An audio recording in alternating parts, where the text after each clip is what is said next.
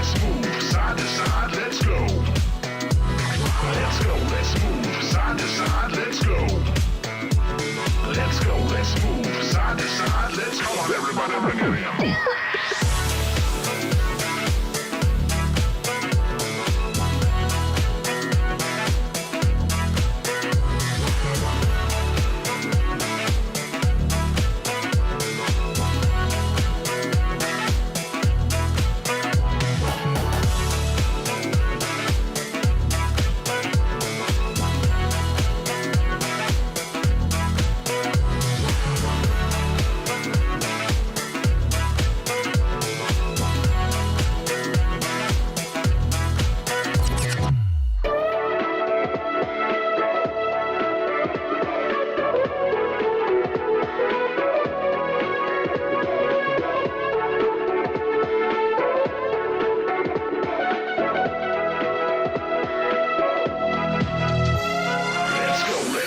Side to side, let's go.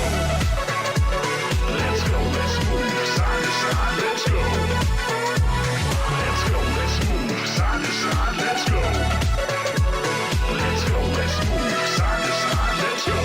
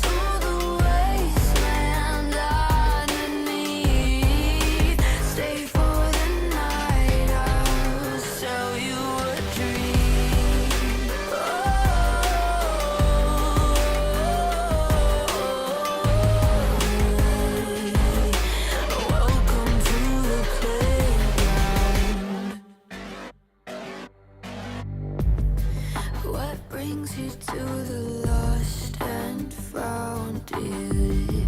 Won't you pull up a seat? Everybody got a prize round here to play. Make me an offer, what will it be? Oh, what will it be? Welcome to the playground, follow me. Tell me your nightmares and fantasies. Sink into the wasteland underneath. Stay for the night, I'll sell you a dream.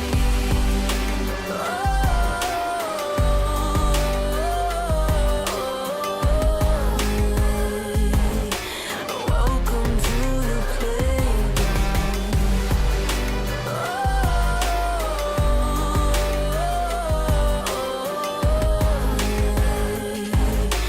Welcome to the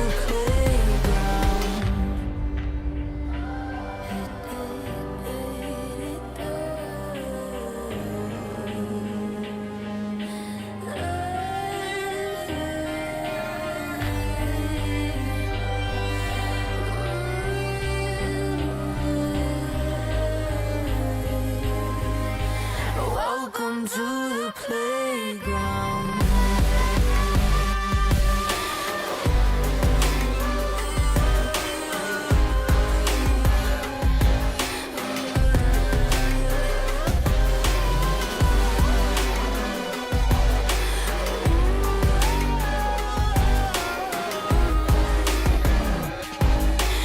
Welcome to the playground. Welcome to the playground. Follow me.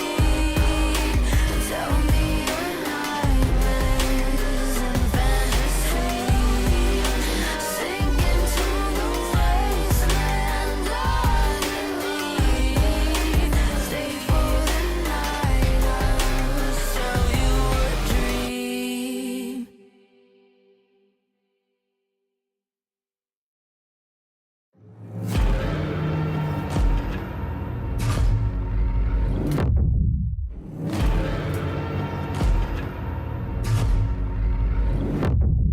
You walk along the edge of danger, and it will change you.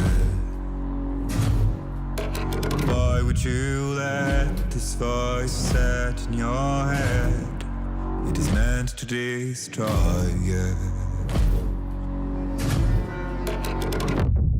You summon storms, you play with nature. Now watch it hurt you. Why would you want to shape the world in your hands? You will never make it through.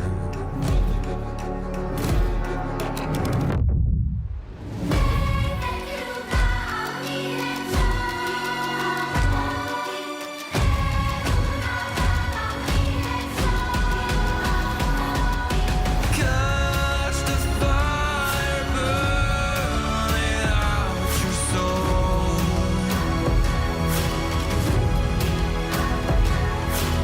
Just make it die, or you will turn it all to ashes and blood.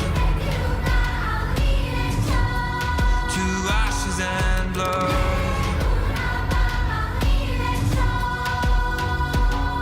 You waste your life to gain power. You shift the game rules. How does it feel to reach the line that no one ever got to cross? Does it make you a god now?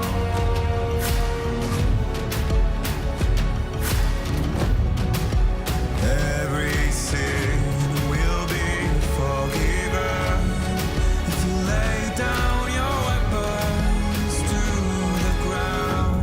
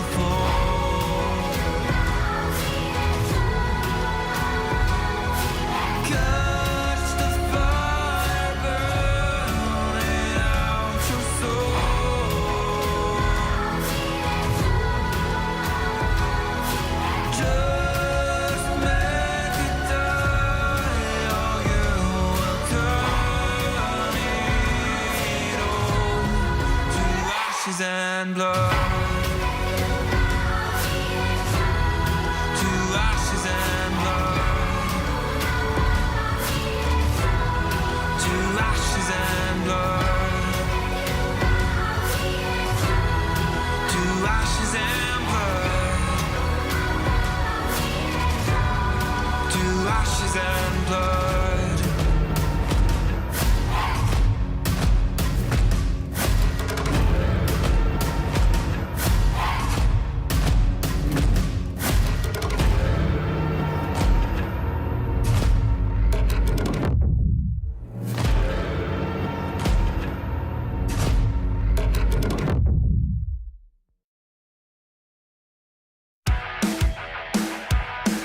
Hey, what? Hey, look up at the sky, it's just a starting line. Waltzing through the storm, feel the vibe align. Radiant rebels in the silent fray. In the pulse of dawn, we embrace the day. We find harmony in mayhem, finding our own beat. Eyes ablaze with laser focus. Dancing through the storm, we become the light. Against all odds, we'll stand and play in this never-ending fray. Eyes alive in the pulse of dawn, we find our beat when the chances take form through the noise. Hey, look down at the tide, it's our warning sign. It's time to rock the wave or get swept aside. Crash through barriers, our destinies untied.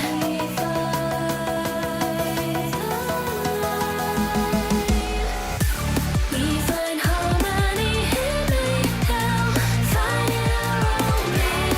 Eyes ablaze with laser focus. We become the light. We become the light. Against all odds, we'll stand and play in this never-ending fray. Eyes alive in the pulse of dawn, we find our beat when the chances take form through the noise. Hey, look up at the sky, it's just a starting line. Hey, look up at the sky, it's just a starting line. Radiant rebels in the silent fray. In the pulse of dawn, we embrace the day.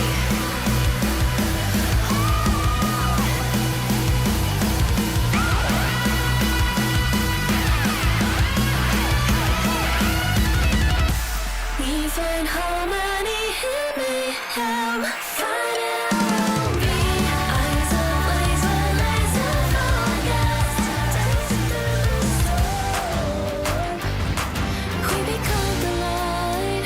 We become the light. Against all odds, we'll stand and play in this never-ending fray.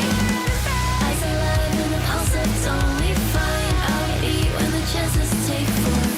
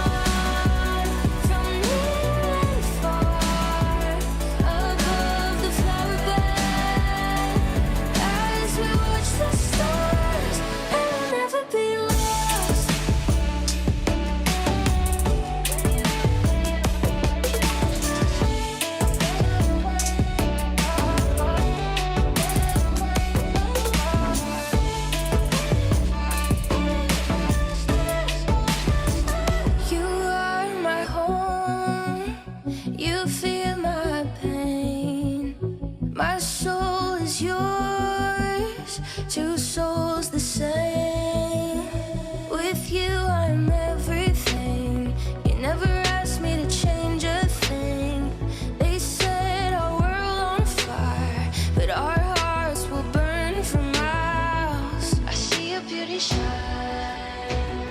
You radiate with light. Our hearts dancing time. You're one of a kind. Stars shining with us. Your fire is contagious. I feel the moon on our skin. Love glows out, love streams in. Your eyes shining through me. Light the way so that we can see.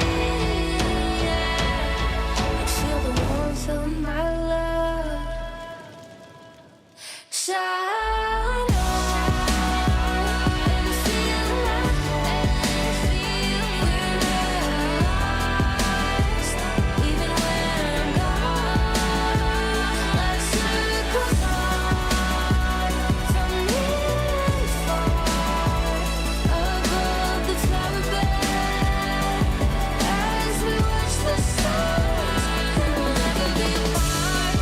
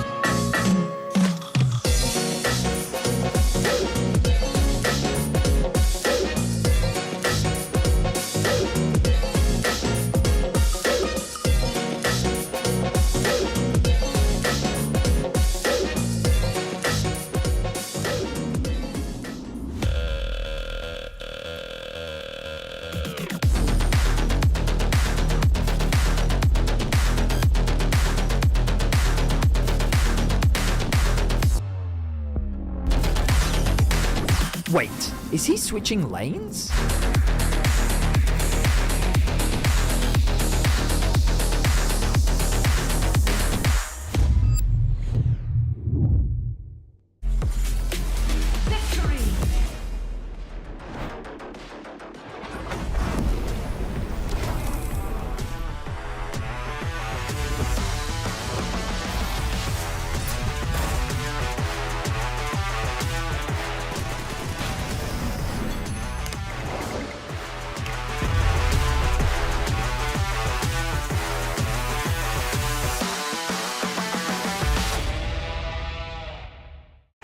Now approaching the final pick, and what a ride it's been. A moment of hesitation, but we're getting closer to the game changer, and what a legendary journey we've been on. I mean, there's so many excellent options, but one of them has to be a perfect They're about fit. to lock in. Oh, what a pick! What a way to close things out. Explore over 30 hotel brands in legendary destinations. Marriott Bonvoy, a check-in at every checkpoint.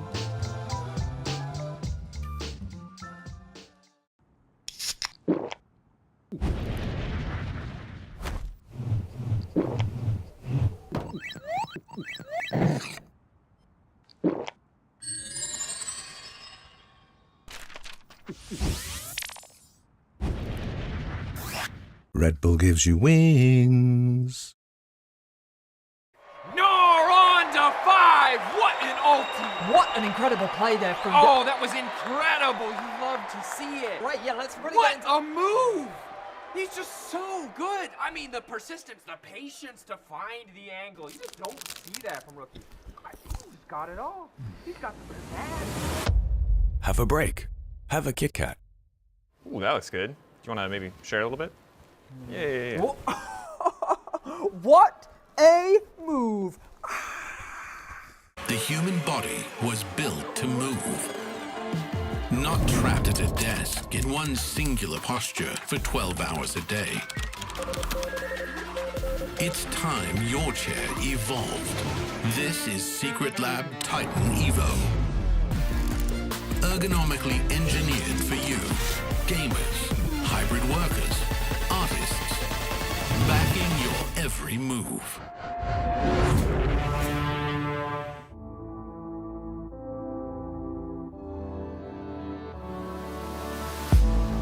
If you had it all, would you look the fall in the eyes? Could you walk away this time? Will you realize, recognize it's never over? And the flame that once had died,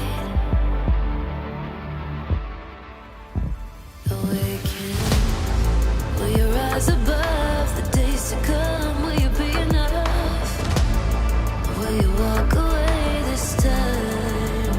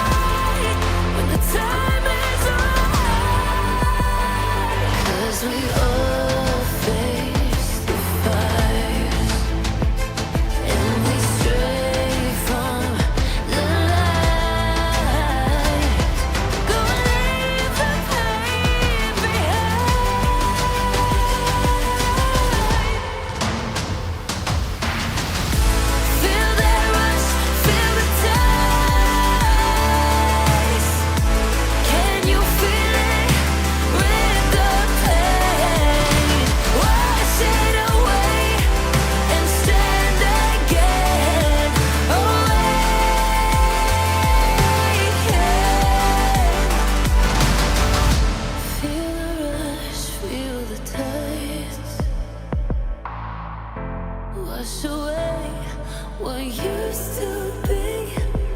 Will you make your stand? The world in your hands again. 'Cause we all face the fires, and we stray from the light. Turn the page and make it right.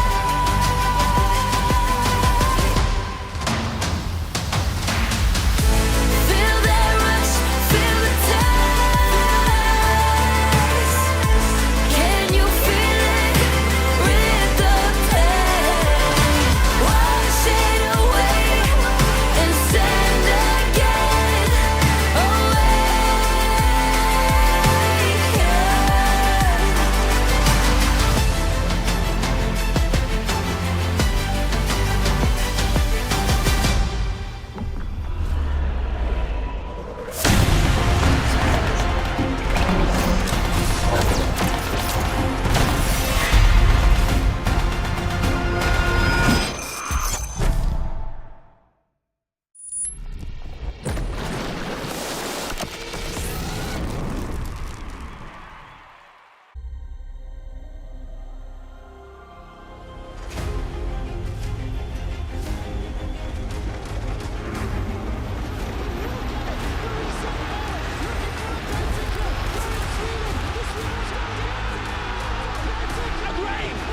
G2, the perfect team fight. They take it all.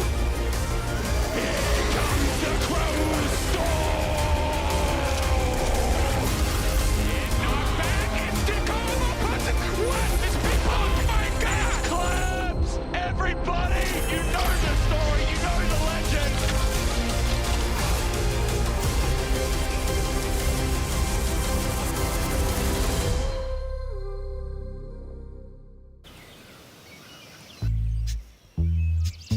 Okay, we arrived. What do you mean we have arrived? This is not Ivry. Evry and Ivry are not the same place, you know? We are in the wrong one. Ivry? Ivry? Ivry? Avry? Ivry? Evry? J'hallucine. Ivry? Paris? Where are we?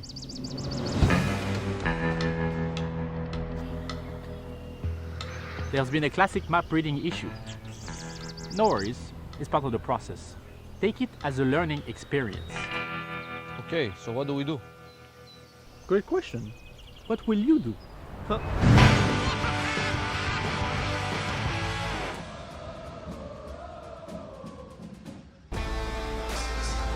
Bonjour tout le monde, coucou les amis, and welcome to the first day of this road trip here in Evry. It is the last week of the spring regular season, and as you see, the blue wall has arrived. All the fans have arrived, and I'm so thrilled to be here with you, with Finn, and with GB guys. And honestly, I'm so excited to see how much more noise we can make compared to Madrid, because Madrid was wild. I'm expecting more today. It absolutely was. And I mean, the arena is smaller than it is than in Madrid, but already the atmosphere is making it feel just as crazy. Oh, the blue wall is very loud and they're standing very tall. You hear them always just having all these songs they're singing. I don't know if they're prepared, if they all know it by heart, but it's so amazing to see all this energy right here. Honestly, something that I always see with Carmine Corp events, fandom, and the fans is the fact that they always bring new chants. And guys, they're yelling behind us right now. The teams are not even on stage, so I'm really thrilled to see what it's going to be like in the next 15 minutes. First things first, let's talk about the state of the league. As I said, we're reaching the end of regular season here in spring, and some teams are yet to qualify to playoff. We have 3 teams qualified already. I expected this ones. There's some results that I did not expect here. How do we think that this one is going to unfold over the rest of the weekend, Finn? I mean, the stakes is high for every team here, but the team I'm looking at first and foremost is G2, because they really need to get rid of whatever happened in Madrid and really come in strong, because we expect them to be one of these teams that really get fueled by these arenas, and we did not see it in Madrid, and they have not even locked playoffs, so they really need to come in with their best game here. Yeah, you're looking at them. I'm looking at the 6th to 10th spot. There is still opportunity for for every single team to make it into playoffs here in the last week of the LEC. So I think everything up for grabs. Even for the teams who no longer got games are sitting at home rooting for specific results to happen so they can still make it into the playoffs. And of course, we're going to keep you posted on like all the stakes, the results and everything, because everything is super messy right now in the LEC. A lot of teams can make it, and it's going to depend on the matches that we're going to have in front of us in the next 3 days. Let's talk about what's at stake for our teams here in Evry, because guys, in Madrid, we saw a resurgence. We saw a breath of fresh air coming from some teams, and I really want to see how they're going to seize the opportunity that they have playing in front of the audience. Finn, you were talking about G2 making up for whatever happened in Madrid. Oh, yes. What the hell was that? I mean, we don't know what's happened in Madrid. They really just couldn't deal with the pressure, perhaps. I still see Skumon and Labrov being uncoordinated. I still see BB and Caps overreaching, and they really need to fix these issues. Last week against Vitality was better, but that's just a short step in a long way. And taking it back to Madrid, I mean, we saw MCoy, that was their home arena. They managed to get 2-0 in terms of the games they played. Now we're looking at Carmine Corp, defending champions of the Winter Split, in their house, in their arena, with their fans, looking to claim back that first place of the regular season that Fnatic is currently holding. It is the first time that they're going to play in front of their fans in their arena. There's so much on the line for this team. G2 wants to take revenge on them for what happened in winter. And for me, KC want to cement themselves as the new generation, as the new contender who can elevate the level of the league. They need to come strong this weekend, Finn. Yeah, I mean, KC, this is their home turf. We still hold them in such high regards after that showing in first stand. And they really put on this plateau of European League of Legends right now. And they need to show to us, to their fans, and to all of the Europe that they can still get better. Yeah, and even for a team like SK here, we've barely yet to see any fans of them, but the players themselves are still looking, guys. We have been looking, but they are rooting for their own chances at still making playoffs. They barely have any expectations fan-wise on them, but they have everything to win on this weekend in terms of trying to make it to playoffs. I mean, that's the thing, everything to win, everything to lose as well, but less pressure on their shoulders, maybe, Finn. Oh yeah, I mean, I think what we saw in Madrid was that GX just rose to the occasion and they just showed everyone up and they just came and stomped everyone. And I think SK has the opportunity to do the same thing as GX did in Madrid, because they really have no expectations, and I really want to see them really use that as a catalyst for better performances. Last team we have, Vitality. And for me, guys, maybe you're not familiar with the rivalry that there is between Carmine Corp and Vitality. Vitality being the historic French team, and Carmine Corp arrived just a few years ago to just snag their spot, snag their position. Vitality is the biggest enemy of the arena this weekend. And I hope they can play spoilers. They're going to play against Carmine Corp later today. Niski, there's a lot of history between him, Kameto, and Carmine Corp. Honestly, I don't know what to expect from them, but I think it's going to be a banger. You never know what to expect with Vitality, and you're talking about any enemies. They're their own worst enemies as well. But yeah, we've seen the high highs, we've seen the low lows. The question with Vitality is always, which version are we getting? Yeah, and there's a lot of chances for players to make a statement, especially in front of their fans. That is something that we saw in Madrid, and I want to keep tracks of how the players are going to perform, how much aura they're going to get, how much boost they're going to get from this audience, who is going to have the biggest baguettes here in Evry. And guys, we're looking at all the Francophone players, Niski, Targamas, of course, included here because of what they mean to the French fans. So guys, who do you think is going to have the biggest aura? Who do you think is going to have the biggest baguettes? And what is the metrics here? Come on, guy. It has to be Kalist, right? I mean, the guy has already lived up to so many unreal expectations in winter. Now we're finally seeing him where there's so many people who's already going to be rooting for him. He's the messiah of this arena, the Lisan Al-Gaib. So I'm looking at him to really just raise the bar. Oh, you think Kalist baguette is impressive? I want to talk about Skumon, because I think this is a perfect opportunity for him to really prove to all the G2 fans why G2 took this chance on him. He is back in his home country, in France, in front of a French crowd, and now he has the chance to prove to everyone that he belongs in this team. He has all the pieces around him. He has all the talent in the world. We have seen the solo queue performances. I think this is the time for him to rise to the occasion and show that he belongs at the top of Europe. Not gonna lie, guys, for me, I'm excited about Bukada. Bukada used to be Carmine Corp Blue in winter. Joining SK and the LEC after that, it is the very first time that he's gonna play in front of his former family. and I think they're going to give him a warm welcome. We're just going to see this in a few minutes, but I believe in Bukara to turn things around for SK and prove that he can have the biggest baguette here. We're going to leave things here for now. Let us know what you guys think on the chat, and we're going to go for the very first interview with Broken Blade in the Marriott Bonvoy pre-game check-in. Hi everyone, I'm sitting here with the beautiful Sergen Celik Broken Blade coming into today's series, and I want to ask you some questions because I obviously have played against you many times. I bet the score is pretty much even, I would say. But I mean, you are known for your creative and innovative nature. I mean, you brought out champions like Seth and Swain this split, for example. And as someone has played my own fair share of really bad draft champions, horrible really, that just kind of ruins the entire game for my team, how do you really keep getting into it? I mean, it's really about trial and error, you know. I mean, you should know, you play Kled. You have a high win rate on Kled because you know when to pick it, you know. And those goes the same with like Swain and like this set, for example, didn't work, right? That was like an error, but you learn from these picks and like moments as well, and when to pick it and when it's good to pick it. And for us, it's just really about if it's good, we will do it, or I will do it. That's how I see it, and I feel like it's really fine being a guy that only sticks to the meta because you can't do anything wrong with that.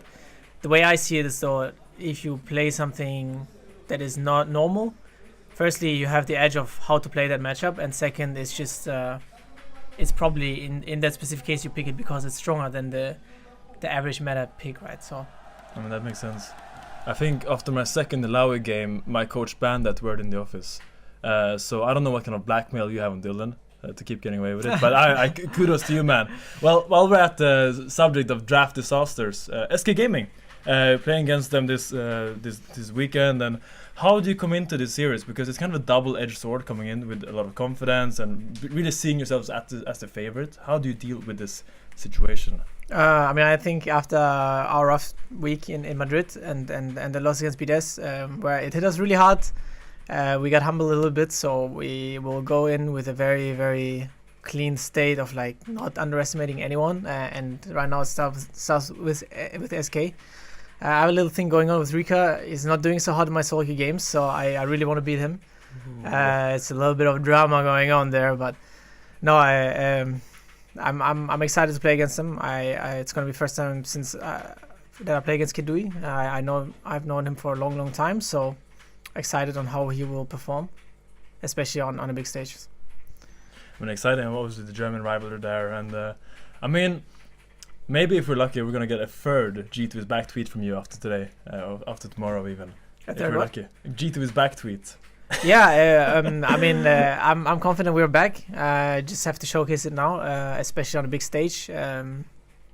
With this roster, we have struggled a little bit on the big stages, but it doesn't, weigh us down. We are very confident still, especially after last week. I feel like it gave us a very, very big confidence boost. You know how it is, momentum in the team is very, very important, and how you take it, and we take it with the flow. That's how it goes around here, So yeah, I'm very confident. Yeah, obviously the big game of the weekend is against KC. And how excited are you to rub that massive smile, but also very beautifully photogenic smile off Yike's face? I mean, Yike has been getting the longest straw way too many times against us. So now it's for us to take it by force this time around. I do think KC is strong. They've shown a lot of off games as well, though. So we're gonna be playing off of that, and the Yike's not gonna be ready for what's coming. Yeah, you heard it here first. Yike has the longest straw, and BB is excited and confident into the game coming in against KC. Thank you so much for us. We're going back to you guys. Great interview, Finn. I mean, I've had three main issues with G2 so far, and it's a bit of cause and effect.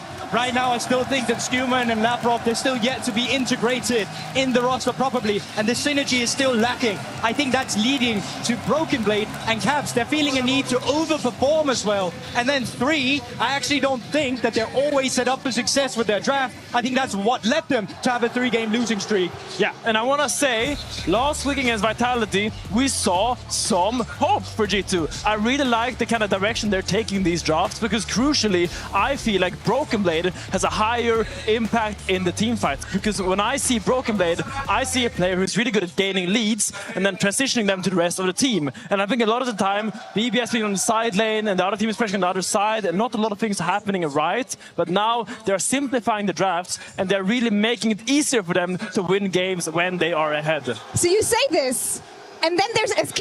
The teams are about to play in just a few minutes. You can hear the atmospheres. It's electrifying at the KC Arena. But guys, SK, they really don't want to make things easy for themselves at all. I mean, at this point, then just double down, right? You can complain about that the drafts are hard to execute. I say, make it harder. Hit him with everything you got. Because you look at Gen X champion pool, and he doesn't want to be normal. You can say whatever you want, it's not going to happen. So I want to see the Kled top. I want to see the Shyvana. I want to see whatever that he can get going. No, well, I mean, you can try if you want to, but I think you have to be a bit crazy against G2 as well. Yeah, and while we're on the side of the SK, the guy I'm looking at, which is surprisingly, I think the best performer is Kedui. Yeah. I think he's had a great spring split so far. And when I think about Kedui, it's a guy I played against in solo queue for many, many years. I think of a player who's forever vigilant and always clicking forward, always trying to make things happen. And I want to see them amplify that in the draft stage. I love his Estral, I love his Kai'Sa, and I absolutely adore his Tristana, which he hasn't played yet, but I know it's one of his best champions, and I would love to see them pick it because it's in a strong state right now, and he really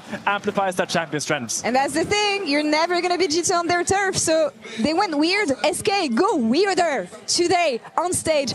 I'm going to leave you guys here because you see Dwagby, the host for the weekend. He is on stage, and we're about to kick the last week of LEC Spring regular season. We are in Carmine Corp's arena, in their house, à leur maison. It is time to get this show on the road. Et on va commencer par accueillir les SK Gaming avec sur la top lane Genax.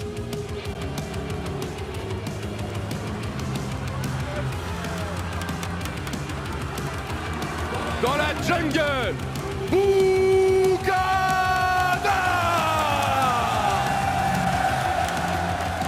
Au rôle de mid laner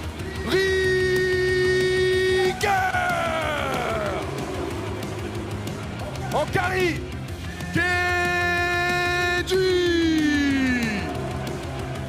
Et au rôle de support, Loupi.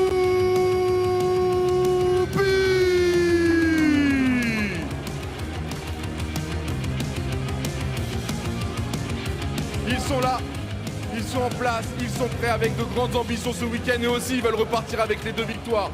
Donc s'il vous plaît, dans le respect, une dernière fois, un peu d'énergie pour SK Gaming.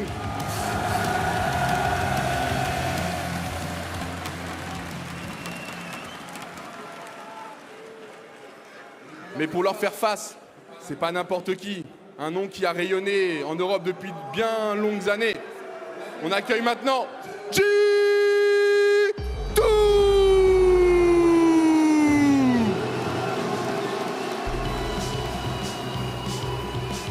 avec sur la top lane Broken Blade. Dans la jungle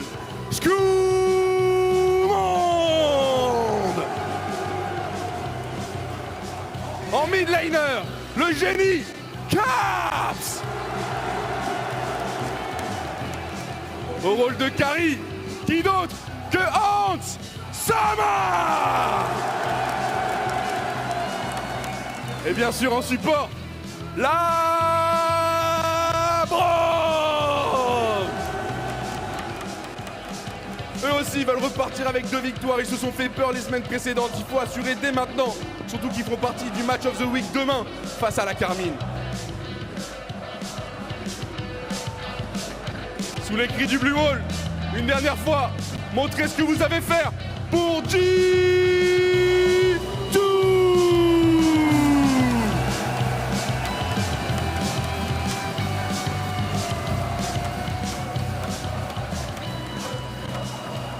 Profitez de l'ambiance encore quelques secondes.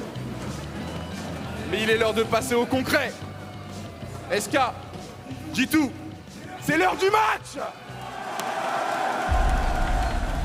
J'espère que vous êtes prêts à nous voir exploser G2 et Vita. En tout cas, nous on l'est. Montrez-le nous dans la salle. We probably need one win. We're happy playing against SK. Hopefully it's one of our wins. And in KC it will just be a banger, right?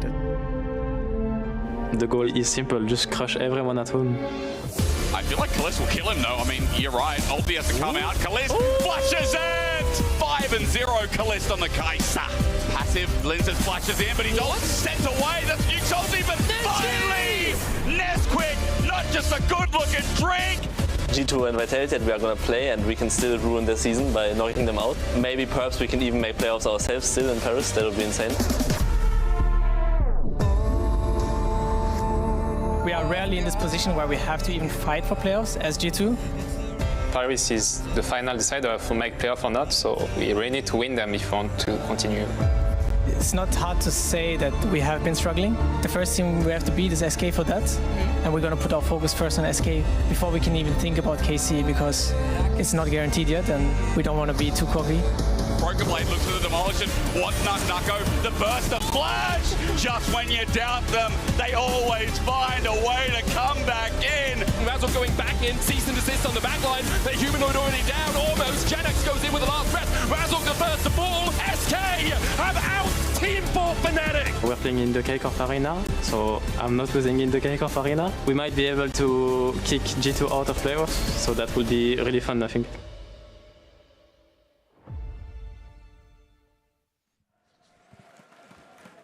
And here we are, baby, another road show this time. Not in Spain, no. In France. Beautiful France. France, who may not have been excited about all players equally.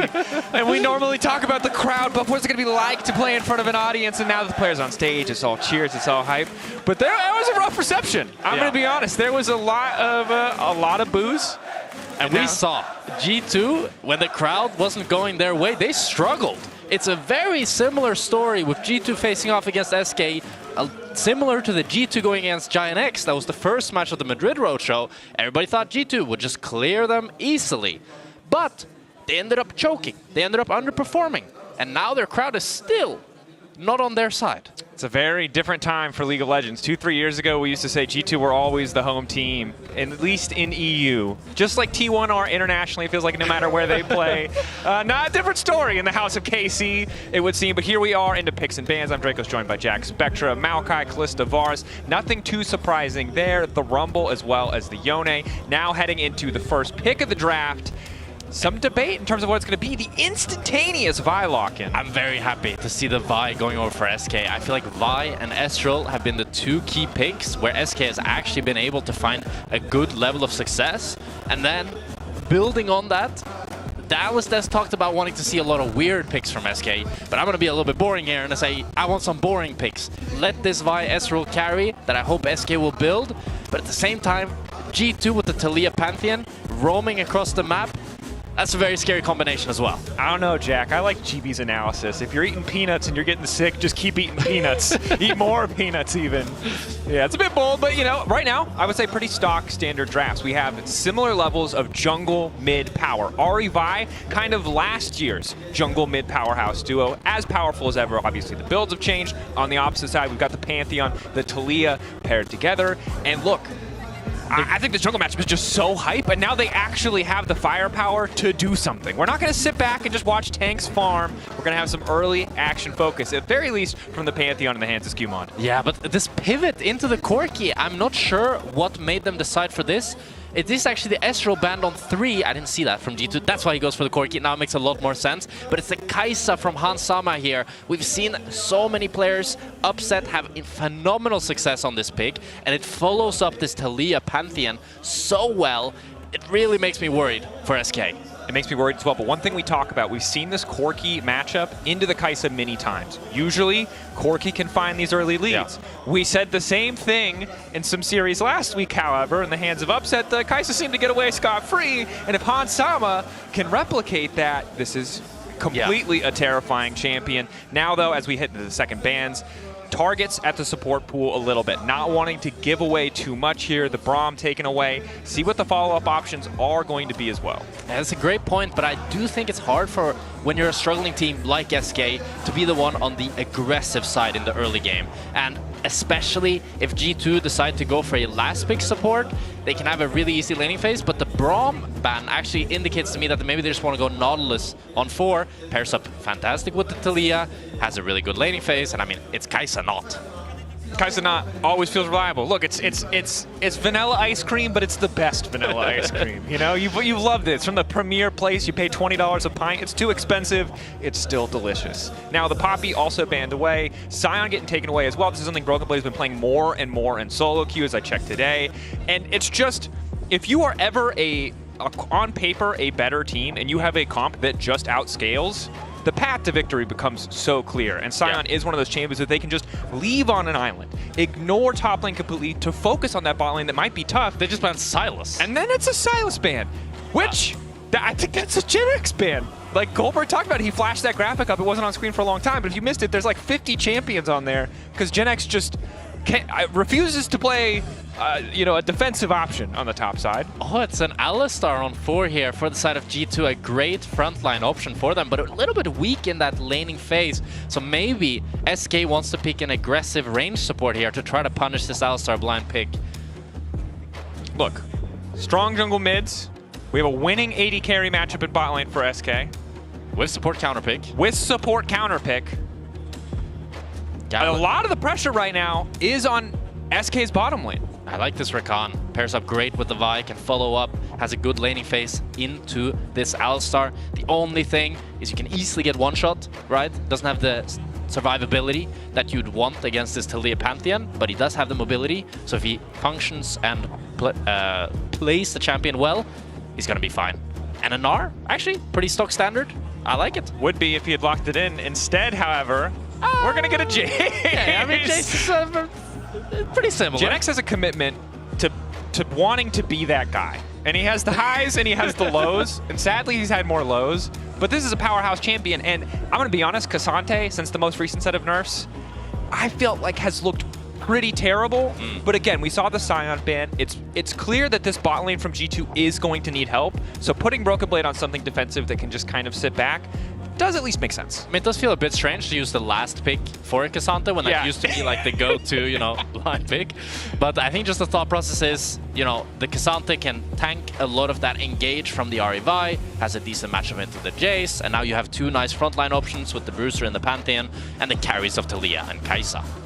Overall, powerful compositions on both sides. Kai'Sa has been super dominant for us here in the LEC. But the question is, as we've often seen, can Kai'Sa make it through the early laning phase unscathed? It will be a tall task.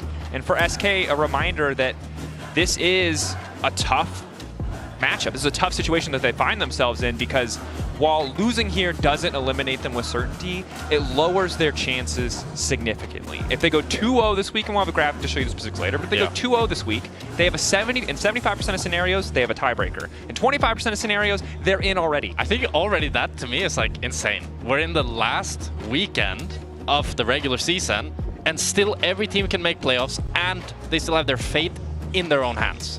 Yeah. Pretty much. At least they get a tiebreaker to secure themselves that. And that, to me, makes this whole weekend so cool. You have a reason to watch every single game because every team can do something. It's not like you're watching it like, it doesn't matter. Yeah. As an update, the draft completely valid, but there was a client issue. So we will be remaking picks and bans off screen, I believe. Everything you saw on screen is correct. It will go through, but they need a bit of time to remake and redo Champ Select. It's a good point. The downside is about that whole point. That you need to win? What is it you need to win? But in an interesting twist of fate, as much as we would like to SK, the underdog story, they're here, they're at the roadshow. If they win this game 1, BDS and Rogue are immediately eliminated. That's true. Whatever couple remaining scenarios are gone. And that's the other thing about this week is that for teams that have played all of their games, right? You are at the mercy, if you've not already locked, of the teams around you. So if SK fans think they're big SK fans, they're going to be fighting neck and neck with, BDS and Rogue haters for this one because it's not the G2 fans that need to be worried about. Oh no. It is the haters who are preying on an SK downfall. I'm really scared of the Rogue fans, all 5 of them. How dare you? You're going to have to make a statement to explain why that wasn't flame and it's not what you meant. Yeah, it's my culture. Yeah. But I do feel bad for BDS because I thought they had a good season kind of up until they didn't, which has been the story of a lot of their games. We're in a weird position right now where we're starting to do all-pro voting, and Vedius was on Euphoria and they talked a little bit about it, but I think Nuke is a top 2 mid laner, and he might not make playoffs. And Upset thought Ice was a top 2 ADC. He might not make playoffs. Most likely won't, yeah. Which is a testament, I think, to how important the consistency is in clutching games is. And it's a reminder of us about like how just having the mental fortitude, part of the reason we've seen Team Heretics do as well as they have, is they've been able to stick it out in these games that look unwinnable at 25 minutes, somehow hold on, and, you know, bring it back. Yeah, I really agree. And I think if we bring that back to G2, it's weird because this new iteration of G2 seems to be lacking a bit of that mental fortitude. Sure, yeah. With Lebrov, I feel especially has his like high highs, but really low lows in the finals against KC and the last road show. I mean, you were at Madrid, right, when he played that incredible Alistar game. Yeah. And then the immediate game following, he felt invisible. Yeah, completely invisible, just lackluster, and the consistency is really what you want from G2, a team that has never failed to make top 4. And now we're asking, can they make playoffs? Well, the good news is a win does get them there. So they got the easy road after for this brief moment before any games have been played, every narrative is we can just drown you in narrative. I know what you're hoping for. You're hoping for gameplay, and we are doing our best to get you into game as quickly as we can. But in the meantime, you're going to get just a lot of narrative. Little Kings, little Legacy, little Dynasty. But it biggest is baguettes. The biggest baguettes. Which unfortunately, I stepped away as they were describing the metrics. I think it was based on aura. So. Aura? Yeah. How do we track aura in game? I don't know. Gameplay, I guess. Gameplay. I mean, I think Hansama with the Kaisa, that could be a pretty big Hansama with the Kaisa into a losing matchup, with a losing support matchup, that's a lot of aura. Yeah. But I think also touching on that, the Kaisa and the Corki, I think one thing that happens there that's quite interesting is a lot of time is you have a champion that struggles in scrims, but then the on-stage performance is buffed in the sense of Kaisa because you're not getting punished like you would in scrims. Yeah, 100%. While with Corki, the champion has 35% win rate in every league because it probably does pretty well in scrims, so people are still picking it. But then in officials, you don't get that lead that you want. You don't get the snowball rolling. It reminds me a lot of MF, right? It's these super dominant champions. Lucian's another good example, where it's like there's these champions that snowball and they just win hard. And in the games where it's a 30-kill game in 15 minutes, these champions feel like the greatest champion ever made. Really OP. But then people chill out a little bit on stage, or maybe they're nervous, and suddenly... They're just farming minions and it's 20 minutes and it's like, wait. My champ's useless. What do you mean I'm not 6-0 right now? This champion doesn't do any damage if I'm not 6-0? What are you talking about? Yeah. Yeah, well, you guys can't see it on your screen, but we can see they're speeding through the draft remake right now, so we'll try to get in game as quick as possible. Should just be another minute or so. Is that your fast? Race car. But I do like SK's draft overall. I think they have really good tools. Rakan, Vi, Ahri. If there was a draft for them to play nice, proactive League of Legends, it should be this one. 100%. And I think that this is in front of a French crowd. You gotta hope the players are gonna be energized. Yeah. You gotta hope Okada's feeling energized. I mean, imagine the same is true for SKU-mounted Hans. They are winning in the quantity of French players department, but Okada's got that history. Okada's coming straight from K-Corp Academy after having won the French League with them. Surely he has to be feeling pretty good. Also, Bukata's story is one of, like, this guy has been around, like, essentially since 2018 grinding tournaments. He's been in and out of Div 1, went down to Div 2, got back up to Div 1 LFL, now has made it to LEC. Like, this is a guy who's fought tooth and nail to be here. Similar to Kadui, to be honest. Similar to Kadui as well, right? Both these players who a lot of people wouldn't or didn't initially want to give a shot to, making their way into this league on SK, and with the potential to, they're not going to knock out G2 here, but they're going to make the weekend a lot scarier for G2 because they play KC tomorrow if they win, and they're going to knock out BDS and Rogue, like crazy position to be in. And look, we saw how good that momentum was for GX. Need to see if SK can do the same thing. Yeah. It looks like we're heading into game. Beautiful. And I'm excited to see how can Hansama prevail in this bot lane. Can he do what Upset could and maybe cement his name back on that top 3 ADCs in EU leaderboard? As I feel like he hasn't had the best split by his own standards, although his team hasn't been always helping him too much. As it's been a rough split so far for G2. I'm excited to see. I'm ready to see as well. Here we go. Game 1 of the day, SK versus G2.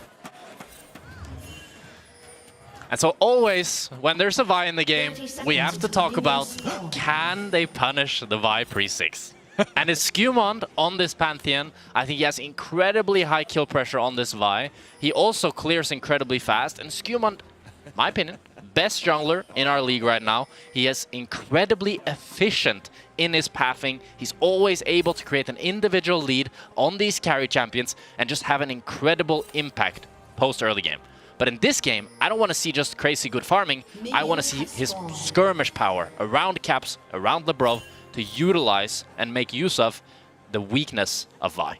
Yeah, and I think when you look at those two champions, right, Vi always feels like she guaranteedly gives you something. Pantheon could be a bit more feast and famine. Has, I think, been a bit more powerful. We've seen how good this pick can be, and look, if you're a coach and you give your player this kind of proactive pick into a Vi, there's a very clear expectation. You mentioned it, like, you're going to get something done before level 6. The assumption could be bot lane.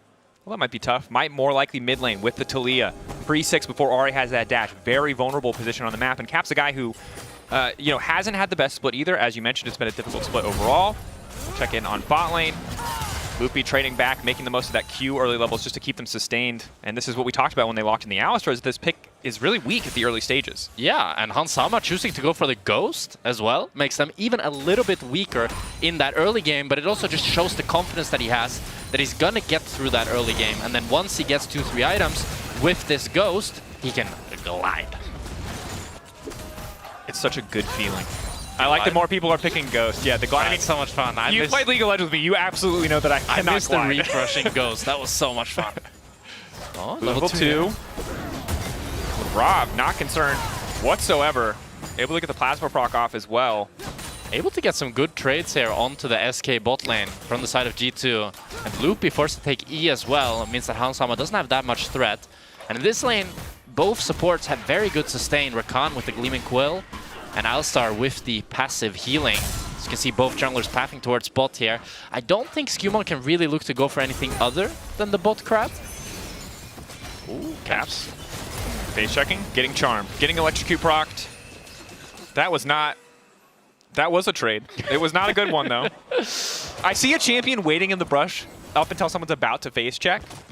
And I just assume that it's going to go in their favor, right? That did not. Yeah. Caps does have one potion advantage, or he had at least, until he started drinking it, so he's going to be up a little bit of HP. But Caps has had an uncharacteristic split so far. Yeah, he hasn't had the dominance as you'd really want to see from him. A bit feast or famine, right? We've still seen these great carry moments, and we've seen other games where, despite finding leads on the Orianna, I think most iconically, I believe in Madrid too, not able to close that out. Skewmond, leap in, Bukata trying to cancel with the Vault Breaker, Reeker stepping up, an early heal from Loopy. Now they're committed to getting something else out, but traded for the flash of Lebrov, not a bad deal overall. Yeah, very good trade for the side of SK. Was thinking that G2 might be able to try to fight them more, but Skewmon happy getting the crab and then being able to get the top crab as well. So it's going to be a nice CS lead for him. And now going back to the Raptor respawn as well, he's just building that tempo and efficiency lead that we've been praising him so much for. Yeah, clear these Raptors, maybe go for the recall now, talking about it. You talked about it a lot previous week. I wasn't here. I'm not used to this world of casting with an 8-minute grub spawn. What do people do when they can't brain off just trade objectives? Can't just handshake. This is the world we're living in now, and I'm ready to be a part of it. Still about 30 seconds away from that Drake, and I don't think either team needs to go for it early on, although Kadui, quick reactions on the flash, but still losing that flash.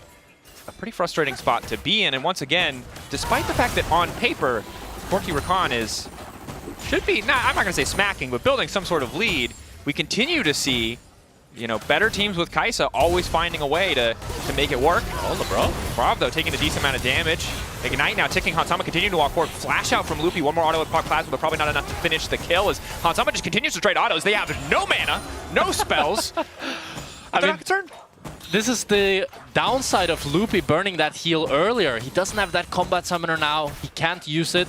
And G2, this is the problem that we talked about. The better bot lanes picking these Kai'Sas are able to not just navigate the lanes, even build up leads. And now Bukata is here, but Caps and Skewmon are coming as well. Hansama locked up, Bukata on the way down. Nice interrupt on the Vault Breaker from Skewmon. Crucial because now Hans feels that much safer. Caps here first. Weaver's Wall. Caps there. Flash forward does not hit the flick back. An aggressive look to be certain, like the confidence, but really doesn't pay off. At the end of the day, Hans is able to stick around, take an extra wave in bottom lane, but a lot of resources from both sides use bot lane, while Reeker's just pretty comfortable sitting mid. Yeah, and Caps ends up dropping, I think, nearly a full wave for this move. He's going to be able to pick up a little bit of it, but it feels bad, definitely, to invest the flash as well and then miss out on that W. And it goes to show that Caps is having some of these uncharacteristic moments where we usually feel like he's so clutch. He always hits those skill shots when they really matter. But right now, not quite in form. Yeah. Flash seismic stuff, though, is a bit of a rough one. It's not charm flash on Ari. That's true. It's flash cast your really slow animation skill shot. So yeah. We'll see how it progresses as we go through. This is just one best of 3, but it's best of 3 that could qualify G2 immediately to playoffs. No more worrying about tiebreaker scenarios. Instead, you can worry about seeding and where you'll finish in that regard. Ooh, SK here looking to zone out G2 after they took this dragon. LeBron has no flash. Ooh, nice W. Good use of the Gromp. Nice escape path. Yeah. SK, unfortunate, they're a bit late to the objective. Yeah. Playing for, you know, escape kills, but good escape. Ooh, and Hansama is going the 80 Kai'Sa build. Oh, you're such a hater. I'm a hater. I'm a hater. I can say it with my chest out proud. I don't like it, but... Why don't you like it? Explain. Because we've had this conversation 50 times, but just share it with the class one more time. It has a very good first item power spike with the BF and with the Yuntal. But then once you get 2-3 items, the AP build starts to heavily outscale as you do a lot more DPS. You can poke with the W. The biggest upside of going crit is when you're really heavy AP, but when you have the Cassandra and you have the Pantheon, I think you can allow yourself to always go that AP build. And as we've seen, Upset with the AP build just pops off on it. But when we saw Hansama with the crit build, if you're not able to consistently auto-attack, Kai'Sa is 525 range, and she really, really struggles. It can be tricky, especially getting into melee range of a Jace, and especially one such as Gen X, who's doing pretty well for himself right now. He does have a solid matchup. BB did sort of counterpick himself for the early laning phase. Now that we're post level 6, once he gets a reset, maybe it'll feel a bit different, but already stacking a tier, already stacking a Cole, holding on to a 400 gold lead right now. Some of this is expected. Jace has a range advantage, he's supposed to win early, but need to see now if Gen X can keep that snowball rolling, get an even bigger lead for himself, maybe put some pressure on Broken Blade, because now that Broken Blade made it past the early lane, he doesn't seem too concerned. Yeah. And I think that's a great point, and it kind of brings me back to the Kai'Sa point. It's like, it's a hard game for Kai'Sa to auto-attack up against the poke of Jace and Corki, and then you're not really going to be able to auto-attack the Ari or Vi either with how slippery they have and how much engage they have. So it's going to be... I'm really having my eyes on Hansama, seeing how he positions in these team fights with the Ghost, and how he's able to pilot this 80 Kai'Sa build. And again, this is all on paper, the theory. We'll see if it comes to life as Lebrov cheeky ignite there. the laughing emote. As it looks like the Grubs are going to get taken down to the end. All 3 for the side of G2 getting those spawns. Happy to have that extra pressure on a side lane. Won't make it that much easier for them to take towers. Not the strongest side laners overall, but still good to have and certainly good to take away from someone like Gen X. And it's indecision for the side of SK. They're not really sure if they want to fully contest the Grubs. They kind of watch G2 take it, and it's G2 even that's able to push out top, Caps TP's bot to push out bot, and they get a tempo advantage all across the map. That they do. Now at this point in the game, G2, the thing is the gold lead, it's close, it's within touching distance. It's essentially Gen X, the gold lead he's built, small leads there, but balanced out to a certain degree by G2. Skewmon still farming as expected. A 0-0 game though. Normally we would say this favors the bye. Let's do our bye check-in. We said there's a bye in the enemy team. If you don't do something before 6, you goofed. But it feels like Skewmon's gotten 2 objectives. Is that enough? You've gotten 2 objectives, you've gotten an individual lead. It's only 200 gold, but it's a few camps, and he has a bit of an XP lead to go alongside it. So I'd say he's done pretty well so far, especially with how little action has been happening in any of the lanes. There was a little bit of trading in bot lane, but you know, not too much. So he hasn't had too much of an impact on the game so far, but now, after unlocking level 6, you have the Pantheon ult, you have the Tali ult. I really want to see them utilize that to move to a side lane and just jump in together. Yeah, and you did see Caps hovering around that Scuttlecrab point, knowing that he could immediately all bot lane. Lebrov on a bit of vision here with Skewmon and Hansama to cover. You mentioned it before, but Loopy has to be careful. He has Flash, he has Heal, he has Guardian, he doesn't have Aftershock, and he's not the most tanky support. So him face-checking into Lebrov or Skewmon can be deadly at this point in the game. Yeah, all they need is a CC chain, and they can just always look to one-shot him.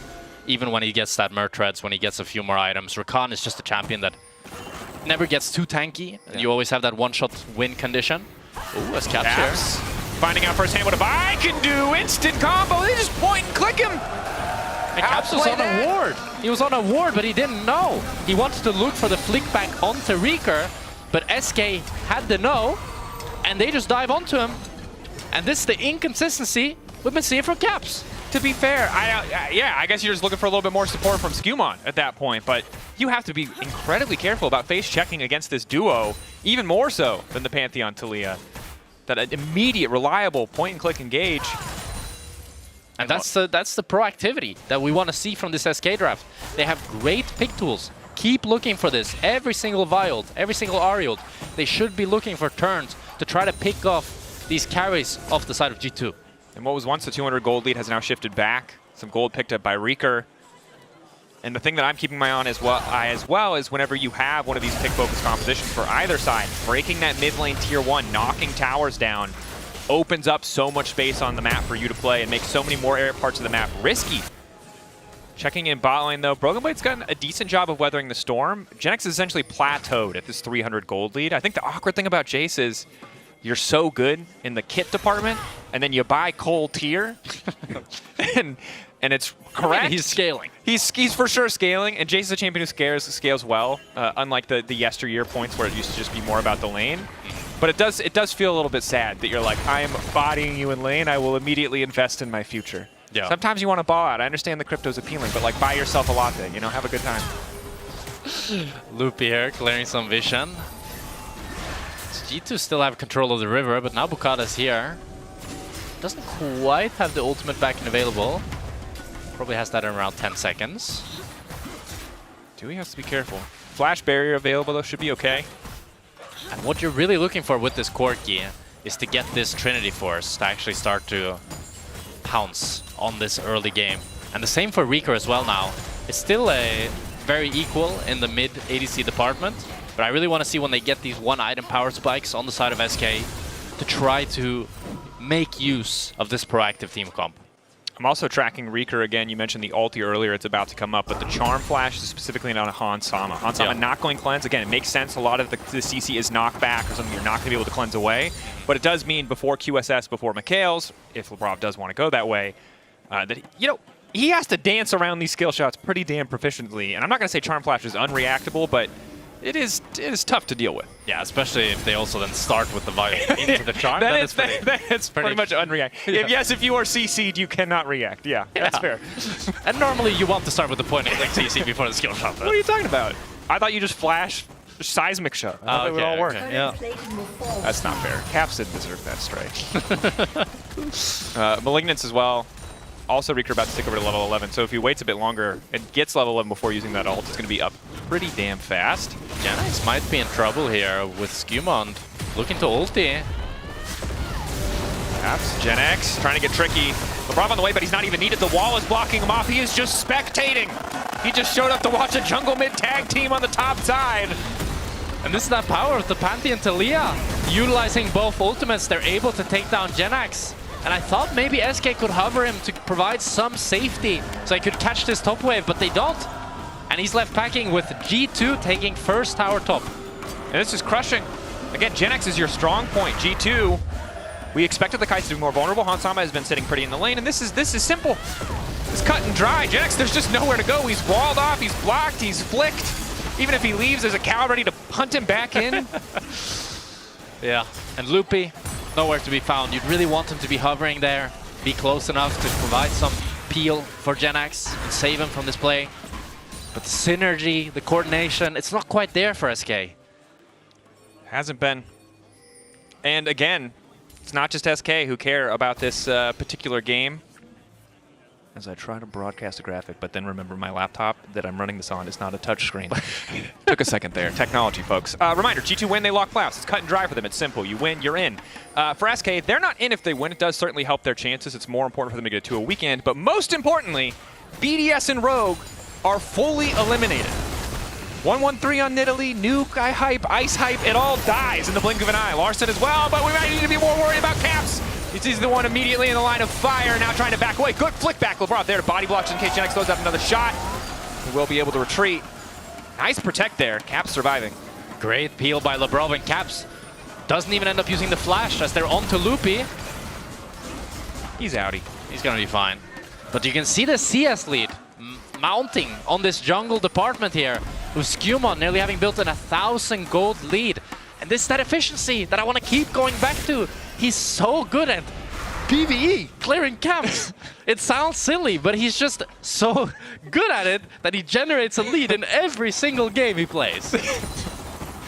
Yeah. I don't know if he plays other games, but this would be a great time for like a Path to Exile or a Diablo shout out or World of Warcraft maybe. This man raids. Efficiency there.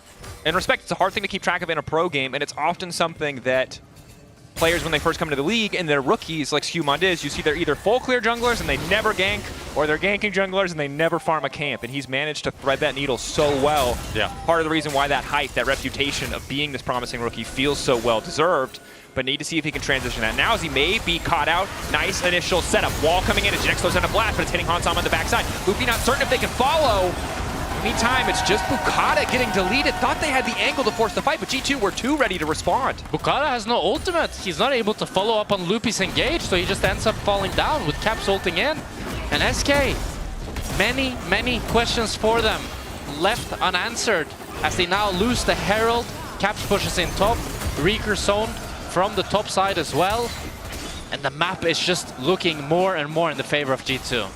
That's terrifying. Just a second ago, we were watching Reeker pull off a successful play, but G2 immediately mirror it and now make a play of their own, punishing SK again for trying to force in the river.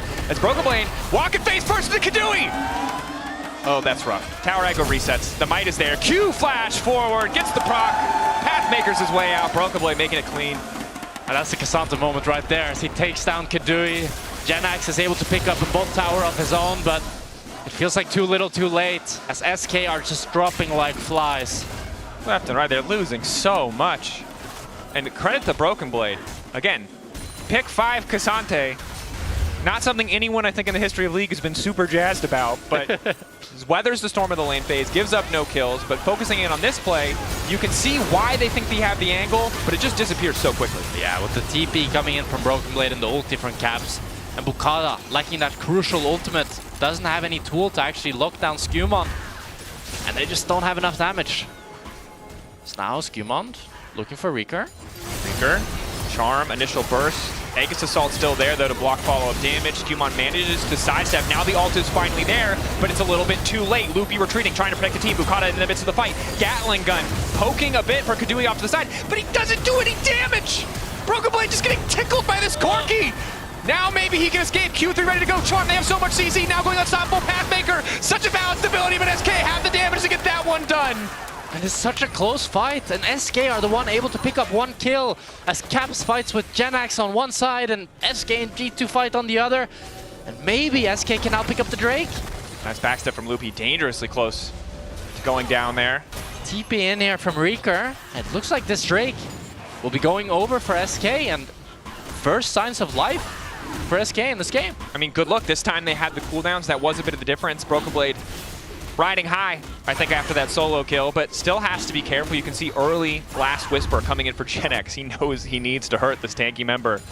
You can see here in this fight, this starts off with Skumon face checking onto Reeker, but he's tanky enough that he can survive until Lebrov gets there to start CCing, while Caps is fighting with Genax up at the top side.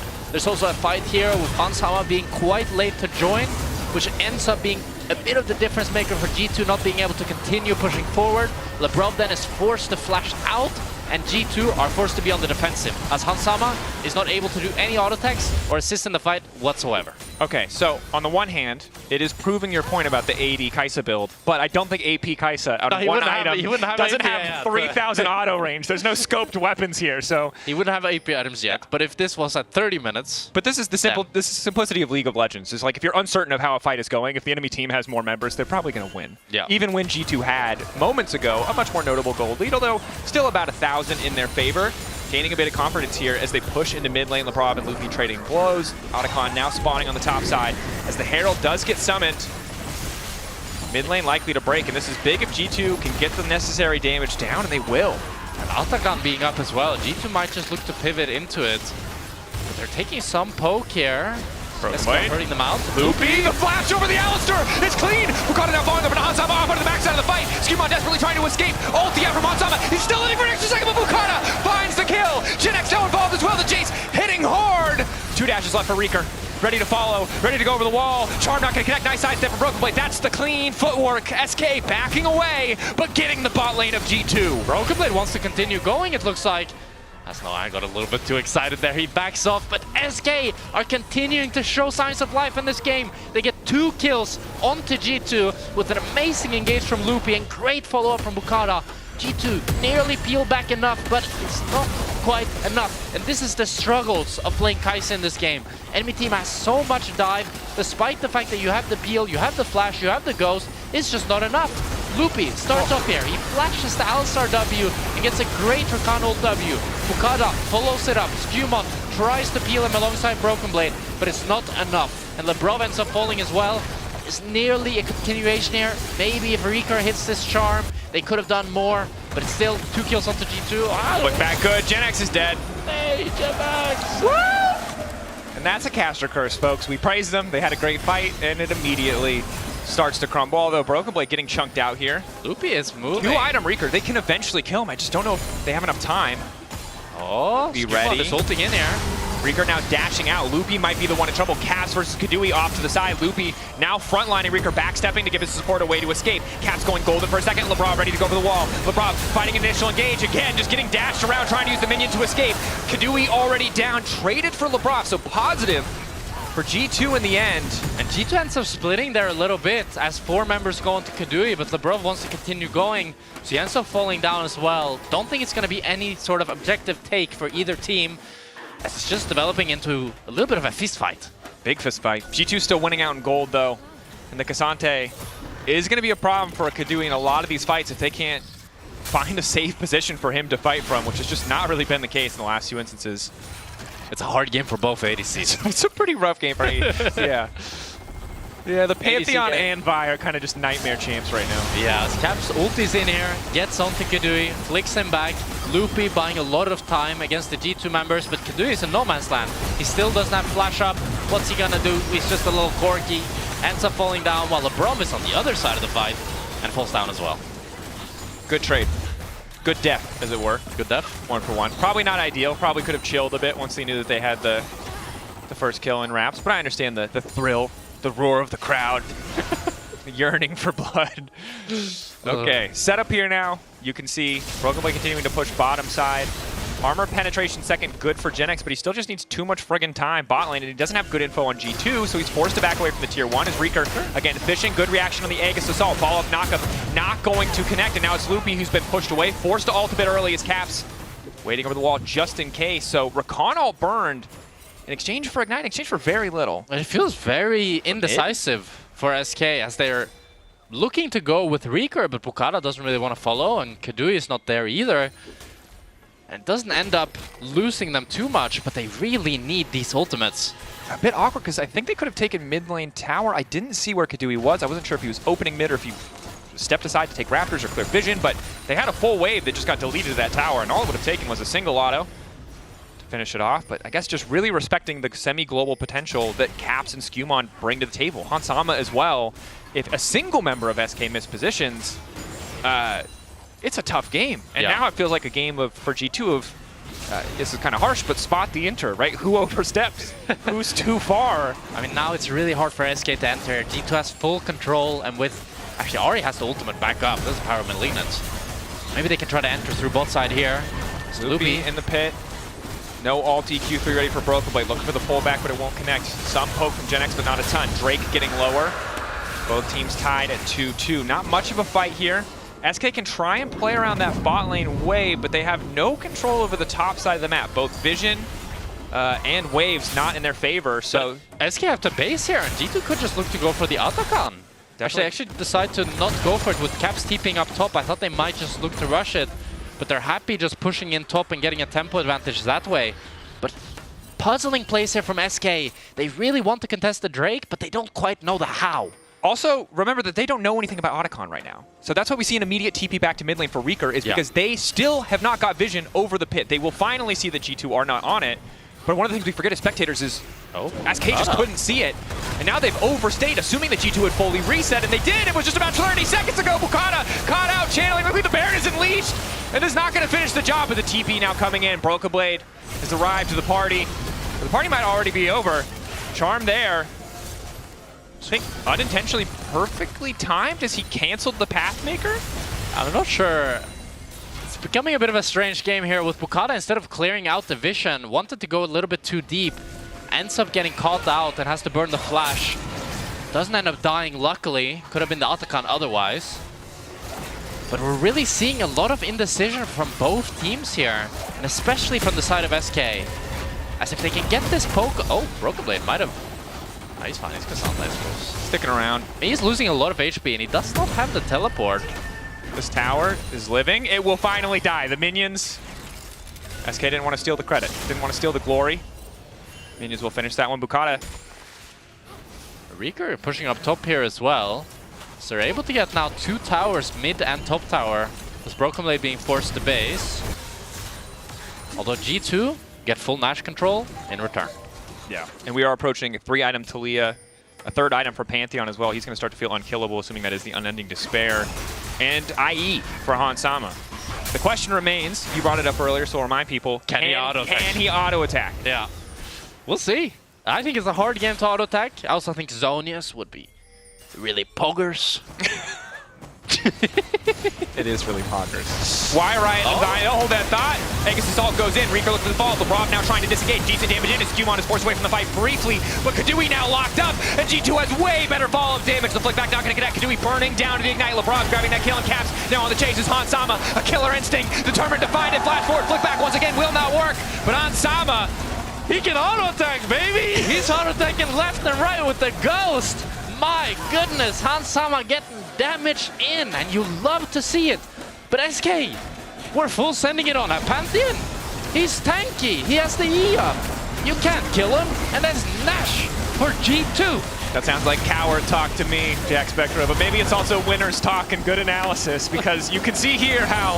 I thought for sure they would look to send it on to Caps or Hans Sama always, but they try to burst down Skumon, but he flashes out, and it's a great flash from Lebrov to knock up Kadui, then stun him right after, and then Hans Sama, he goes God mode, dashes the Reeker charm, gets 3-4 auto attacks in, does a ton of damage. Beautiful. Good stuff. In the meantime, Otacon also going down in favor of G2. Big boon to have, most certainly. 4.6k gold lead, and perhaps SK were just in a position where they felt like they had to send it. They had to get an advantage. They knew 3rd item was around the corner for Hans. They just wanted to force a fight, but the fight they forced was a bad fight and has only put them further behind, and this is where things start to look grim. Yeah. Ari not known as the big late game scaler. Jace can hit like a truck if we get later, but it's only going to get harder to play this game because Hans Sama, when this kind of lead, gets to sit back and take his time as Broken Blade feels pretty unkillable. Ari does true damage, but the only truth is she did. Yeah, he feels pretty unkillable. He looks pretty unkillable. I think he is pretty unkillable. Pretty unkillable. And he takes down Reeker, and now it's Rabadon completed for Caps. Infinity Edge for Hans Sama. You have to feel that it might just be it for SK. I don't have to feel anything, but I do feel like this game is over. I do. This is. It, so you do feel? I don't. Yeah, but you said you have to. I mean, I don't have to. I might have to. It's probably correct to feel that way. You might be compelled. I'm certainly compelled to feel that way. Hans Sama and G2 walking in. Baron down as well, of course, in the previous exchange. So it's only, they get the double super bus. They're short at Elder, but I don't think this game is going to Elder if they have anything to say about it. Would be crazy if it goes to Elder. They're on the way out. I think they're going to get 3rd Drake. Yeah, I mean, it would have to go pretty long to go to Elder. Have to go really long. Yeah. That would be a good sign for SK, I think. It would. As SK doesn't look like they're quite willing to drop this Drake here. Sticking around. Reeker has TP. This is a rough contest, though, because, again, if you do anything other than more than just kind of wander in and see if you can get a flash, you could just lose the game right here. Midway pushing in with supers already for G2. Broken Blade off to the side. Again, relatively unkillable. On the flank, nothing that SK can do. They need to try and find an angle. Caps now on a killing spree. Lebrov going in, finds the 2-man fall from Skumon there. Hans Sama charmed for a second, but now he just gets to rain hell down on those backliners. SK wanted a 3rd Drake. It was not a good choice. And G2 showing why they're still a top team. Roadshow be damned as they take down all of SK, and they're taking down the Nexus alongside it. Impressive stuff. Early game, the lead for Gen X didn't end up mattering. The counter pick for bottom lane did not end up mattering. G2 weathered that storm, found better plays, found better fights. Now Skumon and Hansama. Skumon building that individual lead, and Hansama, great team fighting that really brought it home for G2, taking the series 1-0. Incredible stuff, ending on a 10K gold lead. That win in front of a crowd. Feeling good. Yeah, must feel great to be Skumon, you know, in front of your nation and performing beautifully. Very nice. Yeah. Good stuff from G2. We'll see if SK can fire back in game 2. In the meantime, we're going to head to a quick break. Don't go anywhere.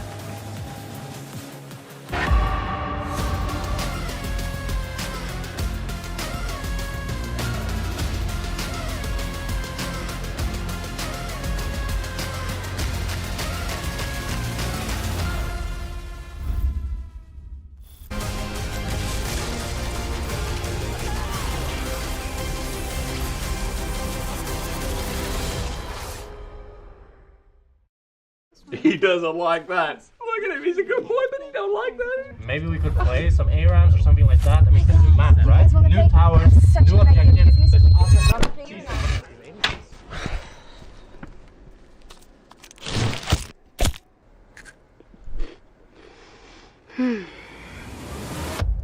Have a break. Have a Kit Kat.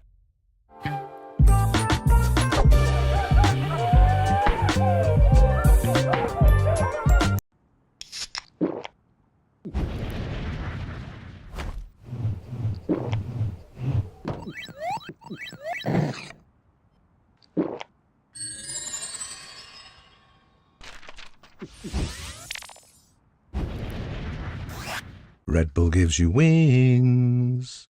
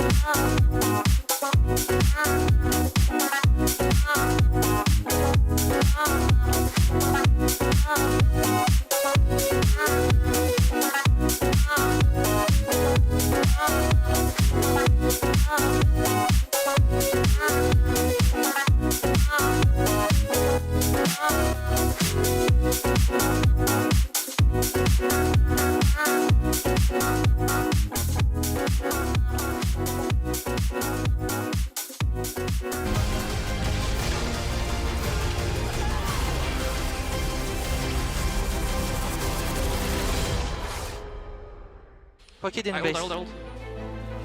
Last step first. Nice, looks good. Nice. Listen to Tom. Yeah. Let's I mean, go we get first turret. Don't fight mid. No, Don't fight last, mid. last, last, last. Okay. It's good. Nice, good job. Oh, that's rough. Tower aggro resets. The might is there. Q flash forward. Gets the proc. Half makers his way out. Broken Blade making it clean. It is G2's victory here at Evry, at Carmine Corp's house, and we have a special guest with us to talk us through this victory. Former pro player, former caster, board OTP, now G2 costumer. Tréton is with us today. Comment ça va? I'm fine. Speaking in English will be hard for me. I have to. You're gonna do well, no doubt. Yeah, it will be fine. And I'm just quite happy to be there and quite happy for the G2 win. Does it feel better to see them win like this, especially after the past few weeks? It feels better even at Cassie home. It's even better to win there for G2 for sure. You're the jinx for G2 though, so a bit, maybe. Yeah. But they did well here, guys, and I kind of want to follow up on what we've been saying. For G2, making things easier for themselves is the way to go so far with this roster. I feel like that's what they did here as well. Yeah, let me try to speak up because the KC fans are going crazy right now. The energy is crazy right now. But G2, I really like what they're doing. I was really hesitant towards the K'Sante pick because globally it has a 20% win rate right now. And it seems to be losing a lot. Yeah. And he actually counterpicked himself into the Jace. But having that easy setup with a Talia, Pantheon, having that tank in the top lane made every setup so easy for G2. And it really was that both teams seemed to have a little bit of stage jitters. But I think G2 really relied on the fact that their comp was so much easier to execute and just like great individual performances all around. Yeah, and I think that also in contrast to that, the SK composition, great picks that can come out of it from a Vi and an Ahri, right? You're laughing, but it is one of those things. I see the Jace. I know that's like... Yeah, I mean, that is one of those things where, I mean, I don't really get it because I see the Silas ban, then G2 picks Alistar in 4, and I'm like, well, you just gave them that freebie, and he has blind pick Jace, but they did get some picks, and honestly, I was hoping to get more from them. I wanted to build this reel where I was like, all right, now we're getting a lot. But unfortunately, we weren't getting enough. SK, they're just not often the first ones to the fight. And that's the thing, Tréton.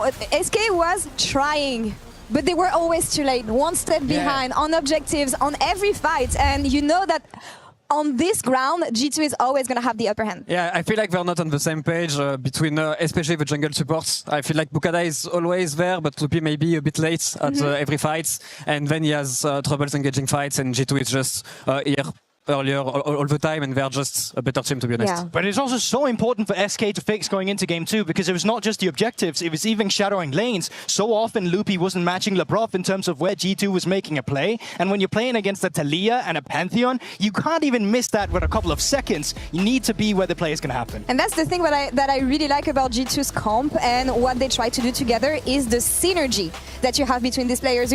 We've been talking a lot about Labrov and Skumon synergy, and I feel like on picks like this, when they know exactly what they're supposed to do together, this is when they shine. Yeah, and I think it almost helps if your jungle support are struggling, get those global ultimates in your draft. It makes it so easy for Skumon. Sure, he was farming a camp bot side, but he's ready for the play top side immediately when Labra wants to go in there. They see the Jace is overstepping on the top side tower, and they just pounce immediately. And it's just so simple. The stun into the shove makes it a great play for them. And even as an individual, I think Potten is maybe his best champion we've seen so far in the LEC. So it's so great if he can pick it. Well, before the show, we said something that I think you're gonna enjoy. We want to award baguette points to the players with the biggest aura, with the biggest swag, with the biggest style. And in that sense, I think Skumon's baguette is growing bigger. Yeah, it's quite big, but I think Ansama's is a bit better. You would put it, okay, so Hansama would be the standout player here. Okay, so we can update later with Hansama as well. I want to have Tréton's input here, of course. Skumon's performance, guys, what did we think? As we said, Pantheon, we know that it's a success for him. Yeah, I mean, the casters were talking about how they really wanted him to punish the Vi in the early game, but also I think Skumon did such a good job at just grabbing the early objectives while still getting a lead. He so often finds himself in a position where he's making plays, but also making sure the enemy jungler is falling behind. And I really love what you had to say earlier, the Pantheon for him. It really just elevates this style as well. I will say -1 baguette point for not picking Baker Pantheon. That is true. You can't play in France. Such a big getting baguette point, not picking Baker Pantheon. That is a crucial misplay by him, and I think we have to deduct at least 1 point for that. Missed opportunity here, big time. What are we looking at though for the next game, Tréton? The same draft, maybe something that can put Labrov and Skumon on confident champs, so they can take over the game. And then Onsama with the Kaisa, with Ghost and Flash, he did really great. They just have to set him up. I want to say I love Broken Blade on tanks. I feel like he's always so cocky. He's always stepping up, taking so much space. And it really makes the game so easy to play for G2. And I feel like this is really the glue they really need right now to really find their form. So I like they banned the Sign Game 1. They picked Tekasante. I'm not sure how deep his tank champion pool goes. But I love to see him do it on a champion like Jax that kind of can perform that same job, even though it's a carry. Yeah, but also while keeping it simple, we still have some power duos available, right? You can get an Asir and a Sensao together. You can get the Yone and the Sejuani. These are the things where if we're talking about mid-jungle synergy that these teams will probably be needing and looking for as well. Yone was banned in game 1, so was Maokai. I'm looking to see what's going to be freed up as well, depending on what team select in terms of side selection. I'm never worried when it comes to G2 and the arsenal that they can have in-game and in draft, but what about SK? We said go weird, go big. If you don't know what you're doing, how can they know? But I want to clarify, because we said about Jenax specifically, the rest of them... But they all got the nose, though. Yeah, sure. Nah, I mean, I really love Bukata and Vi. I think that's one of the better champions for him. I really like him on Sejuani. Whatever gives this team the ability to just follow up on his engage, I think it's what's best. And for Kadui, I mean, the Ezreals will probably still be permabanned, and the Kai'Sa is out now. He's picked the Corki. Now he's going to have to dig a bit, but... I mean, Trayton, I want to ask you, because you're a bot laner, because I hate Corki in this meta. I feel like he never accomplishes anything. And now I wonder, what do you want to see Kadui on? Because you played with him in the solo queue, as has I, for many, many years. We've seen each other in games. We've been there in the trenches together. What do you think is like his strengths right now? I think it's just hard for him to pick Corki and to be good in the game. I think Tristana would be the best for KD. I think Tristana could be great. I'd like also to see Zeri maybe. A pick that he could be good on. I think it's on LPL and LCK. They play a lot of Zeri right now, so I'd like to see it. We've been talking about like what it means for French players and French-speaking players to be able to play, even if it's not their home, in front of their audience, in front of French-speaking audience. Do you feel like our French players have been shining a bit more today, looking at Bukadas, Qmont, It's a bit too early to say. Yeah? A bit too early to say, but we will see. And I especially have a lot of hope about Calist playing in front of his home ground. Okay. I think he will do great. Can I introduce you guys to a Danish player perhaps again? Because I think Caps as well is looking, you know, he's coming back into form a bit. Laning phase was still a bit shaky and he found himself at a disadvantage against Rika. But I still think that going into that mid and late game, he was one of the engines for G2 this game together with Bukata. And I still love his team fighting. I mean, he was pulling up the numbers this time around. I mean, I think he had a good late game, but I kind of disagree on that point. I think he kind of was rough in the early game. He wasted that first move towards bot and then gets picked in the top side. I think he was the reason why SK had a kind of a breath in this game. And I love Cabs. I know he's the best player and it really did come through later on with these massive shoves. But I think really the main carry was Qmont. Yeah, the main guy was Qmont, and I want to see more of Caps. Caps in front of a crowd. I want him to be the GOAT, and I want him to completely crush Riker on the next game. Is it that the expectation on Caps is just too big every time, or do you really feel like he's been underperforming lately? Because he's coming back. I think he's a bit underperforming, to be honest. And in front of a crowd, I want him to be just the GOAT. And of course, there's expectation, but it's normal to have expectation when you talk about Caps. I mean, for me, I still think it goes back to the new roster decisions as well. Caps is one of those players that you know in Europe for a long time, has demanded a lot of pressure from his jungler, from his support as well. And I still think both Labrov and Skumon is getting used to how do we play around Caps, but also maybe Caps needs to get used to maybe it's not good you always get all these resources and you learn to play a little by yourself. Absolutely. And they're coming back in full form with Vanilla Draft, but we don't care. This is the G2 that these guys want to see as well. Trayton, thank you so much for joining us. Merci beaucoup. You can go back to your costume after that. And casters, take it away for game 2.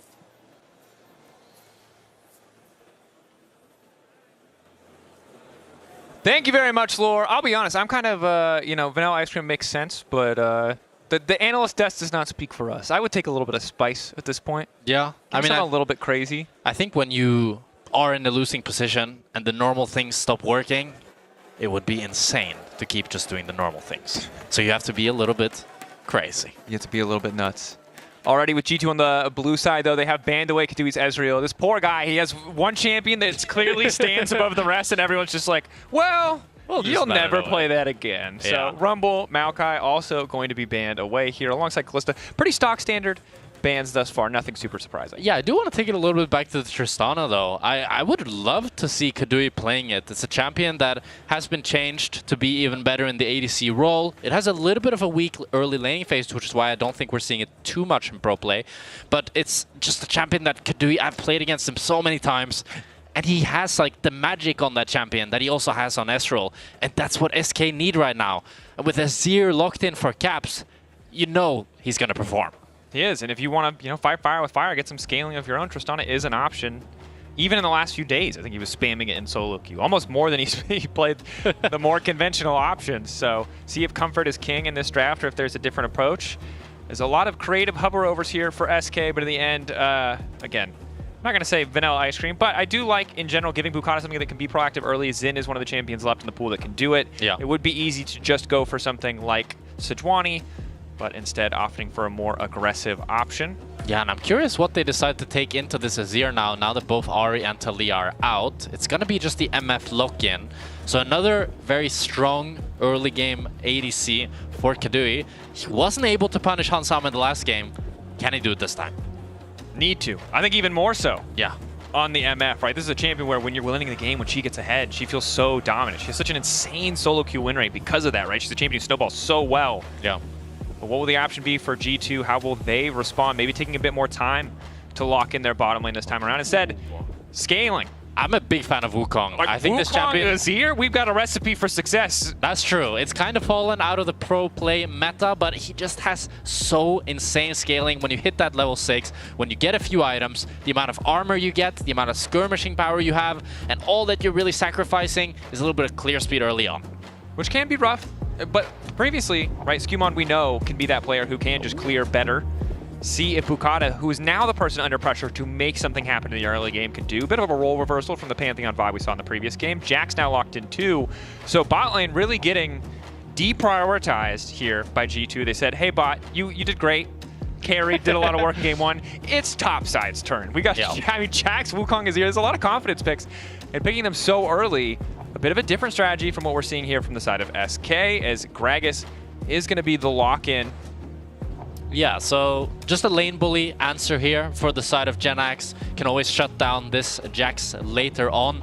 And also great into the Wukong and peeling for his carries that way. I'm curious to see what G2 decides to go for this bot side now. I think utility champions such as Jhin, Ashe, they strike me as great picks in this game just because you already have the carry potential from the top side. Don't need more carries. Don't need too many chefs in the kitchen. From your mouth to SK's ears, Jhin banned immediately. Yeah. So I wouldn't be surprised to see Ashe hit the bench as well.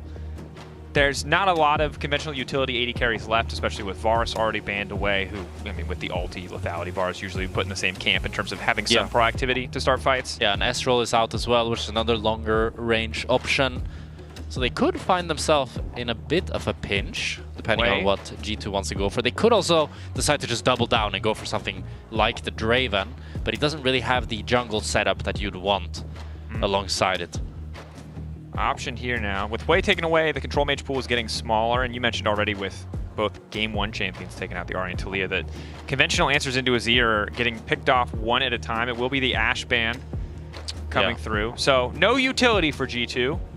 And now Nico as well, presumably just want to make sure that the bot lane matchup isn't any more dominant than it already is expected to be with the MF, not wanting to give over the powerhouse that is Nico's support. Yeah, and I'm thinking maybe just a Rel here for the side of SK. They could also decide to last pick support, but Rel just works so great with the MF, and Alistar being out from the last game, who's one of the best picks into the Rel, but instead, they're going to go for the Ryze. Early game powerhouse here. They really want to try to set up this Xin for success, giving him tools and CC to work with. But they were not able to snowball the last game with a proactive draft. It's also just so much nostalgia for me because we've had a rotating cast of people who fought Azir over the years. Victor Azir, very iconic. Yeah. Corki Azir, very iconic. Ryze Azir, if you go back, very iconic. True. Mid lane duo. But the Ryze Azir one never made too much sense to me. It didn't make sense to me either. He always gets so outranged that I always thought it was bad, but like my mid laner always said it was good.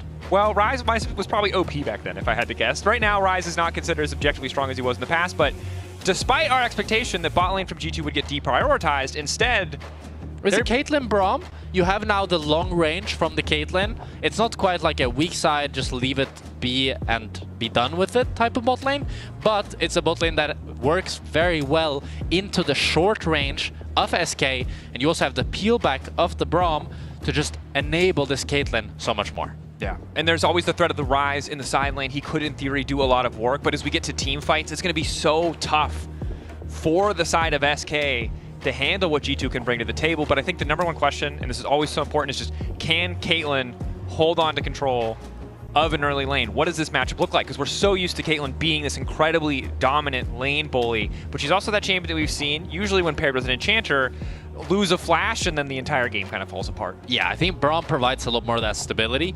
It's a lot harder to completely grief the lane, while when you're playing with something like Lux, it's very volatile where one mistake can really cost you it all, but Braum just gives you so much safety, but it also it lowers the highs as well, as you're not going to be able to completely deny the enemy ADC and poke them under tower. You're just going to be able to push them in, get some damage and trades in here and there, but not to the extent of something like a Caitlyn Lux that can completely demolish a bot lane.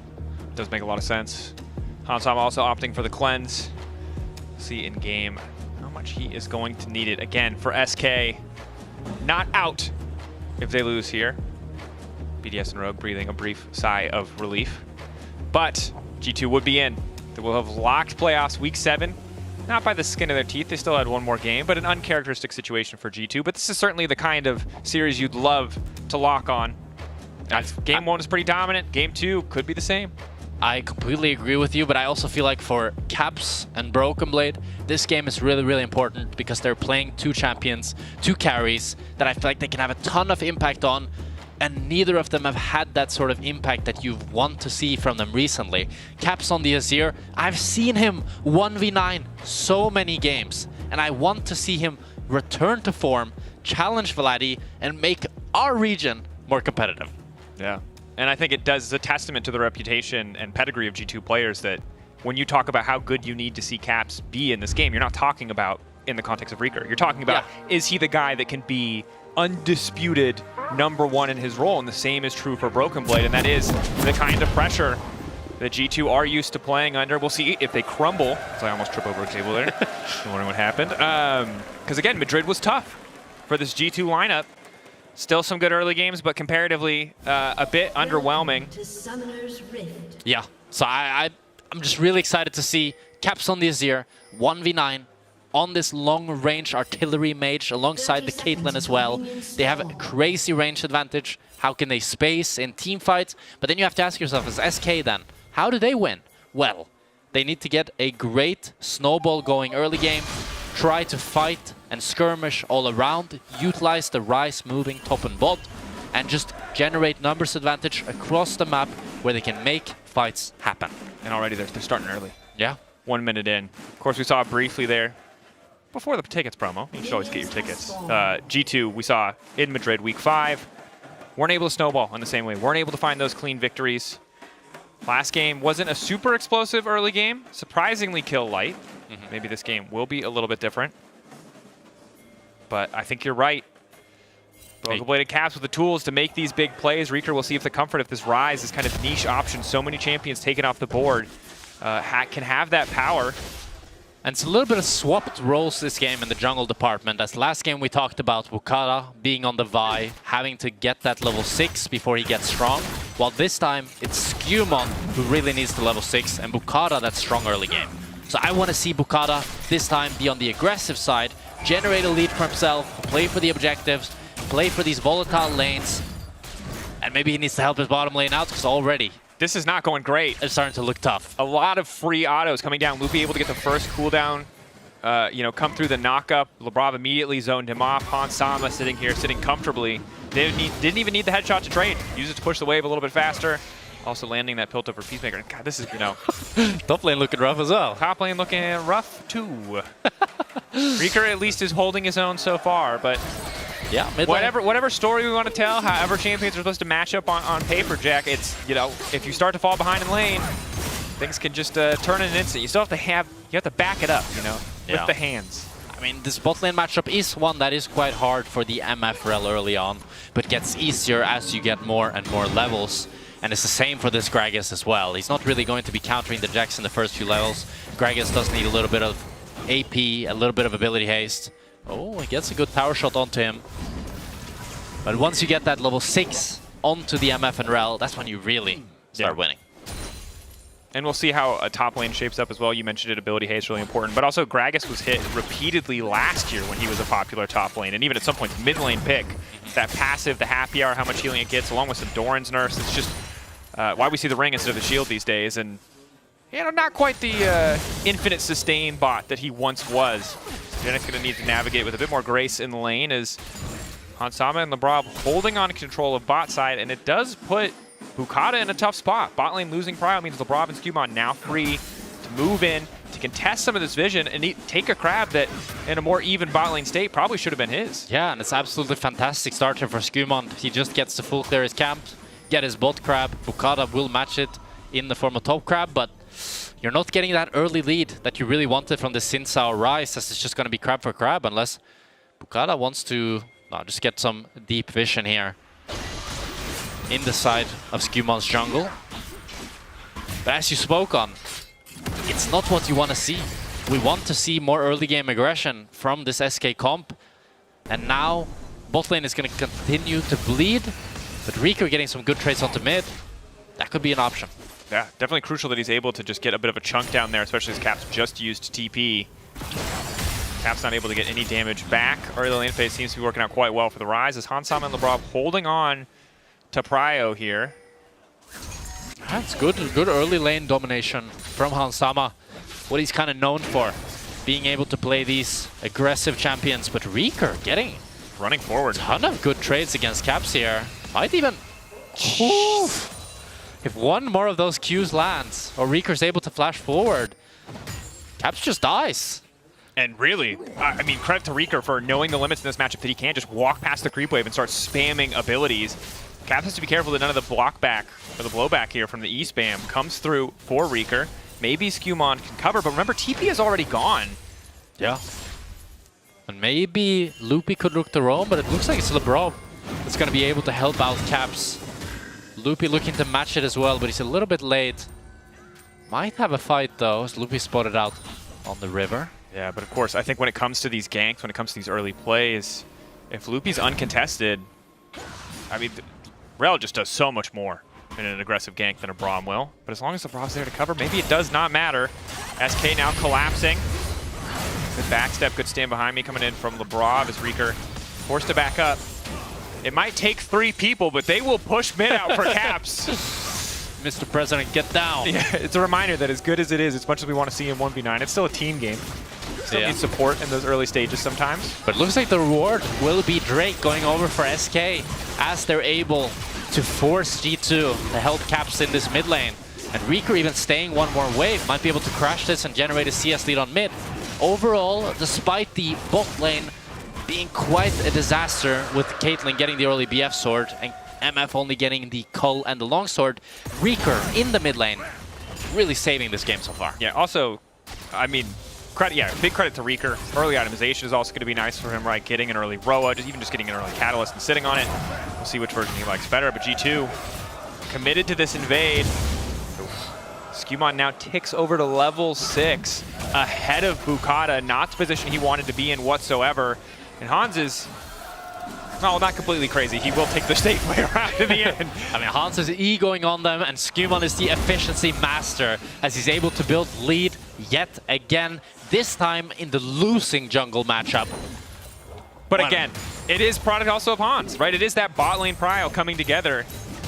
And this is what makes it frustrating for Bukata, because again, in the 1v1, it was just a battle of junglers. It was arena. Oh, Bukata would be favored, but with the bot lane there, with having Prio to back him up, things are looking pretty good. Reeker remaining that strong point, and the trades aren't getting better for Caps. Phase Rush, especially on top of now an early Cloud Drake, just means like, once the Rise is on top of you, you're done. I now see why Rise is good into Azir. This makes sense, actually.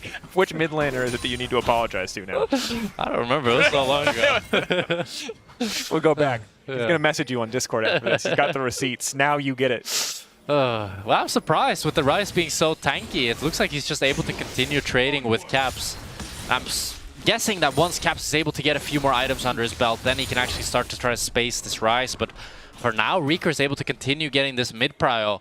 But Hansama swapping up top here for the Grub spawn. Can SK contest? I'm not sure. Does not seem likely. Kadui on the move. And now Caps in trouble, trying to make his way out to safety. Will retreat, ignite ticks, but not nearly enough to finish the job. But Caps has no TP. Now he has to base for the Grubs. Kadui moved all the way up. This looks like free Grubs for SK. Should be. Hansama stepping forward any further to contest a plate would probably actually still be reasonably safe, just given the amount of members he sees on the Scuttle Crab vision right now. But SK would be happy to have these Grubs, taking them away from Caitlyn, giving them to Rise. Definitely a good value proposition. Oh, Reaper ulting here to get this top wave. But now he left his team on his lonesome. Genax also TPing bot, as G2 will reclaim the river. But repeatedly here, it's Caps getting out-pressured and outmaneuvered that is causing G2 to lose the Drake. And now the Grubs. Yeah, and while Hansama has held onto this gold lead, they still haven't broken down any structures. It is just plates, a bit of a CS advantage. Well, I hope they haven't broken any structures. 8 minutes. That would be pretty crazy. I mean, how much Caitlyn have you played in solo queue? I mean, that should be the Caitlyn, benchmark. that's the thing. Caitlyn Lux can do that. Caitlyn Braum should do that. Yeah, it's chill. Yes. But now you're excited about Hansama building Yuntal. What That's a crazy true. world this is. That's true. No love for AP Caitlyn. And I feel bad for Kadui when I see his inventory at 9 minutes and he has no BF sword. Yeah. As that's always a pain. No, it's harsh. When you see the pickaxe instead, you're like, oof. Yeah. You're a broke boy. You need to mine yourself a little bit more gold here. He's able to get a great QA on Hansama at least, and the Vamp Scepter does help out on the poke of MF, and that's one of the nice, or of the Caitlyn rather, and that's one of the nice things about playing this MF, is that once you're able to finish this BT, a lot of Caitlyn's win con, which is just slowly whittling you down, kind of disappears. Yeah. Good to have the early Vamp. Cole on top of that, right? And Doran's. You've got a decent amount of sustain to help you survive. Yeah. Keeping Hans away from the tower, I think, is the greatest thing of victory, and keeping your CS close is essentially all you can hope for. As Loopy trying to stay just outside of G2 vision, but he has been spotted. Reeker waiting in the brush. Don't think they're going to be able to do anything with Hansama being so close, as Kadui tries to get Prio on the next wave, but this turn might be one where SK can actually contest the river here, with Hansama being forced to catch mid. Loopy. Come on there. Q flash forward in the ulti with the blast cone! Oh, it just trolls a little bit. Kadui on the way in. Skewmont should just be able to retreat. A well-placed plant, it's safe to say. Yeah, really unfortunate there for Loopy as he tries to flash in. And now Skewmont has no ultimate, but Loopy has no flash. Certainly does. Should be able to crash down over the wall. Waiting. About 1 second away there from dying. I like the new emote. Emotes with sound. Underrated levels of trolling. Yeah, Loopy now forced to base. Oh, Reeker here. Hitting LeBron, good damage. Unbreakable going to keep him steady for now, but... Strice is doing way more damage than I expected. Like, you look at his items and you think he'd do no damage. He has 55 AP. Mana scaling, baby. Yeah. And some levels. But I will say that now that Caps is no longer in mid lane, I thought things would be worse with the long lane, but G2 are just loaning him LeBron, sending Skewmont up. They're just never letting Reeker play the isolated 1v1. Did you hear the orchestra? I do. Beautiful. Where's my whistle and my trumpet? But I like that we have a drum line. Yeah. Ooh, Loopy. Quite able to connect. Don't think that he knew. Nah, I don't think so. So you just assumed that nobody was there, probably. Yeah. Now he thinks that no one saw him. But we did all just see him with that. Oh, you know what was just sad that happened? What? Kadui just based, and he bought a pink ward and a pot, because he doesn't have enough for BF sword. Oh, God. Yeah, it's a tough game for him so far. Paycheck to paycheck, while Hansama's over here buying $250 white t-shirts from the Bear. Yeah. Well, SK starting off the Drake here, but Loopy is in top side. Lebrov close. Hansama and Lebrov still will need to respect. Oh, but it's Broken Blade and Skewmont coming from behind. The Drake might go down, but how much is it going to cost? SK Loopy off to the side. Hex Flash. Forward in. Shattering Strike still available. Hansama tries to flash out. He cleanses, but it's a little bit too late. Genex now following. Wind becomes lightning. Hansama still standing. Flash over the wall. Not enough. First blood coming through. Lebrov will barely be able to escape. And G2 get caught unaware as they try to approach the Drake from two sides here. But it's SK getting the Drake, getting the kill on Hansama, and getting both Lebrov and Hansama's flashes. and a much better early game from SK here as they get all 3 early game objectives. And it's Loopy on the pink ward, right? Channels the Hex Slash, gets to jump in. What were you gonna say, Dracos? Oh, I was just gonna say crucial. Crucial. Look, they're in a position where, despite the fact that Reeker was winning, a lot of that advantage has been disappearing because Hansama has been, or excuse me, Caps has been covered on the top side. You can see now, Caps, despite not having any kills, 300 gold lead. Reeker backing away, Loopy overstayed a bit. Stunned there from the concussive blows. Yep, another goes through. They're gonna donate the kill over to Hansama. It's one of the classic problems of weaker teams as their support and jungle just doesn't quite have that synergy that you really want. As you see, Bukada is in the bot side. Loopy's trying to protect the top side at the same time. Gets got, ends up going down, and that's going to be jungle Caps going over for Skumond as well. And he's now have a trades on bot here. Oh, knockback. Brokenblade wins the auto trade, but that's one fast Gragas. Bomba? No bomba. No bomba.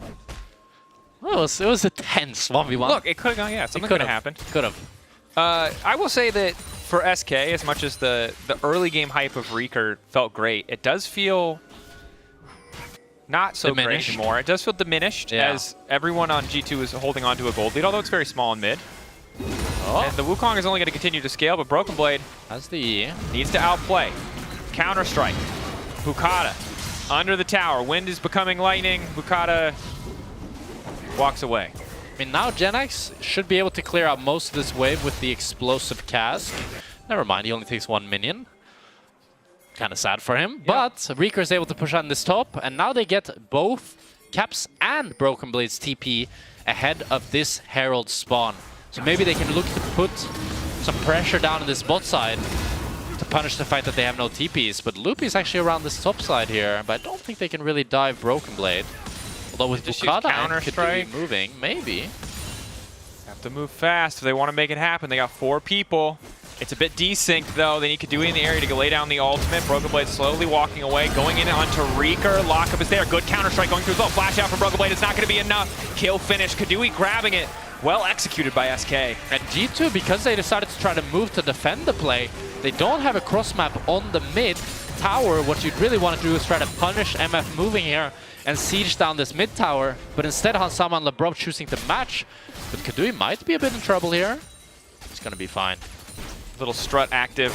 But ends up being a great play from SK as they take down Broken Blade. They do have to base now, so maybe Skumond can take down this Herald. Seems like a decent option. G2 set up first. SK, do they want to flip it? The answer is no. They do have a pink to cover.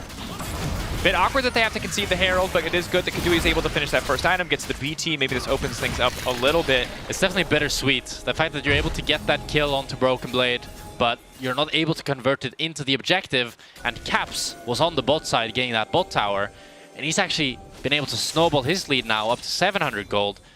Which again, despite a rough early game, good coverage from his team. Winning bot side, I think, made that a graceful loss of early lane phase. And ever since he's been freed from being in mid, he's just been getting more and more gold. Remember, he was in the deficit early on. Certainly in trade, certainly in life, a little bit in gold. And now he's 700 gold ahead, despite not participating in the 1 kill. It's only 1 kill. Okay, it undermines the point. But point is, Caps just continuing to scale up, getting the time that he needs to farm on a side lane where Broken Blade LeBron might be trouble here bottom lane. Leap through, gets a bit of CC down. Reeker tanking the tower, a bit unfortunate. Kadui now locked up Bukada on the way in. Repeated dives coming in. Reeker free to fire. Wind becoming lightning. Reeker getting out. Ulti goes in from Hansama to clean up 1 though.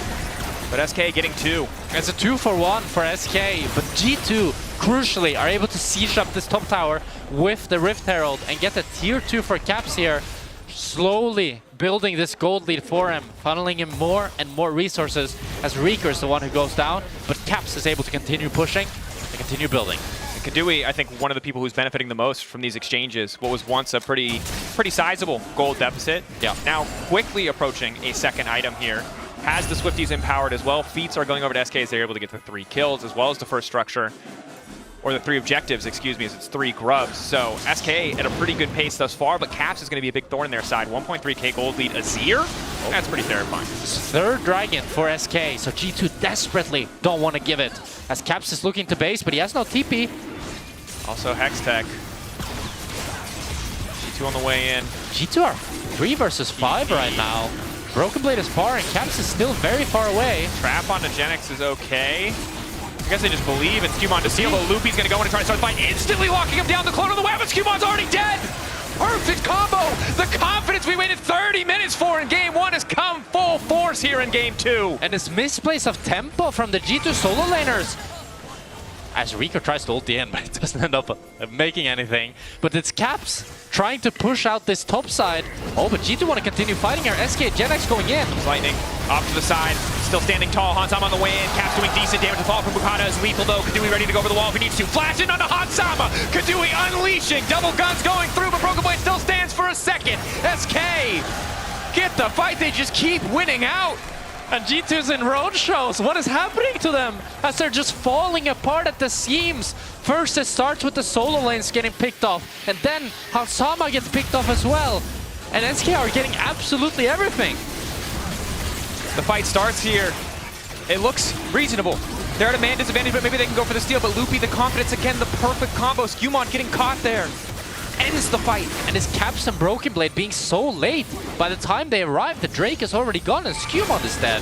So it's just a 3v5 posture from G2 here. And then they want to continue fighting, but SK stay stuck around. So they're still here. They still have that numbers advantage. Skumon is still dead. And obviously, bigger number equals better. Bigger number does equal better. And right now, Kadui's got him up for his life. Skumon going in. That MF is probably just dead. Every time we have a... Okay, just for the record, every time we go to a replay of SK doing anything good, we come out of a replay of one of their members getting caught. True. Every time. At least Skumon had to burn the flash, but Kadui there not having the flash of his own. Not great. But I will say, we came into draft. First 3 picks for G2. Skumon doing pretty well on the Wukong so far, but 0-3 for Broken Blade on the Jax. His early prio, willing to blind pick it, getting bit punished. But the Xin, the MF, despite losing the early lane phase, Kadui has been super relevant in these fights. Yeah. 7 out of 7 for the kill participation alongside Bukata. I'm still left with a lot of question marks for both BB and Caps here, as BB might be caught again. LeBron and Hansama are moving. From Loopy covers the angle. They're just going to take a chunk out of BB and walk away. But BB now down 40 CS, down 1k gold. It's just not the performance that we're expecting of him. Yeah, maybe second item.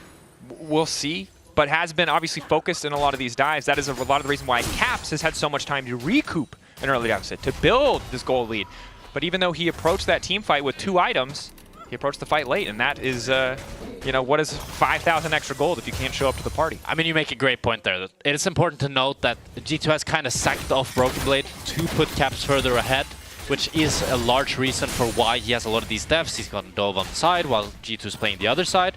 But at the same time, you know, it's Broken Blade. We expect excellence. I think we hold him not to the same standard as someone like Caps, but very similar. He's been the best top laner in our league for a long time, and we expect that from him. We do, and the question is, can he replicate what he had in the previous game with Cassante, where he suffered early and remained super relevant in the fights? Can he find that same level of performance here on the Jax? A much more intense pick, I think it's safe to say. Yeah. Does still have a lot of scaling components, but isn't quite as reliable outputs in terms of what he can do in a team fight. Now SK, 1 minute 30 seconds for Drake. I would love for them to not fight here and just chill until that Drake spawns and then play for that, and you have an easy to execute win condition. The easiest way to throw this game is you start Atakan or you get caught. Right here. Okay, Caps does hit like a... Do we have to get the left code? The edge! Oh, Caitlyn's got his eyes in his sight! That pirate is dead! Girl walking! No! SK! We've never caster cursed a team more than we have caster cursed this team. My God. G2 immediately going to get Otacon. The blast cone angle was wrong. They failed geometry. They failed trigonometry. It just did not work. On the bright side for SK. Stop bright-siding me! That was bad! That was terrible! They can't afford They're able to get the mid tower. Kadui is spawning for the Drake. They should be able to get control of this bot side, set up for the soul control, and play for it. Come on, SK. If they get the soul, worth it. Not a great trade, a bad trade. Not a trade they initiated, but they can make the most of it. If they don't, though, you can see G2 speeding down here, fighting for mid-prio. Ready to try and match bot, although it'll be tough against Reeker. It's all eyes on this 4th Drake. And Caps, this time, crucially, bases way earlier. He's here for the Drake spawn. All 5 members of G2 are here. It's going to be a 5v5 with this time Genax being the one who's a little bit slow to join the fight. Sprinting down, TPing instead, covering bot wave. SK fighting from the bottom side of the map. G2 fighting through mid. Caps taking an aggressive Caps going portal there. over the wall, but it is okay. Range of the portal does allow him to arrive into relative safety. Loopy's off to a flank. Has the flash. Fishing. Not going to walk into the vision. Looks like will be spotted there in a moment. G2 backing off. It's on the pink ward. SK, do they want to flip it? Going back to the team. Broken Blade moves to cover. Loopy taking decent damage. Okada falling off on the Caps. Trying to get the easy out of the fight. He's almost going to get one shot, but not quite. Caps going back in. The bomber! Caps, but he goes golden. He buys a second, and Loopy might already be dead in the meantime. It might not matter. The Drake going down. G2 get it. Despite the knockback, it's like Caps being on the bleeding edge. G2 take the fight. And it looks so great for SK in the beginning, but it's G2. They get absolutely everything. They get 4 kills. They get the dragon, and they are sniffing out all of SK's hopes in this game, one at a time. SK get the initial engage, but it's just not enough. Snuffing is the word. Snuffing. Not sniffing. They're sniffing so many hopes right now. They're all out of things to sniff. And look, it's a bit messy on the start. Loopy's caught out. Caps gets so low. You think the bomb is going to finish the job, but it's that difference of shielding. The bomba puts Jax with the Counter-Strike on the heads of SK's carries, as Broken Blade is. Okay. And the flash. Oh God. Okay, let's never praise the team again. Is this the only time? Is this every... No more replays, observers. Every time we look at a replay, we come out and the team who just lost the play or won the play has a member dying. G2 aren't above it. Oh, Bukala. For the knockup, Lebrov taking a huge chunk of damage. I wouldn't say huge, but pretty average. All right, bro. You're the expert. We'll get you on the baguette panel next. Talk about aura. Good news is, look, it's first Drake for G2. Oh, Skumon. I think they can chase here. Loopy and Skumon both just fishing per place. Or maybe not. The Hex Gates are working out nicely for G2 thus far. G2 are definitely utilized. Okay, can we take a breath right now? Because the last like 3 minutes have been a whirlwind. So, Caps gave up Seekers, but he's probably approaching complete 3rd item Zhonya's, so not too concerning. Gold lead, 3K about in G2's favor. I feel like SK just have to go for a 4th Drake. What do they need to do? What do you think they're looking at? Yeah, I think they really need that wombo combo with the MF and the Rel. I think how they want to use the Gragas is more as a peeling tool rather than a follow-up. Because I think if you use it as a follow-up, you can usually just disrupt the engage rather than help it. Also, as we saw in the previous fight, occasionally when you try to knock someone into your team, you get a Jax. Yeah. An extra Jax. But Genax, speaking of Genax, his individual lead is quite incredible. At 2 levels ahead, he's about to hit level 16. And he doesn't even have Roa. I thought it was Roa for a second, and I checked down. Yeah. He's Dark Angel's Cosmic. Okay. He's just raw building this lead. That he is. Caps, though, taking over to level 16. He is still terrifying. Hansama now at 3 items as well.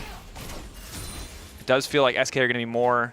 Normally you would talk about a wombo combo being important for them, but with this kind of deficit, with this kind of power on the G2 carries, it feels like it's that or nothing. Yeah. Yeah, definitely a prolonged fight is always going to favor the Azir Caitlyn at this point, as they already have 3 items apiece. Yeah. And the front line for G2 as well. Oh, Loopy. Loopy going in, forcing a flash out of Lebrov. Uses the ulti as well. So a brief window where G2 can try to capitalize with that ulti being down. Well, speaking of CS leads, Caps is nearly at 300 CS in 26 minutes. God damn.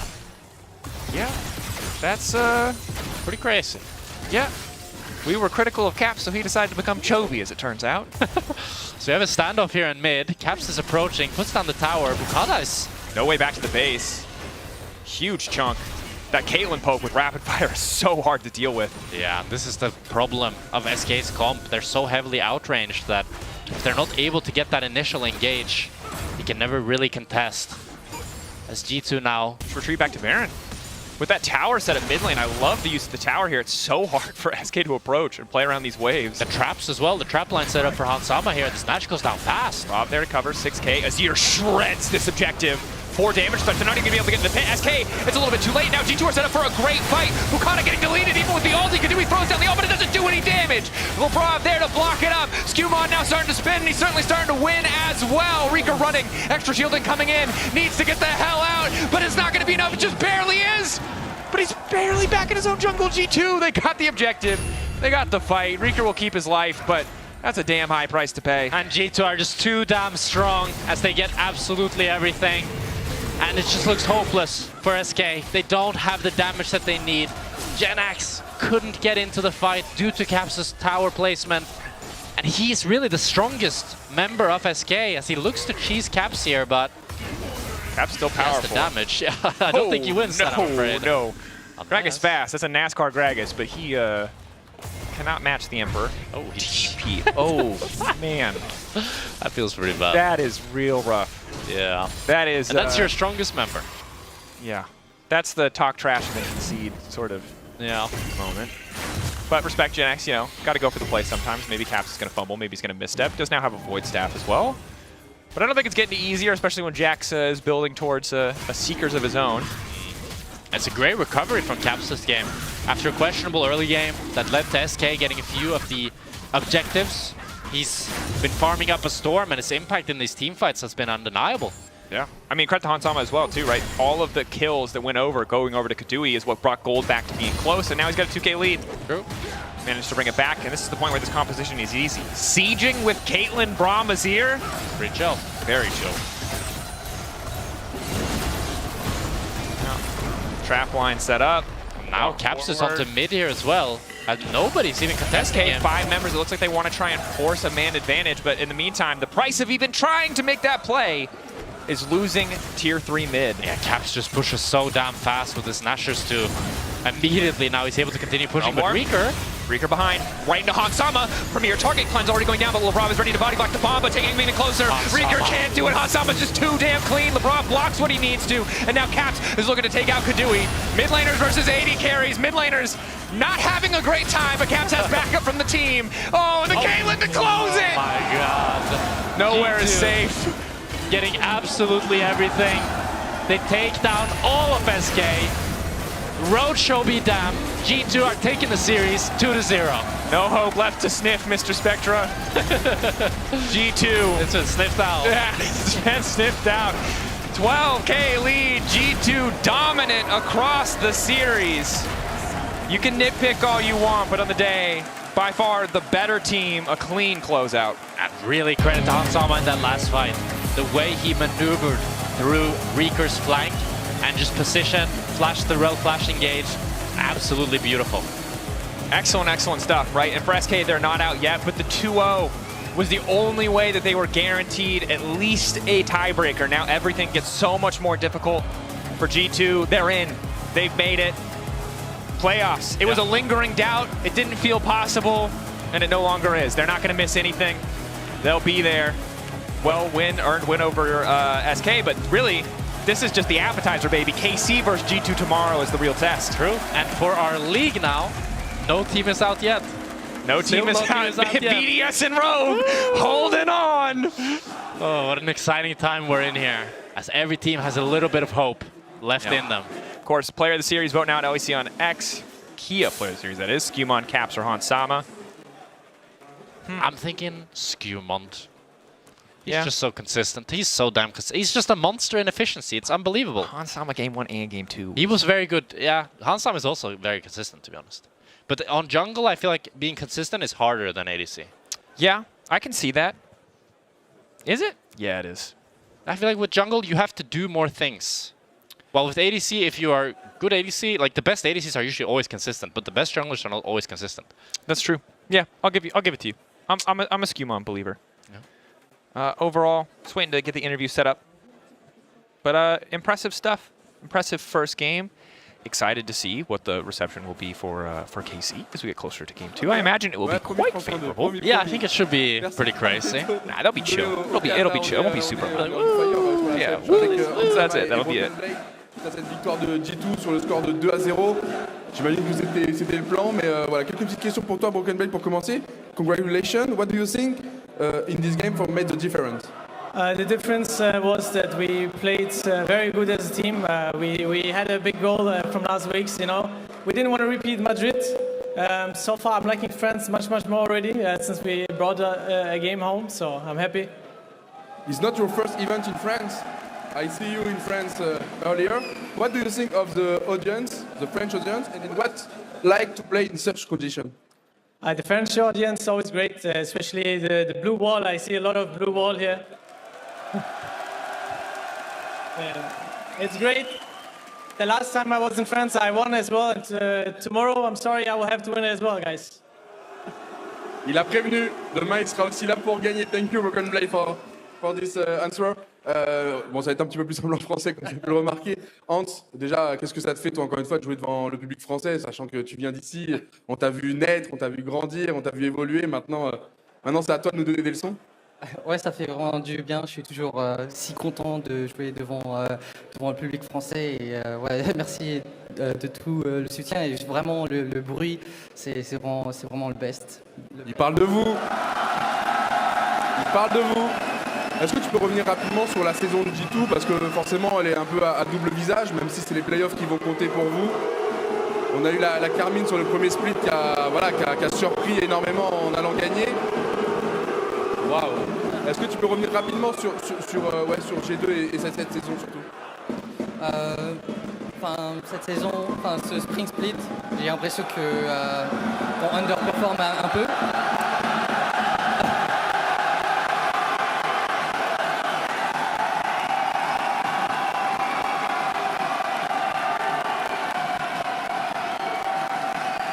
Ils sont à la maison, forcément.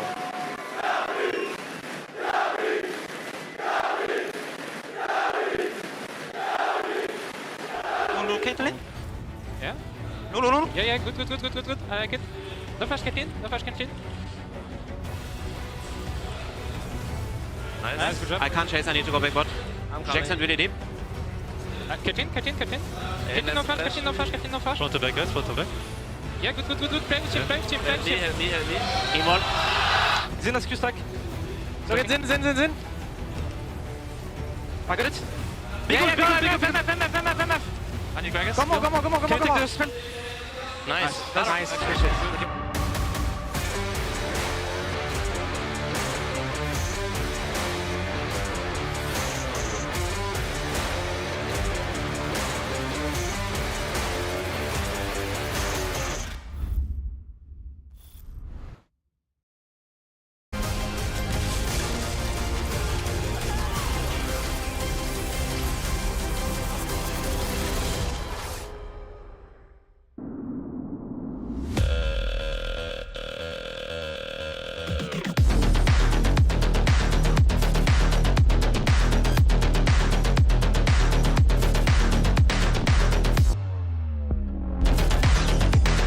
Wait, is he switching lanes?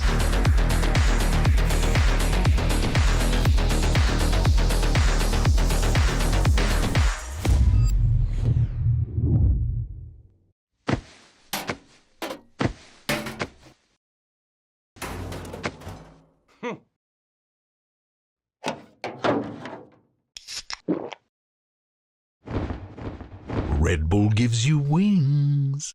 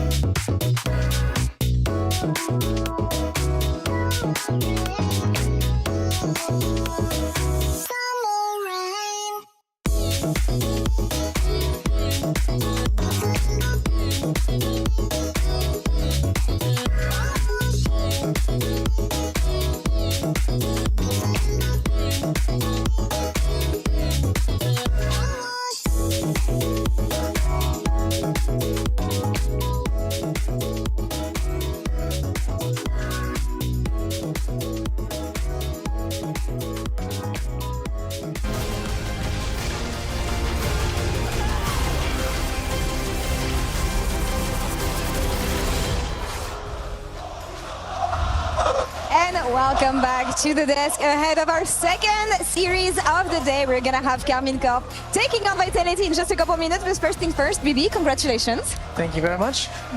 That's a relief, I guess, coming back in that manner, because something that we set up today is that what the hell happened to you guys in Madrid? Today feels like home. Yeah, I mean, I don't want to talk about Madrid anymore. No, we don't. No, it's Vive la France. I like France. Last time, as I mentioned in the interview, we won. So I'm happy being here. It's good vibes, you know. Good vibes, yeah. How was it playing on stage, actually? With, I think it's the first time you see so many KC fans. Were they cheering for you, or like how was the atmosphere? I'm not actually sure. Like I heard some things. Yeah, I heard Carmine chants as well, even though they were not playing. But it was funny. Throws me back a little bit to the old tier sometimes, you know. Oh my God. But yeah, I mean, it's a very lively stadium. Yeah. Even though it's like a lot less people in the stadium, you can still like feel the vibe, you know. So it's cool to play. It's cool to play in these kind of stadiums. Well, go ahead, yeah. How are you tracking these two progress towards playoffs now? Because you have locked playoffs with that victory, but it still seems like there's some things you need to iron out. How are you guys tracking yourself on your way to playoffs and hopefully contending for a title again? I mean, for us, I'm not gonna lie, we had a sloppy start, you know. And I mean, in the middle, like we just kind of had really bad practice, and at the same time, we didn't really click well together. Right now, it's where it's starting, you know. Like I feel like we showed that last week, and for us, it's you know, like from square one, we are starting to understand like how are we supposed to play together with this 5 set of players.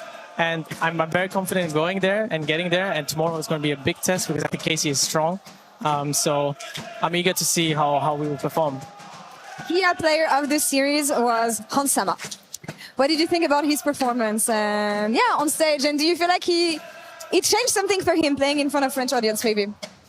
Well, I think Hansama, you know, is playing great. He plays always with a lot of confidence, you know. And obviously today he played great. I think he's very confident when it comes to Caitlyn, you know. And also, what did he play the first game? I already forgot. Kaisa, yeah. I mean, it's just champs that Hans plays very well. I think in the first game it's a bit more fast champ. Second game he plays slow, but he can play those champions both very well. It's both different play styles, but I think he showcased a great performance today. All right. So we're gonna give one more baguette point to Hansama, and Bibi, I want to give you the context on this.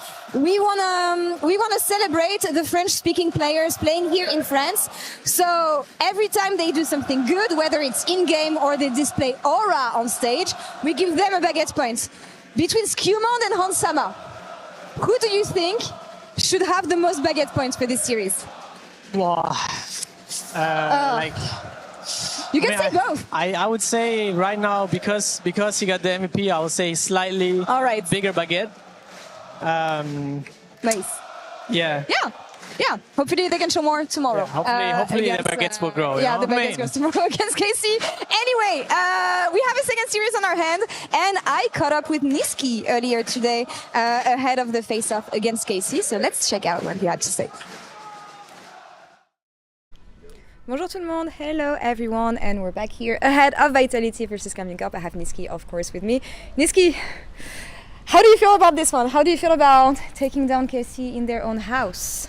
I mean, it's gonna be fun. Yeah. I think their fans probably think that we'll get stomped, but I don't think so. So yeah, it will be fun showing them what we can do. What you're gonna do to them? I mean, I will stomp bot lane. Mhm. I don't know about the map, but I will stomp bot lane for sure. Yeah, you feel confident that you guys can make it happen? I mean, it's been... Oh, hello. Hello. What did you say, Niski? I will stomp bot lane. You will stomp bot lane? Will you play Nico today? Because I hope so.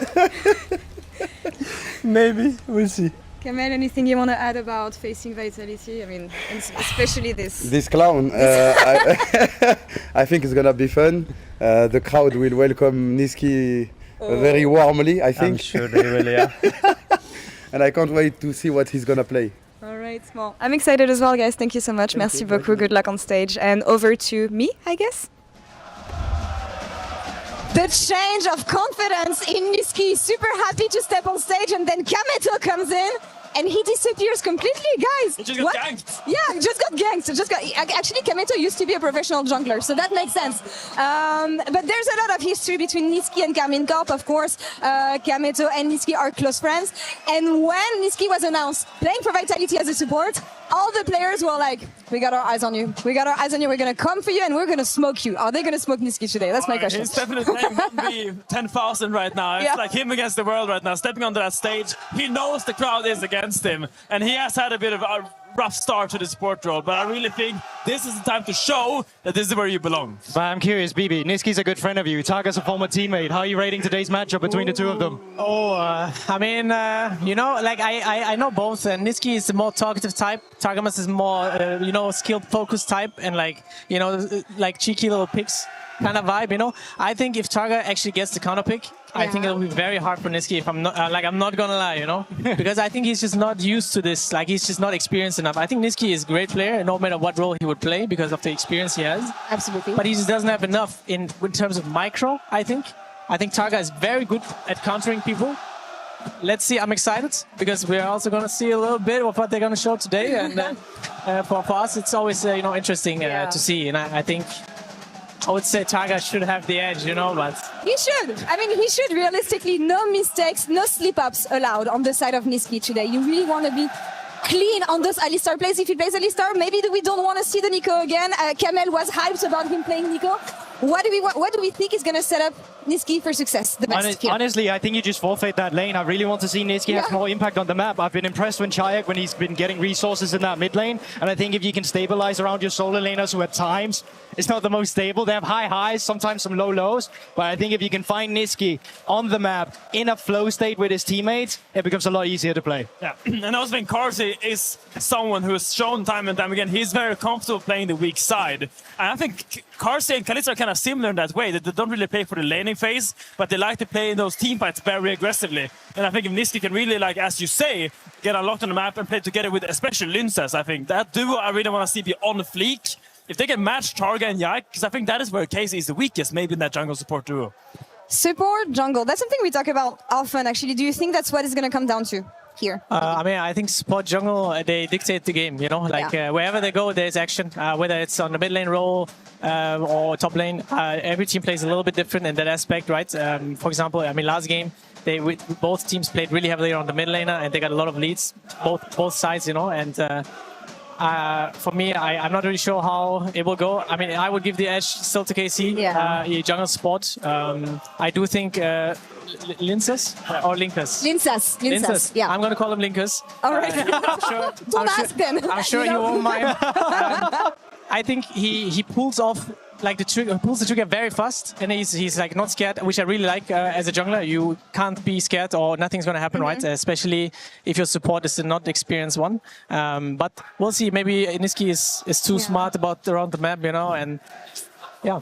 Yeah, Nesquik smurfing on the map. We'll see if he can make it happen. We've seen two sides of the Lincess coin, I feel like, here. And similarly to Vitality, actually. This team, as we said, is the biggest enemy of themselves. I don't even feel like KC is their enemy here. No, I mean, absolutely. And I think we can move it up to the top lane. Nako, a guy, we've seen some crazy picks. Like, I saw him as a guy that in the far future maybe could take after you, BB, with some creative picks and maybe something in the future that can move up there. You're both Turkish and all that. How are you rating his performance and the matchup today? Because Kana, as a very scary guy to play against. I mean, definitely, I think Kana is extremely skilled in what he does and plays. And for Nako, I think he's he's very confident in his micro skills. I think Nako is not the type of player who will outsmart you and how to rotate, you know, and stuff like this. He really relies on like raw skill, and I think I really love these kind of players, you know, because I came from that. You know, and for me, it's going to be exciting. I mean, I hope he showcases great performances. Yeah, you can look at the graphic here. This is Nako, and the green one is at his highest peak versus Fnatic when he was playing his absolute best. And if you see that there's a little blue dot there, that is when he had the lowest dip, which was that rogue. I think that was the Yasuo gamer went like 0-9 or something. Yeah. So you really see the volatility of this player. And as someone that was kind of similar in the past, I do really have Nako as my front runner for the best up-and-coming top lane in the league right now. Oh, really? Yeah, I mean, when you compare him to people like Carlsen and Lot, I think this guy just really shows that individual talent, kind of like you did, kind of like maybe I did once at a time. We don't know. But right now, I think he's the guy to look at, and I want to see what they can bring out, because he's going up against Kana, and this is a tough matchup. I mean, that's the thing. What do you want to bring against Kana? And Kana, when I see the discussion on social media and what people think about it, they feel like his spring split has been a bit worse than his winter. Is that something that you share? I mean, I don't really think so. I think Kana has been very stable, you know, like playing against him, he's just been very solid. I mean, a lot of people are saying he's not very creative, which it can be true, but you don't have to be if you're just very good at what you're doing. It is working. He's a very stable laner you can draft around as well, because he just always gets the picks early and then he just drafts around it. And he just plays them so consistently well. So I think what Nako has to do is to bring him out of that comfort zone, you know? I think that's the type of way you want to play against players who have like a very narrow champion pool. Because if they play always the same thing, you want to get them out of the certain matchups they always play. How do you do that? It's a best of 3. Obviously, it's fearless, but maybe you're only taking away 1 if you're losing. Like, is it really just throwing 3 top lane bans at the beginning, or how are you pinning down a guy like this? I mean, I don't want to go into very much specifics. Let's be cautious but, here. yeah, I mean, there's a lot of, like you saw, he's playing like Silas top, Yasuo top. Yasuo top didn't work for both of us, the split so far, you know what I mean? He's got 1 win on it. All right, man. Anyways, yeah, I mean, you just have to get him out of the comfort zone, basically, and let's see if you can do it. I mean, that's the thing. Make him out of his comfort zone. So maybe make the lane volatile, but if you're Vitality, do you want to make games and lanes volatile? Because I feel like that's not what works for them I think always. what you do is you take away the power pick, which is the Jace. Because Jace, when you pick Jace early, you guarantee lane pressure. And then you prepare a counter pick for his like second or third best champion, because that is where it's a little bit more attackable. Because you shouldn't give kind of Jace, but you can give him Gnar. And if you actually have something prepared that he's maybe not that comfortable into one of these matchups, that's maybe an avenue where you could attack him. But it really depends, right? We have seen teams in the past kind of find strategies to deal with first pick Jays, maybe like a Choga Vi or something like that. If you know a team specifically is going to pick one champion and have priority on it, you can set up traps in draft that we've seen before. Talking about KC a bit and taking a step back, a couple minutes away from them stepping on stage, and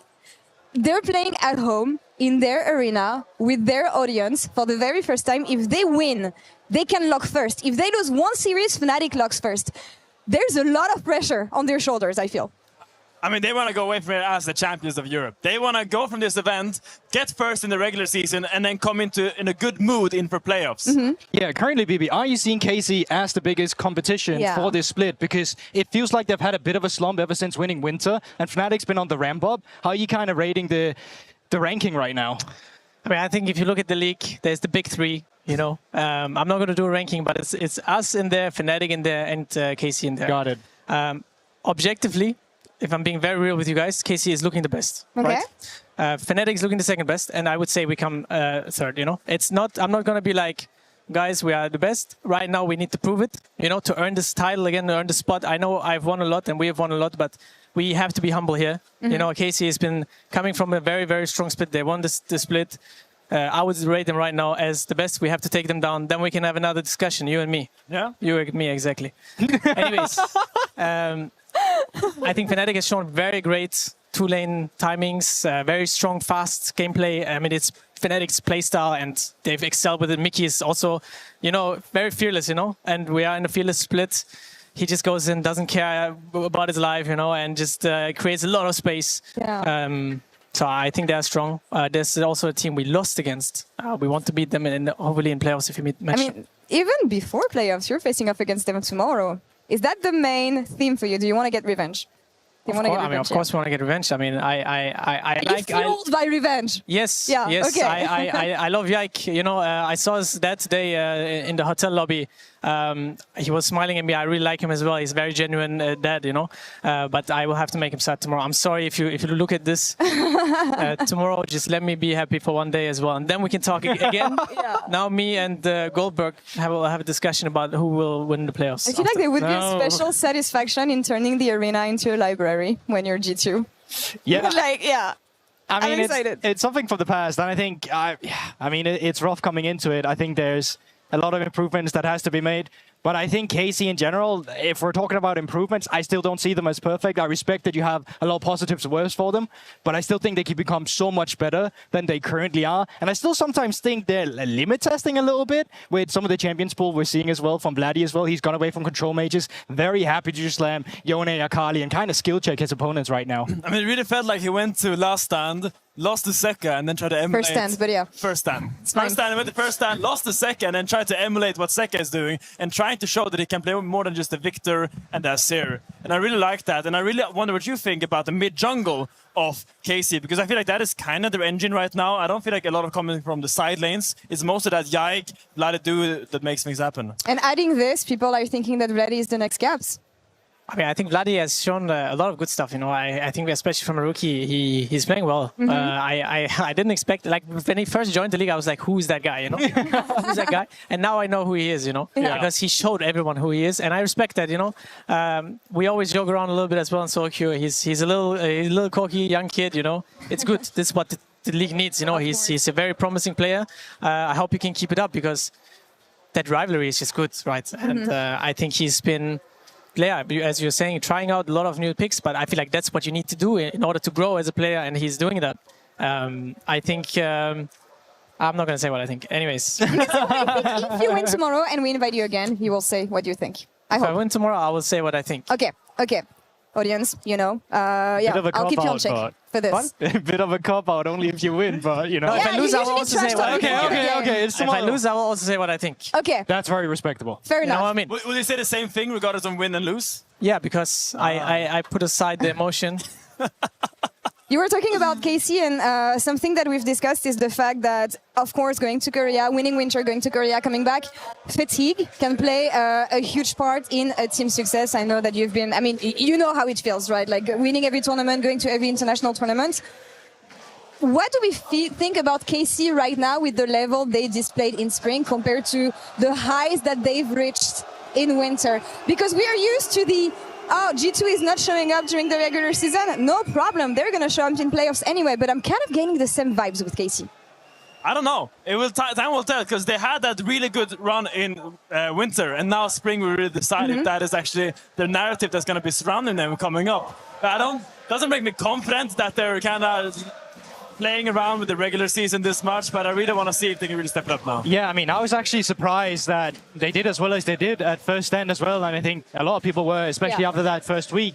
But my read on KC was that in Fearless Best of Fives, they weren't complete enough as a team yet to actually have a good amount of champion pool to facilitate a clean drafting strategy in all those games. It feels like sometimes they would lose the source a little bit. I think the series they had in the upper bracket against you guys in winter playoffs kind of displayed that as well. But I've been really impressed with what they've come into with here, and I think the building foundation is really there. When you look at them, Bibi, actually following up on the question I was asking, is it something you can relate to? The fact that you have a banger winter split, you go to internationals, you come back and like slump a bit?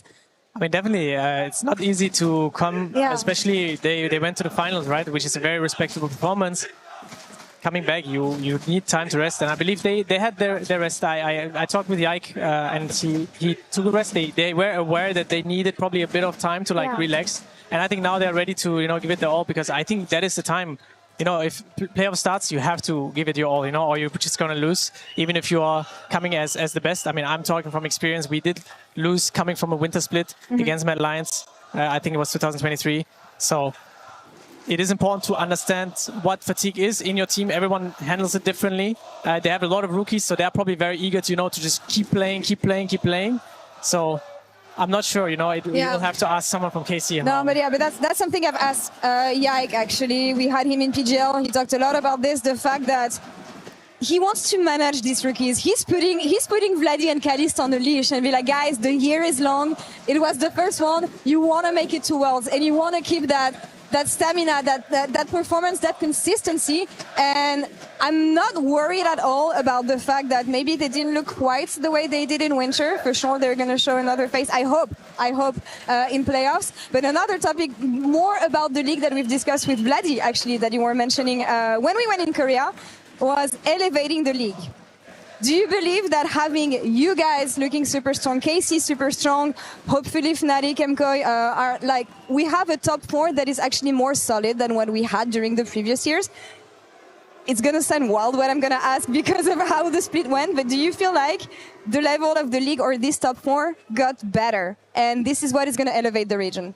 I mean, One team region meme, we want to fight that, BB. I mean, I think I agree. I think if G2 doesn't win, that means that other teams are better or like close to our level. And I think we always showcase usually a good performance in the split.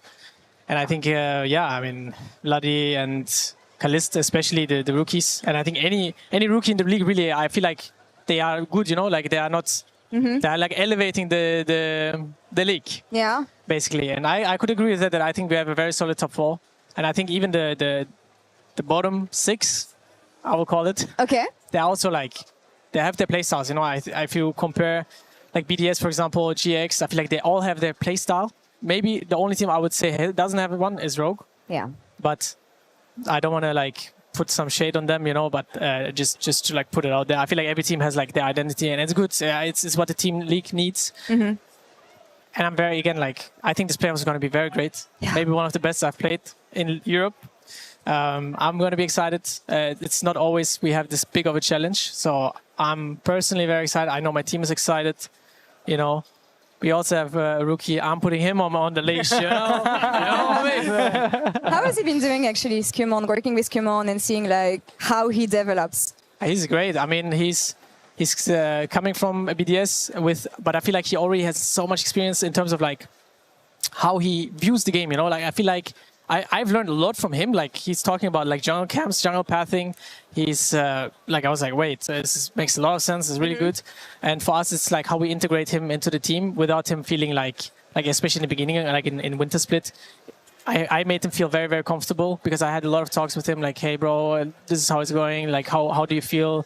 I had a lot of one-on-ones with him. Mm-hmm. Not one-on-ones, not fighting, you know, like talks. I mean, maybe that works. I don't know. Yeah, maybe you can have like a follow-up question with him at some point. Yeah. I'm sure he will be glad to talk about you, his captain. His mentor. I love it. How's the leadership role been when you've had so many new pieces to the roster? Has it been a change for you as well in terms of your approach to how you put yourself in that position? I mean, definitely, because every human is different, like every individual for us. And for me, it was easier last 2 years because you work with the same group of people, right? We just added one more staff member. And now it's like, when you have 2 new players, you first have to understand, like, how do they react to certain situations? How do they react to like bad situations? Like you're losing the game, you're winning the game. When do they come back? What words do you want to use? And for me, that's what I had to focus on a lot in the beginning. I feel like I have a very good grasp on how it is now.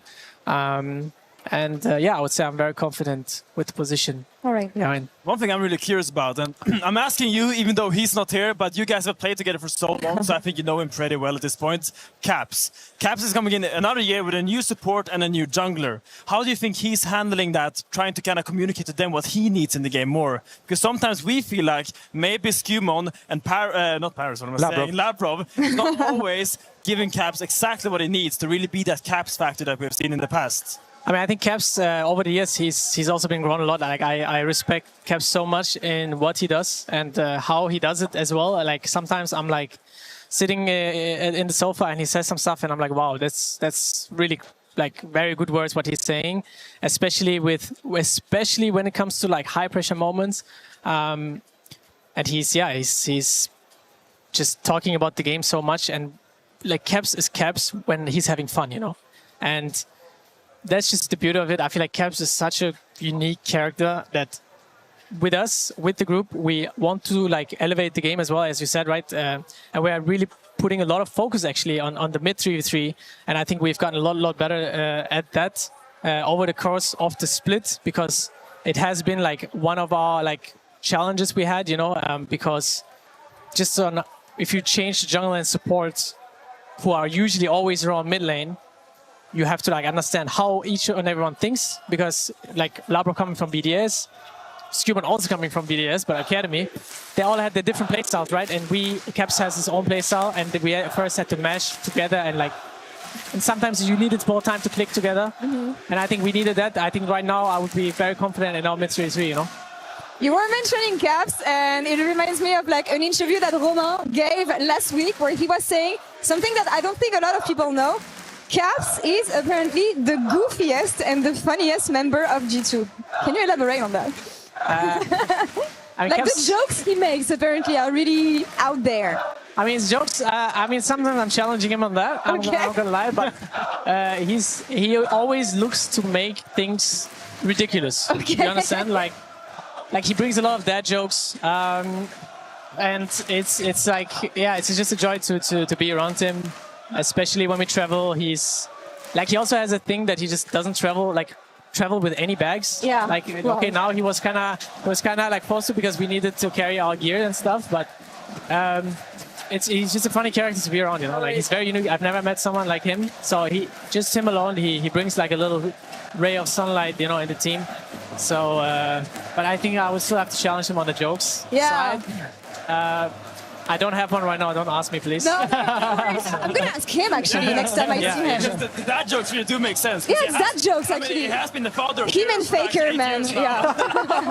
So it does make sense that he comes up with dad jokes. But yeah. Just incredible class on a player like that to be this good for so long.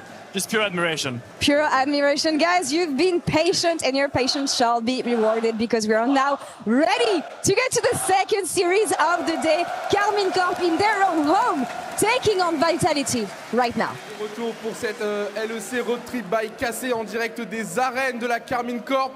Est-ce que ça va toujours ici dans la salle?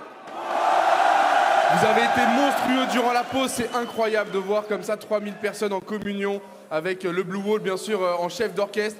Vous avez tous joué le jeu, je pense que vous pouvez déjà tous vous applaudir. Merci beaucoup de votre présence ici en physique, sur les lives aussi, on pense fort à vous. Et je sais que demain, ça va être la même chose avec 3000 personnes encore attendues ici aux arènes, c'est un vrai succès. Merci énormément pour tout ça, je pense que Kameto est très joyeux de voir ça encore une fois ici, chez lui, tout simplement. Parce que vous êtes chez vous, la Carmine Corp aux arènes, ça a été quand même quelque chose d'assez impressionnant, faut le dire. Allez, je ne vous vais pas attendre plus longtemps, on a déjà beaucoup attendu. On est parti pour vivre ensemble le second match de cette première journée ici aux arènes. Vitality contre Cassé, c'est ce qu'on va vivre parce qu'on va faire entrer les visiteurs en premier. Ça vous va? J'en étais sûr. Allez, on est parti pour le match et on est parti pour accueillir Vitality! Avec sur la top lane, Nako! Dans la jungle, Linsas! Au rôle de midliner, Shayek! En tant que carry, Karzi!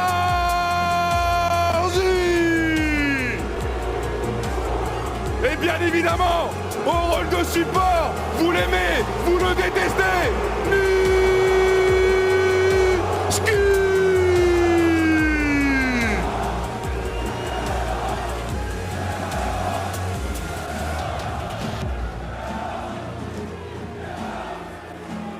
Avec le coaching staff derrière, il y a Mac, Cass, Pad et Lucchesi.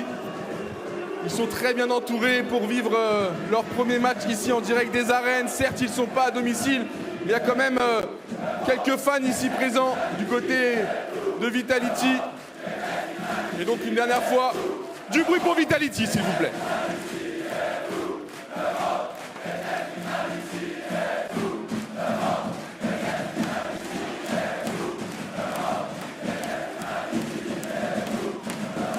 Allez, il est temps d'y aller parce qu'on va accueillir l'équipe qui est à domicile. Vous l'avez attendu toute la journée. Ça y est, c'est l'heure de faire rentrer la Carmine Corp!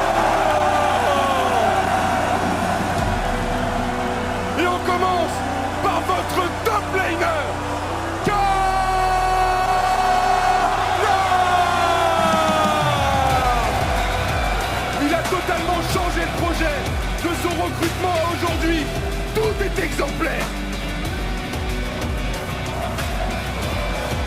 Allez, c'est au tour de votre jungler.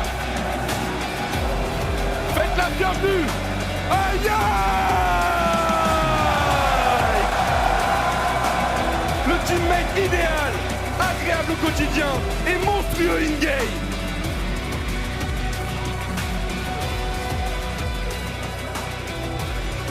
Allons en mid lane avec qui d'autre que votre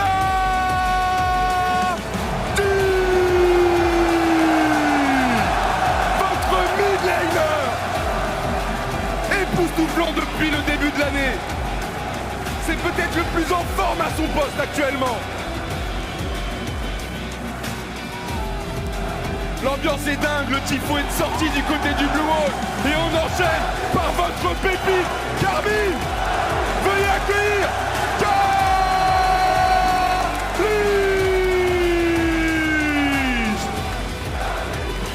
Il a eu la confiance de la Carmine très tôt. Et il a su se rendre très fort malgré la pression et l'adversité. Il a toujours été à la hauteur. C'est impressionnant. Et on termine par votre support, Blue Wall. Faites place pour Targamas.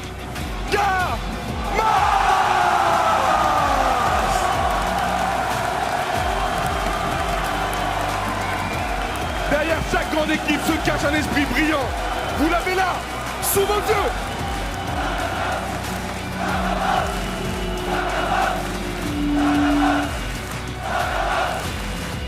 Waouh!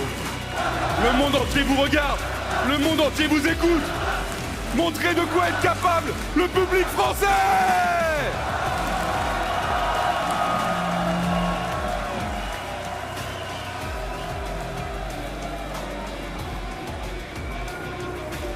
Bien sûr, une grande équipe, c'est aussi un coaching staff.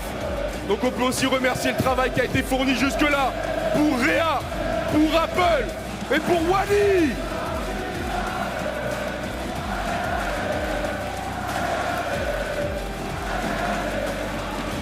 Écoutez-moi ce public!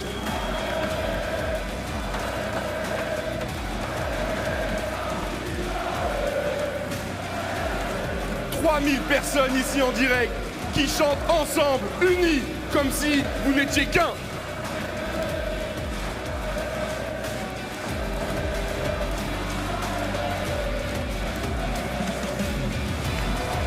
Une dernière fois, avant leur match, faites un maximum de bruit pour la Carmine Corp!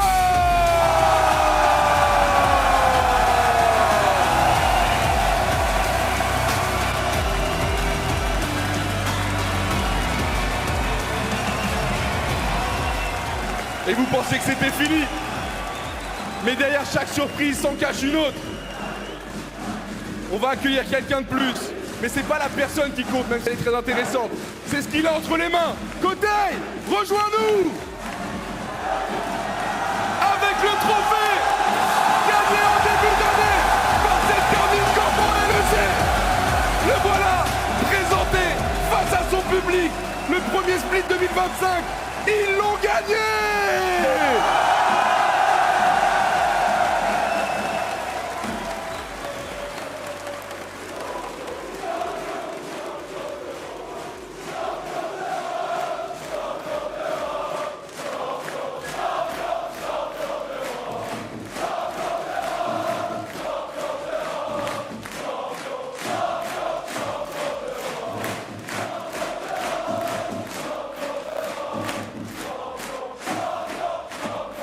Vous avez bien raison d'en profiter, je sais que le parcours a été compliqué, mais cette année, la Carmine Corp fait un travail monumental en Europe et je pense que c'est loin d'être terminé. En tout cas, on vous souhaite le meilleur, sincèrement. Côté, je crois que derrière cette seconde surprise s'en cache une troisième. Rugby, il va être temps pour l'attendu What the Color.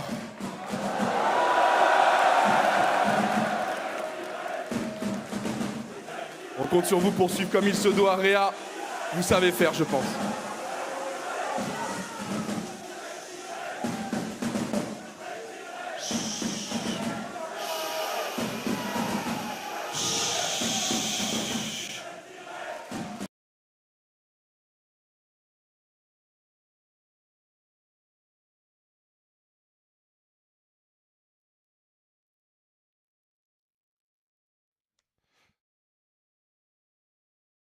End of Carmine Corp's setup ceremony there, as I think they were going to do the "Who Are We" chant. But for now, who are we? We're Medivedi.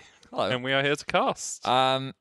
It's great that the French crowd get to participate in what was a huge victory for KC back in winter, of course. Important to remember that we were here in the Berlin studio during the winter victory for KC, and so I think it was a great opportunity for the fans to kind of get to celebrate the team's success and what overall has been a very successful year for the organization. Yeah. Now getting to play in front of their home crowd is a big opportunity for a lot of these players, and I will say that there is a bit of a bias, one could say. Oh, in the crowd? No. Yeah. No. Perhaps I'm projecting. I think it's just one of those UK things, not liking the French crowd. I think that's what's happening there. Yeah, it was great to see still all the smiles on the faces of Niski in particular. We know how good the relationship is between him and Kometo, and of course it's all in good fun, and I'm excited for what will hopefully be a fantastic series of League of Legends between these two teams, because the desk has already talked extensively about it, but KC find themselves in a position to fight for first place while Vitality are kind of fighting for their lives in the race for playoffs right now. Yeah, a bit of a struggle for them. If they do win, they'll make it into tiebreakers. Oh, okay. There's a power outage in Paris, ready? The power's gone out. Where the LEC goes, the power goes out. You're kidding, right? No, I'm not. We're going to take a 10-minute break. We'll be back after that. I'm sorry, guys. We cut the power. No, you're joking. We cut the game. I'm not joking. We're going to go to a short break. We'll be right back. See you after the break.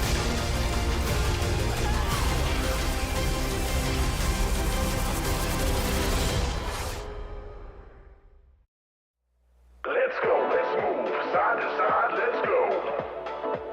Let's go, let's move, side to side, let's go. Let's go, let's move, side to side, let's go. Let's go, let's move, side to side, let's go. Let's go!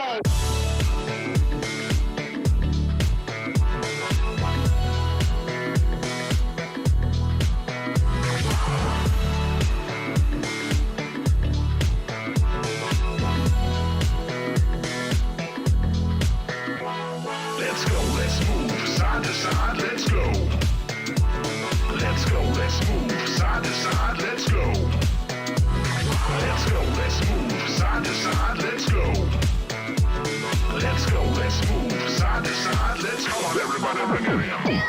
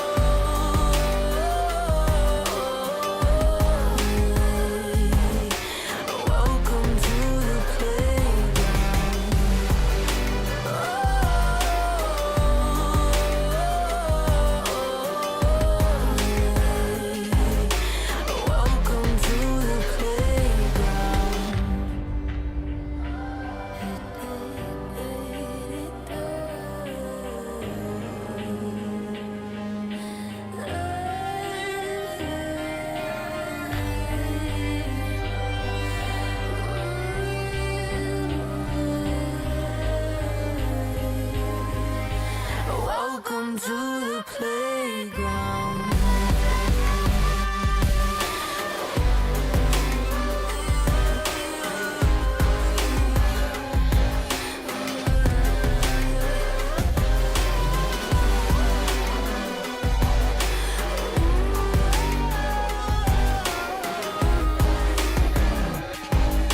Welcome to the playground. Welcome to the playground. Follow me. Tell me your nightmares and fantasies. Sink into the wasteland underneath. Stay for the night. I will sell you a dream.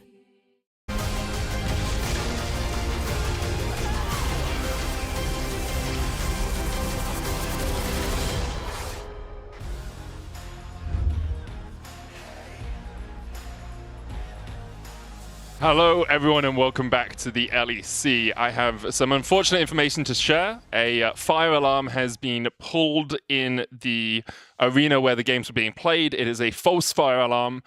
We are currently assessing the situation, and obviously we'll keep everyone updated on social media and on all of our platforms as we find out exactly what's going on over in France. For now, we're going to go to a 30-minute break, but we'll be back as soon as possible.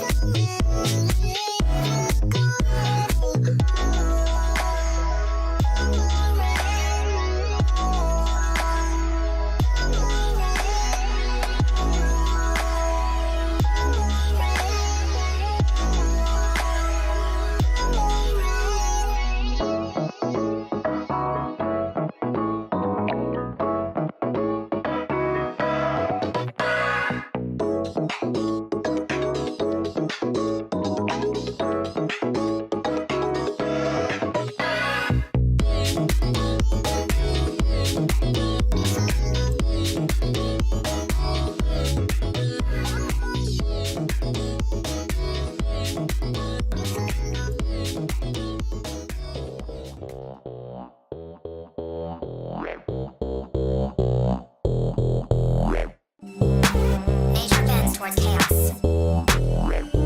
Give in or break. Breaking expectations when we hit the riff. Dom Toretto, Macro, see the way we shift. You can talk your shit about the way we push, but you're always gonna fall for that 5-stack push. Fast play so clean, we won't ever stop. Got wrist breaking moves like Fnatic tops. Sonicon, only thing that we tend to botch. Yeah, it might be a circus, but it's fun to watch. Jim Bros impressed with the way we flex. Here and best and never ready for the Mirwin Vex. We got the best new picks and they're adding up, but Frogs don't want to see them, so I interrupt. Excuse me, Barbarito, I don't want to make a scene, but our boys have started cooking like it's 2019. Give me chaos. Never gonna settle for the boring plays, no way. Give me chaos. Never gonna feed, but we will create some space. Give me chaos. Greedy for the glory, so we're only chasing dreams. Making titles, trophies, highlights, international memes. Give me chaos. Pit fight, miss might, everybody sit tight. First strike, ignite, running through the red light. Big bite, wolf light, bringing all the hype as we be howling at the moonlight. Stop talking, we don't need your opinion. When we get more value, last hitting a minion. About to leave your head spinning like a Garen main. Outdated like Dominion where you're playing the game. Man, please, don't call me Sally. With the XDD, we'll be getting chatty. Tap father throwing hands like it's Paddy the Baddie. He'll be taking you to school and you'll be calling him daddy. Movement is so crazy you would think it's a glitch. Khalid's dodging every skill shot, but not from blitz. You want something new? Well, we'll grant your wish. We got a brand new mantra and it goes like this.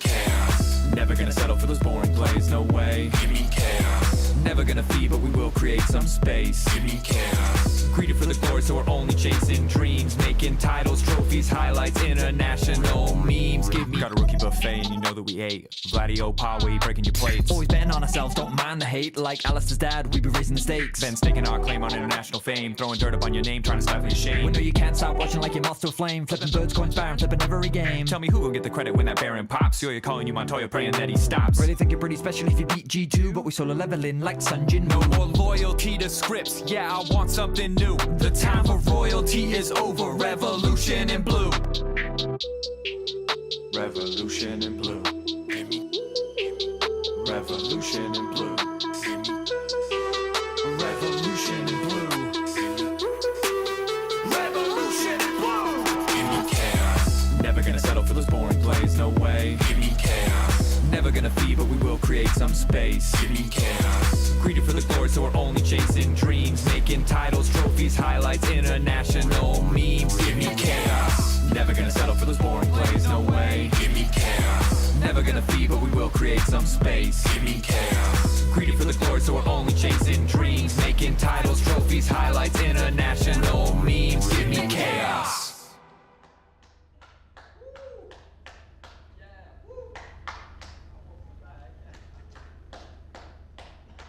Can I get a different team actually? Yeah, just keep playing like you do, buddy. LOL! I'm going to T1. Oh my god. You wouldn't get a Oh team. my god, Then you wouldn't get a team. roasted. Shots Marek. fired. Actually, imagine Marek would replace Faker in T1. Just imagine it. I'm imagining it. I'm imagining it. I'm visualizing it. The fans would be so stoked. I'm already standing the truck.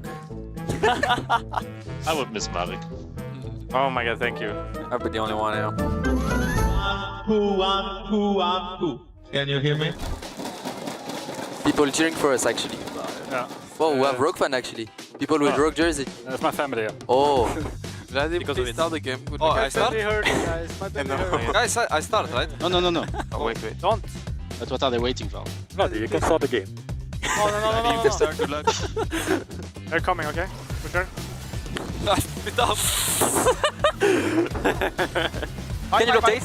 Bye. Okay. Aus. Just play slow, play slow. I can ult. I wanna go. Okay, actually. Yeah, I don't reach. I do. Yorick? My bad, this game. It's okay. I swear to God, guys, that I get aroused when I hear Pantheon voice in game. The earth is beneath me. I'm not joking. Dude, this guy has such a gigashot voice that whenever I play Pantheon, it's like, sure, bro. So you want to sit somewhere else? We can arrange that. Your parents are here? Well, like, you talked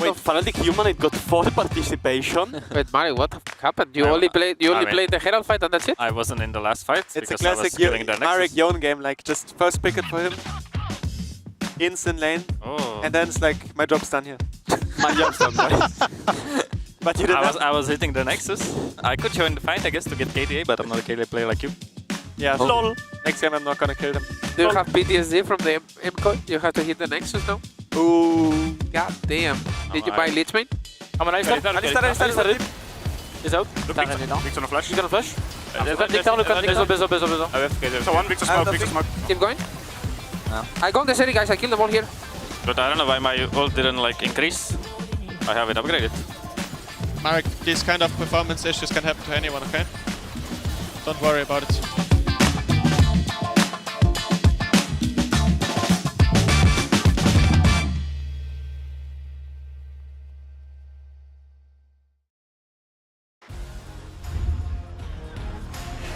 And we're back, and it seems like the players are in position to get ready to get into this Vitality versus KC series. So we have great news. What's the great news?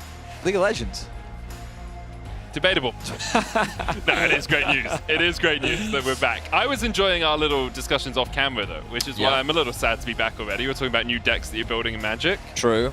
Talking about Expedition 33. Yes. What potential game of the year. What a game. But you don't have to listen. Well, you will have to listen to us because we've got a game of League of Legends to cast. Yes, we do. We're going to be jumping into the draft straight away.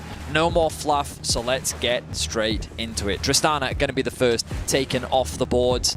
You'll notice that Vitality sitting on the blue side with KC on the red side. Maokai going to be the response coming in from KC. Things to think about. Kana has been a standout top laner throughout the split. Things like Rumble, his Jace, his Gnar, all champions that you have to be incredibly afraid of. We'll see if any of those make their way towards the ban pool. Right now, it looks like that Vladdy's Akali is going to be taken off the Rift, but he's been a bit of a Zeka fanboy so far this split. Yeah, he has. I think Vladdy's evolution across the course of winter and spring has been very enjoyable to watch. His Akali obviously can be really good, can sometimes have a few disappointing series as well. Pantheon taken away by Carmine Corp, so they're trying to get rid of some of that easy CC in the jungle, like Panthelia, such a strong combination when teamed up effectively. We'll see where Vitality want to go with their final ban of this first phase. I'm still looking at things like Varus, Sejuani still up, Vi still up, Talia, Yone, like a lot of power picks still available. Certainly, certainly. Interestingly, one of the most played for Yike this split has actually been the Lilia. You mentioned the Yone. Yone Lilia is a combination that they would absolutely love to play. Agreed. So many options. The Jax, interestingly, going to be the ban. I wonder what that suggests towards the top side. If you want to ban away the Jax, I mean, you could go Gwen. In the current, maybe the Gwen? Yeah, maybe it is a Gwen part, but would you want to first pick Gwen in the current meta? I don't think, like, Gwen kind of fell off a little bit when she got her slight nerfs on 25.08. I think she's still strong. Sure. She's just very reliant on having a team that works around her. But if you blind pick a Gwen, I mean, they just do Jace, right? Oh, 100%, yeah. And it's Kana's Jace as well. So you don't really want to be playing into Kana's Jace. I'm super interested what they're thinking about with this Jax. It could be, of course, Nako, Yone top player. That is true. So he also plays Yasuo top. Yes, he does. But my point is that the Jax ban could very much be, we're locking in the Yone because we want to play it top. And so then they have a potential, I mean, one of the good counter matchups into it on the top side. Yeah, yeah, that makes sense. There is the Yone locked in for Vitality to kick us off. Carmine Corp still have the rule of the roost. Rumble is going to be their AP top pick, and it is Yikes Vi in front of a crowd of Carmine Corp fans. You can hear the jeers, is what I'll call them. We'll see how he performs on the pick. Obviously, KC have gotten themselves a lot of lockdown with this draft. I wonder if they will go towards their mid laner, because right now we don't know where this Yone is going. We are guesstimating that it's going top, but with the Gwen locked in, Medic, your expectations around the Jax ban, I mean, seeing the Rumble as well, they're saying we think that the Gwen outscales, we think the matchup is fine, and so they're going to set up Nako with the Gwen top, and they've already got the AP and AD split now. Yeah, there is also the possibility of a Gwungle. Or Gwengle, I guess. Gwen Jungle, something we don't see too much. You really threw me off in the LEC, a Gwungle? I love myself. Good Gwungle. The Nico! this is a big deal. It is a big deal for Nisqy. Because it's Nisqy's Nico. We all remember the game. We've all seen the game. And the only takeaway from that is Nisqy's Nico won the game. Okay? Yeah, did he win the game by playing the Nico? Or did he win the game while playing Nico?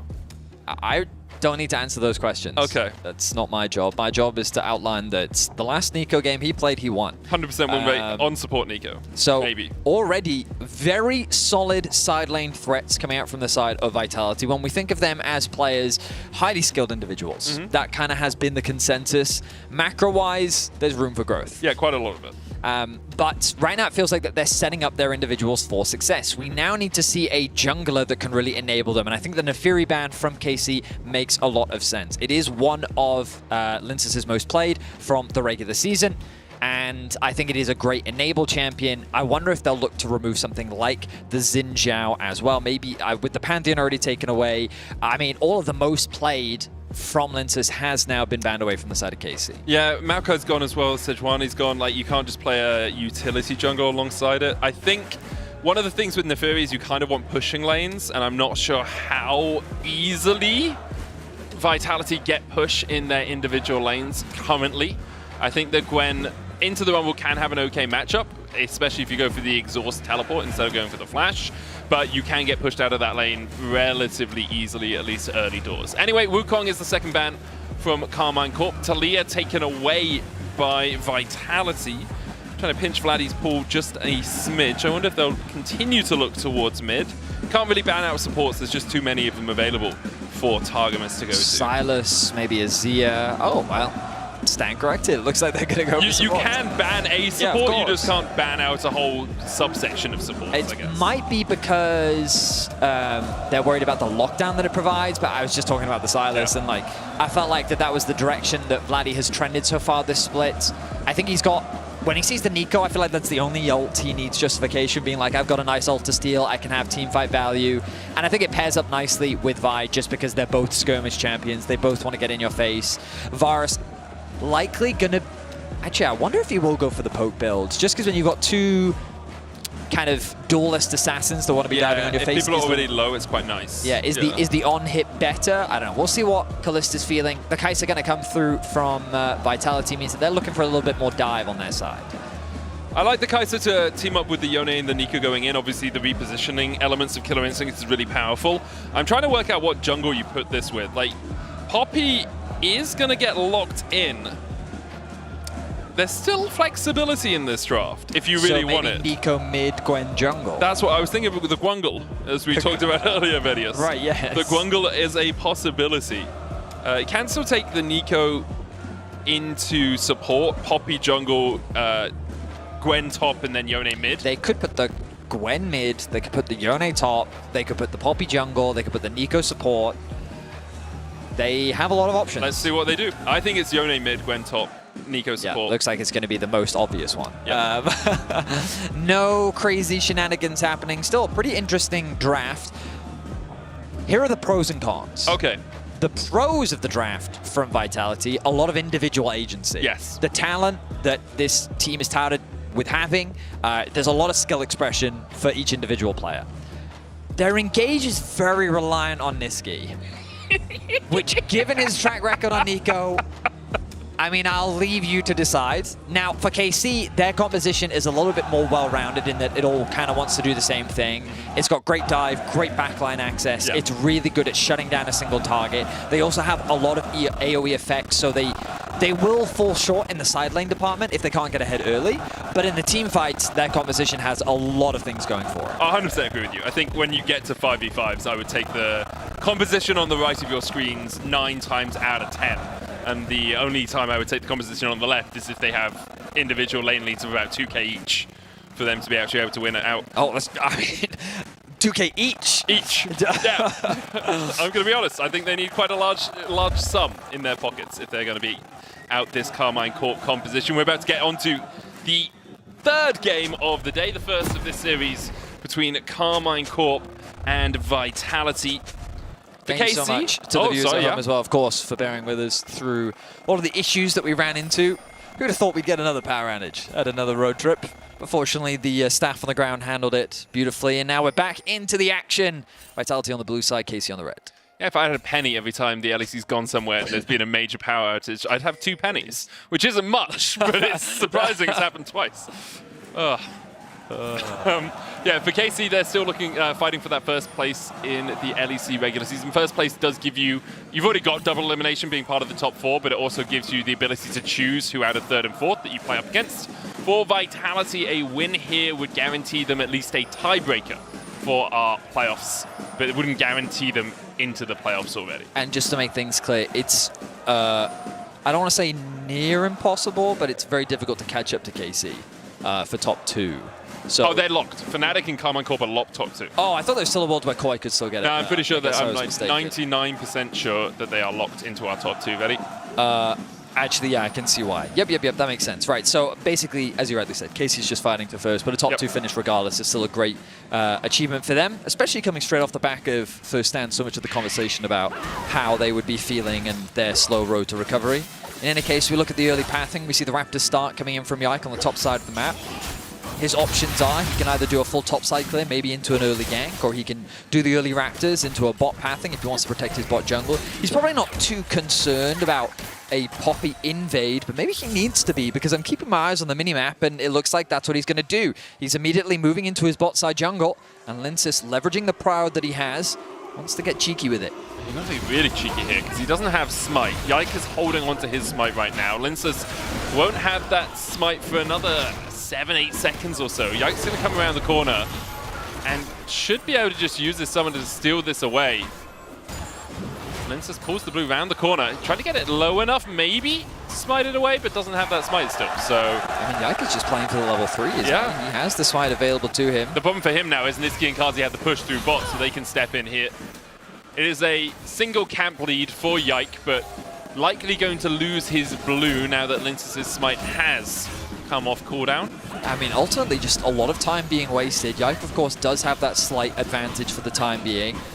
Linsis getting the blue buff at about 50%, but as you rightly said, it's very likely that the smite is just going to come through, and blue buff secured. Douglas goes in. Linsis takes the blue, as you say. Niski's helping him out. Chayak having push in mid as well meant that Vladdy would be a little bit later to the fight. So in the end, the invade is completed, and it's just a single camp stolen away by Linsis. Definitely felt awkward at the start. Yeah. But ultimately, Vitality did what they needed to do. They brought their bot lane with the prowd that they had into the enemy jungle. They put pressure down onto Yike, made it harder for him to really contest, while Kalis really needed to make sure that he got this bot lane farm, and ultimately, with their numbers advantage, they find a small lead. So, well, a very tiny lead in favor of Vitality here in the early game. It's a couple of 100 gold. No, nothing to be sniffed at. A bit of that from Kazi in the bottom lane, who's got about a 1-wave lead over Kalis with how the waves have been playing out down towards this bottom side. KC have had some, I'm going to call them early game woes, but I know you have a slightly different interpretation of how their early games have gone. They tend to be behind in the early game. Behind a gold of 15, behind in terms of getting first blood, but pretty good at getting the first tower though. The first blood percentage, I think, is really indicative of how I read their early game. Yeah. And it's that they don't come across to me as a super proactive early game team. I think that they have a lot of very talented individuals, and their typical approach is Yike likes to enable those laners. So often he's shadowing rather than trying to force plays. Of course, the big exceptions to that are when they're trying to make counter ganks happen, where a lot of attention often goes towards the KC bot lane, or alternatively setting up dives with Kana. Yike loves to make dives happen with Kana, try and get him that early kill so that he can then have all this agency in his lane, because, I mean, speaking of ganks, here's Yike. Yeah, Yike's on his way down towards the bottom side. Niski going to shake splitter, but stunned up with the Shield of Daybreak, and the Vault Breaker coming out. Niski flashes and is met with the fist of Yike. First blood to Karmine Corp. And just as I say it, Yike has to go and prove me wrong. He makes an incredibly effective early gank happen, gets first blood on the bot side of the map, and is already off to a strong start here in game 1. And Niski as well, a little bit greedy, thinking he could get out of that one. I think he should have held on to his flash. He was basically dead anyway. At most, he's flashing over the Vault Breaker if it comes out, but burnt both of his summoners, and now we'll be in a bit more of a precarious spot when a future gank comes out. Linsis Trying to see if Kalista and Targamas can be caught. The wave not in the best of spots for them, but they decide to back away, not forcing their pressure any further. Yeah, you'll notice that there's actually a huge CS advantage in favor of Kazi. That wave freeze was very awkward for the KC bot lane. They needed to get that push underneath the tower, and he just refused to let them have it. And the problem was it was in such an awkward spot where they didn't have the resources anymore to really shove it underneath the tower, and so then they were forced to overstay. Yike also overstaying. The threat of a gank was coming through from Linces, and ultimately it did mean that even though they found themselves first blood, you'll notice that the overall goal is even, and the gold advantage that Yike has claimed for himself, Kazi has been able to build for himself as well. Yeah, part of that is, as you say, that freeze, but also the previous pushes in when they were able to get the wave crashed underneath Kalist's tower. Top lane, much ado about nothing, really. Nako just trying to get to that level 6. Kano about half a level ahead in the 1v1 matchup. I wonder if that was just a good chunk onto Nako, meaning he had to use his teleport a little bit earlier. Niski's making his way downtown towards the mid lane to see if perhaps Vladdy oversteps, but he will not be doing so. A lot of fishing right now for opportunities. Again, we come back to this composition from Vitality where a lot of the strengths of it is in its solo laners, their ability to play through side. And I will say the thing about Poppy is she's quite reliant on setup, I would say, unless, of course, someone positions in a way where she can maybe get a surprise wall slam that can maybe set up for a play, but Gwen doesn't really have the best setup. Yeah. The ultimate provides a few slows. There's also Yone's ulti, if you can connect it, maybe a knock-up into an ulti. But really, I think it's quite difficult for Linces to force early ganks in the same way that Yike can on the Vi, a champion that is very much built to gank, and a champion that is designed to help find these early game leads for their laners, as he's already been able to find on the bot side. Yeah, it's one of those where often as a jungler, you want to have CC yourself. It just makes it so much easier to gank. You can set up your own fights, and here, Vitality, a heavy skirmish comp. Niski, really, the key cog in the machine of Vitality's team fighting. We'll see how effective he can be on this Nico, because last time we saw him on it, he didn't have the best of times. Crucially, of course, the Poppy's value is going to come much later into the game. Getting in the way of those dashes, that Silas dash, but Yike looking once again, the stun connects. Chain of Corruption going down onto Niski. There's Shield of Daybreak, and pop goes the Nico. Taken out once again. That's Kalista on the board for Carmine Corp. That's a strong early start from Yike on his Vi. Yeah, the repeat ganks are very clean from Yike. There is not much vision control in favor of Vitality. And this time they're able to give the kill over to Kalista, and just like that, the AD carry difference disappears. Yeah. So KC controlling the early game, and the thing that we were just criticizing them for, being less proactive in the early game, playing that slower approach, you can see very different here as they're already off to a fantastic start. And this is also one of the reasons I said it was greedy for Niski to try and flash the first fight. He was as good as dead there. Now, if he'd had the flash, you can escape the second gank. As soon as you burn that flash, you paint a target on the back of your head, and Yike very happily will punch through that goal. On the rest of the map, Vitality are doing okay. Bot lane, a little bit of a struggle, or I guess support role, a little bit of a struggle so far in this one. As we kind of come to expect so far from this split, Karna finding advantages independently. Yeah. You already talked about the experience advantage you'd been able to build, but that farm also doing a decent amount of work. No early objectives secured just yet, even though KC have thrown a lot of ganks towards the bot side of the map. They actually haven't converted it into an objective. Right now, they're on the top side of the map alongside Linces. Jayek not going to be stunned up long enough to really convert into anything big for KC. Looks to me like Lince is actually going to start off these grubs, and Kalista is he going to make his way up towards mid lane? I'm not sure. I think he's going to go back towards bot. Kazi's going down hit there as well. Both the AD carries just going to match up. We did see Targamas and Niski in the mid lane, but both of them going back down towards bot as well. So Carmine Corp decided they didn't want to fight around the grubs. Instead, just get a little bit of vision wherever they can. Yike is looking for Nako up towards the top side. There, the grubs for Vitality, all three of them, meaning they will have those mites spawning. Yike, is he going to try and... he's looking for a gank on the bounce back. May just be covering for Karna as well. This is exactly what I was talking about. This type of playstyle is very much what I've seen a lot of Yike doing this split. Just that shadowing, the make sure of like, oh, I'll make sure that you can get that push out, but also you can play as aggressive as you want. You know, Karna is a player that likes to trade, likes to leverage his lead when he's built one, and maybe there would be a window there to threaten a dive. And so Yike is now in that position. Oh, here we go. There's a TP going back towards the top lane. Nako is immediately met with a fist of justice. The equalizer down as well. There's a cease and desist. And Nako will fall. A bit of a greedy teleport position from Nako straight into the wave instead of just to his tower. Yeah, he was not expecting Yike to be sitting in the brush. Or maybe he was and he'd expected that he'd already gone back to base. And either way, it's another kill in favor of KC. Yike now 100% KP. He's been involved in all of their early kills. They've built up a 1.1k gold lead, largely on the top side of the map. No objectives just yet, but it looks like he's setting his sights on the dragon. He's now in such a strong position, he can solo that dragon out if he wants to. Sundered Sky complete on the Vi, has been involved in every single one of his team's kills. More plates going over to Kana as well, who has that Fated Ashes. I wonder if he's got a full Leandries on this recall. Yep, there we go. Leandries and Amtone and the glowing moat to boot. Oh, sells the moat for a ward. I'm sure there's an analyst out there somewhere being like, yes, Kana, good job. Don't need that 250 gold, basically does nothing for you item. Instead, vision saves lives. Unless that he gets zero value out of that ward. But if he gets zero value out of a control ward, he is placing it wrong. That is him making a mistake. Is it? Well, when would you ever get zero value out of a control ward? If a jungler never goes top. Or if... No, but he knows there's never a jungler up there if he has the control ward. That's a huge amount of value. That's a valid argument. Yeah. The only time you get no value is if you place it in a bush that you know someone's in and they immediately kill it. Yeah, I mean, these are all great points, but I'm afraid the little number next to the vision when I'm in game is the only number I care about. Vision score. The vision score is pretty much the only metric I use to determine good vision or not yet. That's why I always use zombie ward. It's like, my vision score is 200, don't people, you can inflate that number. You can. No, don't let people know about that. That's the true elo boosting, guys.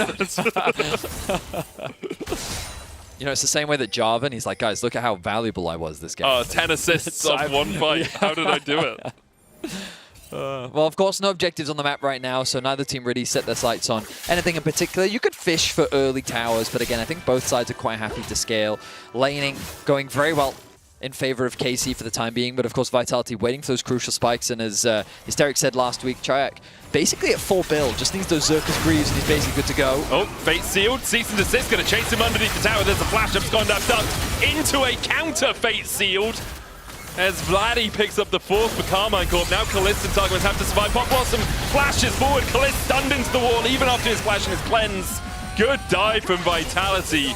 Linces channels up the helicopter but walks away with it. Kazi using the killer instinct for a bit of a shield as Carmine Corp are able to defend the tower but do lose their AD carry. I mean, nice plays from both sides. The movement that came through from Vladdy and Yike to find that kill was beautifully done. But then Vitality, they get a very clean dive on the bot side of the map. Niski with a good sidestep on the ulti from Kalist. You'll see it when the dive comes through, but first of all, look at this play in mid lane. Yike gonna hold with his ultimate to make sure he can get the follow through, and there it does. Comes through, making sure that the knockup that comes through from the Yone ultimate doesn't actually interrupt this follow through. Then Vladdy with a nice follow-up with the flash to secure that kill. Meanwhile, look, you'll see the ultimate sidestep by Niski, commits the flash, gets the two-man knockup, and then good target focus. They lock down the bars, make sure they secure that kill, don't stand underneath the tower too long, and Lintus ready with the ultimate for that TP to come in. So ultimately, well played from both sides, but it's KC that continues to build their lead. Kalist getting caught out a little bit there by Niski, but gives back as good as he gets. Kalist is a chunk of change behind in that bot lane now, about 700 gold or so. An equivalent advantage for Kano on the top side, but Kazi's off to a bit of a rip snorter of a start here, Betty. Yeah, he certainly is. As long as Vitality can keep playing through him, they definitely have a clear win condition, but the question is... does he just die as soon as he gets cease and desist? Yeah, this composition is very much about those side laners. You want to have pressure on the side, so that maybe you can either win out on a 1v1, 2v1, find picks, and then create numbers advantage to turn it into a more favorable fight for you.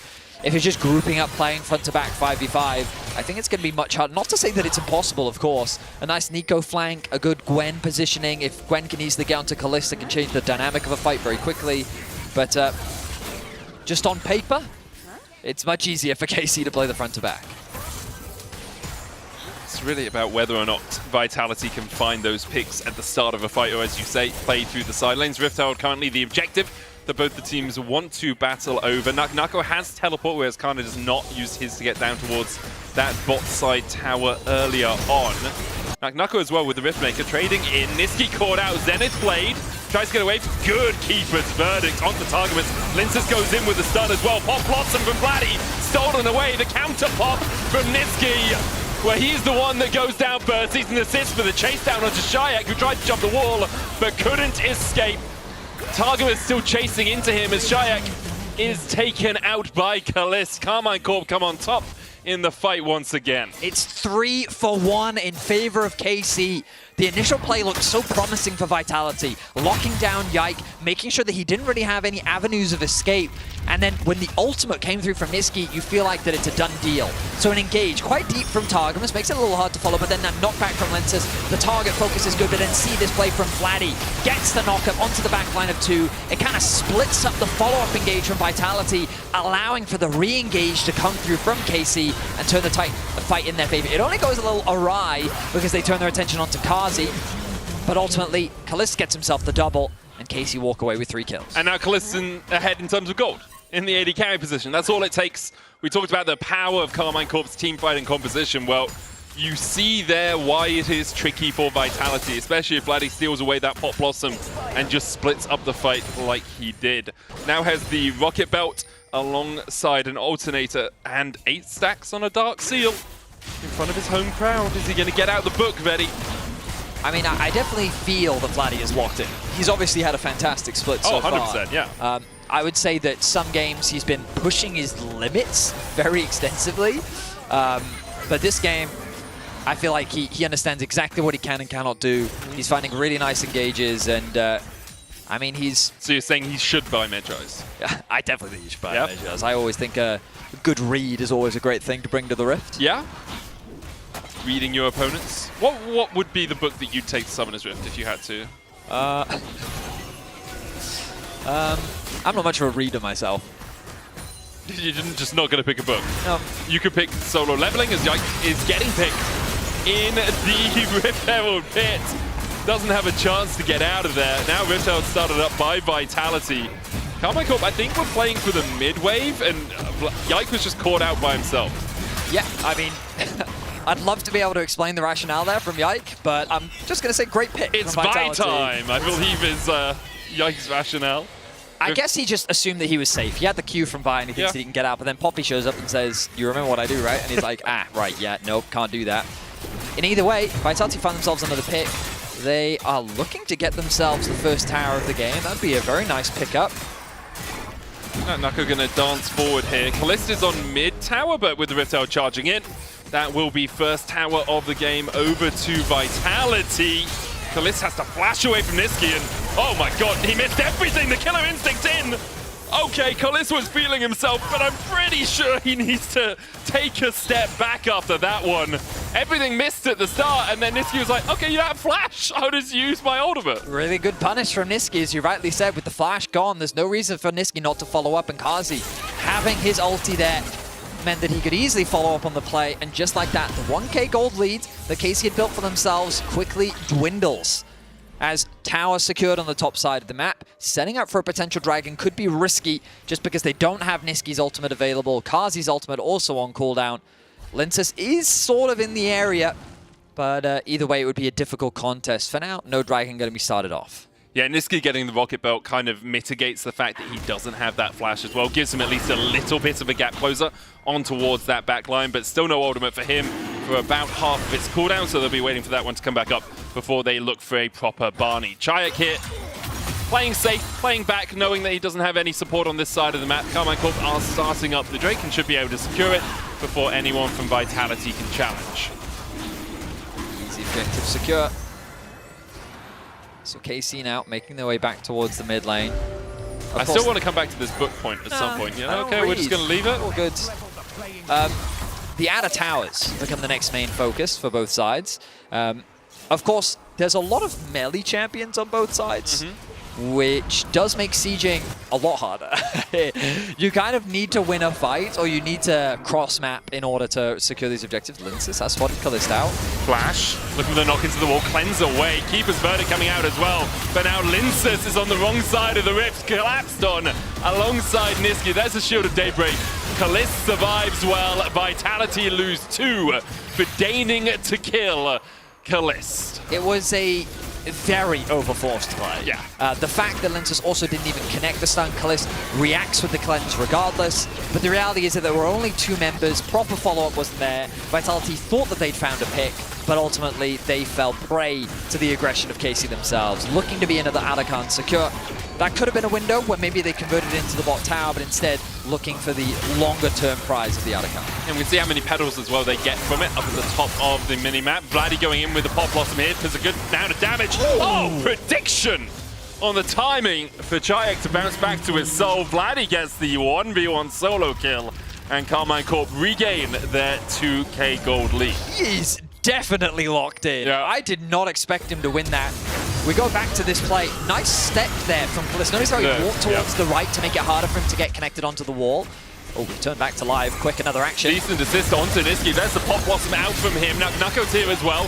Vladdy now diving in. Targum is trying to get across the wall, but can't get close enough to jump onto Niski. Knuckle looking for the needlework. Will just chip away at the Vladdy as he walks back to the wave. Yeah, and I mean, Vladdy and Yike working together flawlessly this game. Ooh, Niski very close. I think Vladdy didn't have any vision there. He was able to keep Niski alive. Is he just gonna die? He's just dead! Kana knocked against the wall, but he manages to flash out.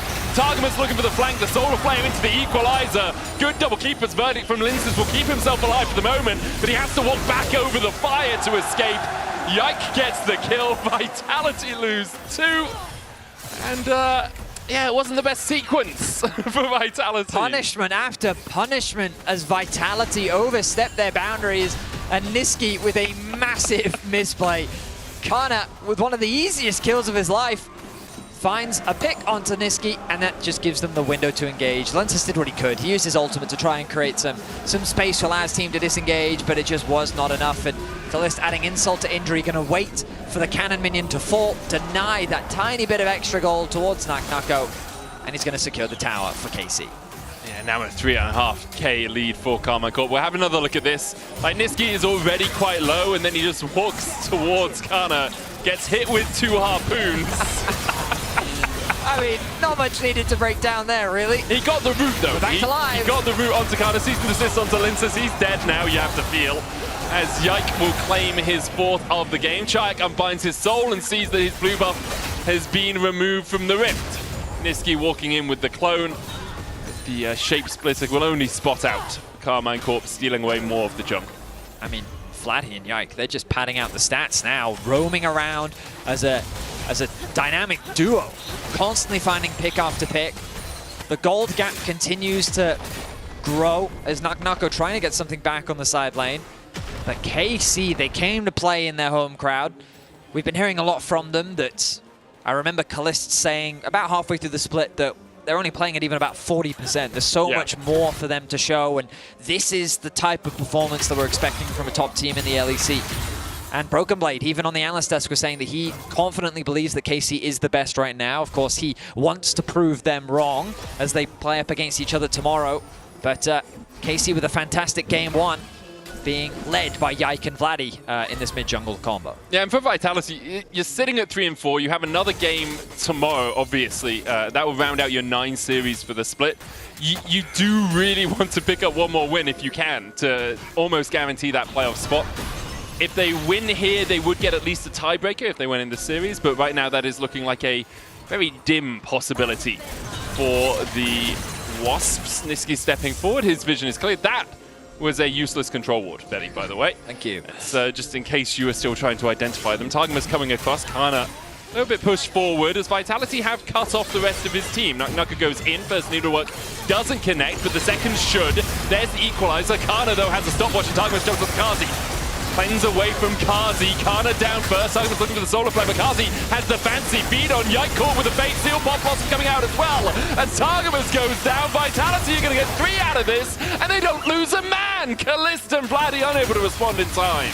KC, by reacting to keep their top laner alive, end up handing over 3 kills to Vitality and an exposed dragon. No jungler alive, but Vladdy, he's feeling himself. He's got the killer instinct. Pop Blossom, in fact, was the one he stole away. He gets in, Niski's down, the Drake's still there as well. Oh, they've just done it!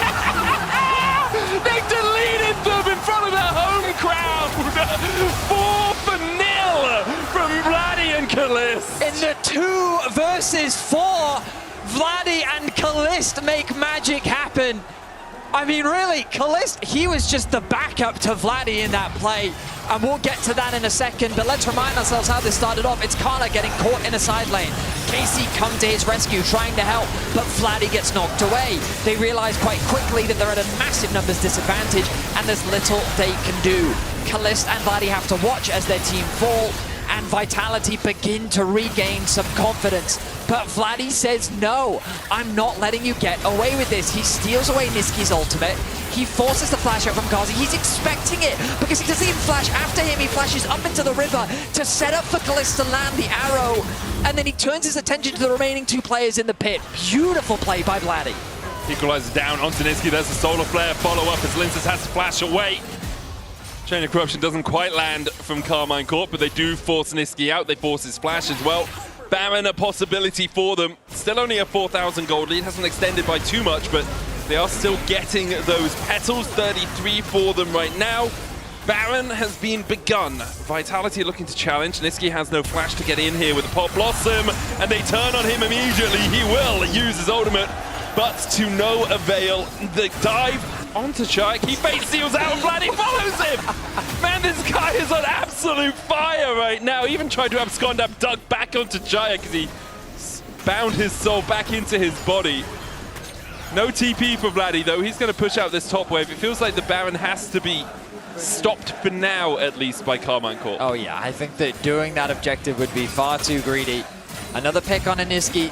Finds himself at 7 deaths. He really has been the target this game, but he's just so squishy on the Nico. KC, that dive combo of Vladdy and Yike have not hesitated to turn that into a kill. Vladdy is level 17 to the 14 of Chayak. Of course, he is close to ticking over, but what a monster performance from that man in the mid lane. KC on track to securing game 1 of this series. Of course, they still need to break into the base, but in a position like this, it feels so difficult for Vitality to really win out on fights unless they can find themselves another pick. Shai's looking for Targamas here. We'll jump back. Not really much vision for Vitality. At least not much past that sort of river line. They have the Scuttle Crab, giving them a little bit of vision. 2.5 minutes on the next Drake would be sold for Carmine Corp, but Cloud Soul as well with how Vladdy's playing. Sure, I'd want to have to deal with him diving onto the back line. Now has that Zhonya's. Still has 10 stacks on his Dark Seal. Blue on the menu as he jumps onto Niski. Steadfast Presence coming out. The Pop Blossom used purely to disengage, and the re-engage comes out. Let's put the Nico on the bench, eh? Let's put her on the bench, Niski. Hasn't worked out for you too well this game, as Vladdy's Pop Blossoms have been doing much more work. I mean, I do think that Niski's had some pretty good plays Oh, this there have been some good moments. KC they have been merciless with their aggression. Vladdy on the flank has the Nico ult himself. He's in prime position to jump in. He's waiting for the Linces W to be used. Pop Blossom, abscond abduct onto Kazi, and even though he's knocked away, Kazi is sent packing. Chayak trying to get in, Vladdy just catching the wave. He knows that the only keepers of justice here are Carmine Corp. 22-7 now at the 29-minute mark. It's another slaughter with another great engage. Nagnako, no. He's trying to get something, but what's he trying to get? Maybe trying to get Kalist, can't quite do it. Kalist survives. He was down close. He was close, he was close. Kalist gonna have to go back to base with that one. Vitality do not have the numbers to contest. So Mortal Kombat. There's no...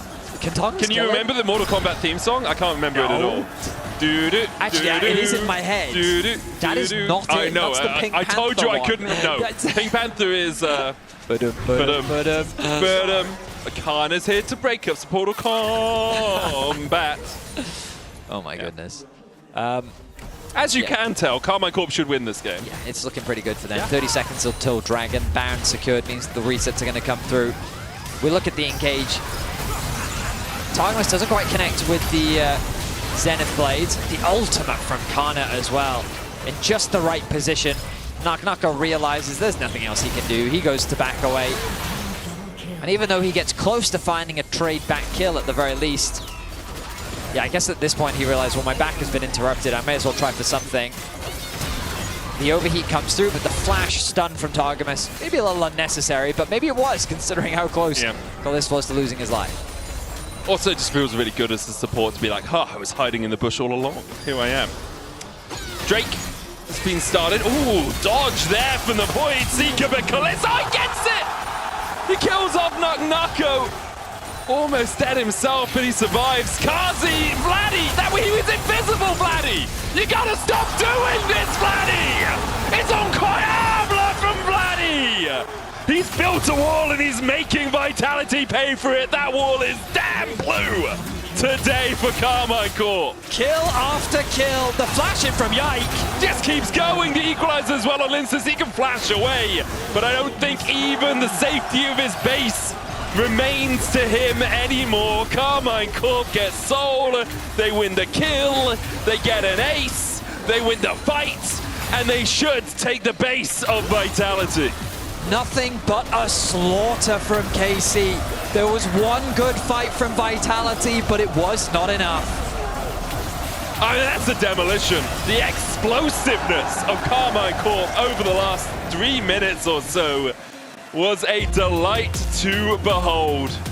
And in front of their home crowd as well, Veddy. You can hear the cheers for them.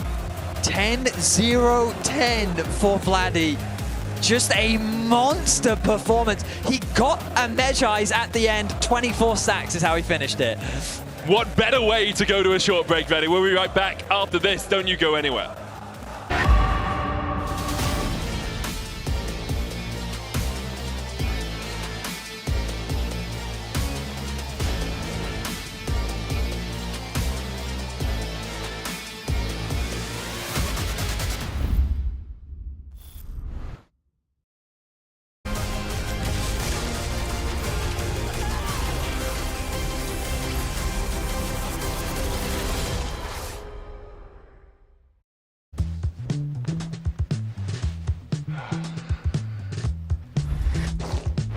Damn it. Hey, Dragos, you ready for the... Oh, that doesn't look good. Wait, I have a solution, but you have a break. I will be right back. Just wait.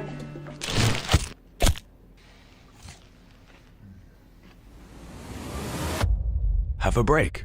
Have a Kit Kat. See? I told you we'd figure it out. I don't think this counts. Come on, let's go.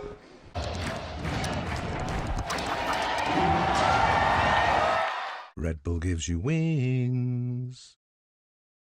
We're now approaching the final pick, and what a ride it's been. A moment of hesitation, but we're getting closer to the game changer, and what a legendary journey we've been on. I mean, there's so many excellent options, but one of them has to be a perfect They're fit. about to lock in. Oh, what a pick! What a way to close things out. Explore over 30 hotel brands in legendary destinations. Marriott Bonvoy, a check-in at every checkpoint.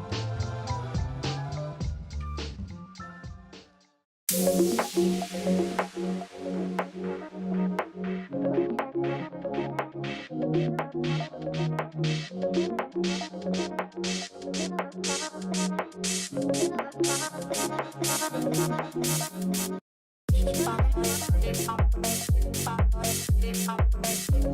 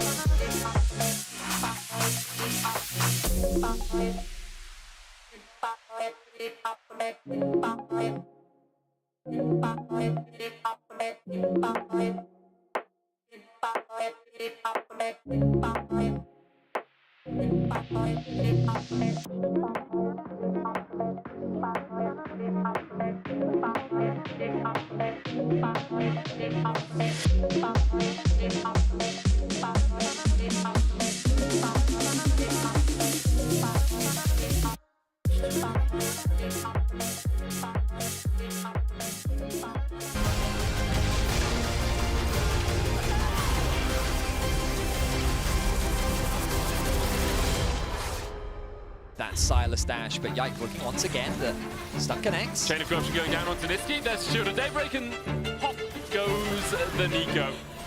Good keeper's verdict onto Targamas. Linces goes in with the stun as well. Pop Blossom from Vladdy. Stolen away. The counter pop from Niski, where he's the one that goes down first. But Vladdy, he's feeling He's himself. got the killer instinct. Pop Blossom, in fact, was the one he stole away. He gets in. Niski's down. The Drake's still there as well. Oh, they've just done it. They've deleted them in front of their own crowd. Ils sont chez eux! KC Arena, indeed, they come in strong here in Game 1, crushing Vitality, and we have a special guest with us to talk us through this game. Exakik is here, playing for KC Blue. Welcome, thank you so much. 3XA. 3XA! Oh my god, I'm so confused with the rename. Well, thank you so much for joining us. No problem. Merci beaucoup. I'm so happy to be here, to come back actually, because I played here for the LFL days. I know. I don't remember when it was. How do you compare the atmosphere though? Because you won on stage as well. Much different. Yeah, Because right? here, like I think KC fans came like in the bigger number, I would say. Like it's almost only KC fans, to be honest, because it's their LEC team, the most hyped team playing. And yeah, I think the atmosphere is like, it's very hot, you know. Any first takes on the game? What did you think of your team? Vladdy is a god. I know. Like, no cap, this guy, what he did this game is so insane. And I just rewatched the Herald fight, and he also carried this. He blocked the Niski follow-up on Linsas. I don't know, like from we will talk about this, but it's like Yike early game Yeah, absolutely. on Vi against Poppy. And The redemption. like, The redemption for Yike. But Vi is so OP. It's just like it's so hard to play. Like when you're a bad team, kinda, or when it doesn't work, it looks like the worst champ in the game. But when it's like top team, it looks so broken because it's just like point and click, you know. But Yeah. And it looked good here. And like Yike slowly but surely becoming friends again with the champion and being really creative in the early game, guys. No, absolutely. I mean, he's finding good avenues on the bot lane in the beginning for that first blood with a like repeat gank again. But I also just think it felt like he was just ahead of the Poppy every time. As you say, it is a very difficult matchup, but it just seems like he found himself in a position where he was always the one with the upper hand. Yeah, and I think this was so clever. You actually don't see the minute before this, but he waited in that top lane bush. He gave over the grubs to Vitality and then sat in that top lane bush for 45 seconds, knowing that either Nako will contest the wave and they can gank him, or he's gonna base and TP back and they could do the exact same thing again. Yeah, but it's just one of those things where he had influence over the entire map. It like normally, if you don't have pure prior lanes as a jungler, it's very difficult getting moves ahead in the early game. But the fact that Yike managed this on Vi as well, who he's been having a bit of criticism on as well, is super impressive. And Yike, you know, he's really coming for that title as Europe's best jungler. He absolutely is. And look at those early game stats. And I really love the fact that when Yike is in good dispositions, when his mental is at the right place, when he's leading the game and he's leading the rest of the team, they're unmatched, honestly. And he was feeling it today, especially in front of the audience. What was the difference maker, would you say, Exa, for this game? 3XA, sorry. It's fine, it's fine. Exa is fine as well. For me, it's like that Vi was perma fog in early game. It's so important on this champ that you don't show, especially against Poppy, because else she just match you. And I think it's just like the fact that Kalis could come back in the game because he was laning into Nico. It's kind of hard to, you know, like get a lead because this champ is broken in lane, at least. Even though he has Varus. And then for me, it's Kana was always stable. Like, it's Kana, you know, he will always be fine in the game, but it's just Vladdy, like, clutch factor. If you watch Herald, he stops the Nico engage. If you watch, like, the 2v4 on bot lane, like, he steals the Nico, but it shows Kaisa, but he knows it's Nico, like, all these things. I don't know, this guy, it reminds me when I play against him in solo queue and he plays Silas. It's just insane. The audacity from Niski to play Nico again, sorry, but like he was not the best Nico in the game, Vladdy.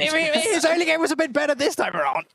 I'm not sure if I agree with that. I feel like the ultimate specifically, there was some moments where it looked better than the previous Nico game. I mean, if I had one Nico for every time Niski played Nico into the early game and then the game ended with a banger Nico, I'd have 2 Nicos, which isn't much, but it's weird that it happened twice. Because this play by Vladdy was just insane.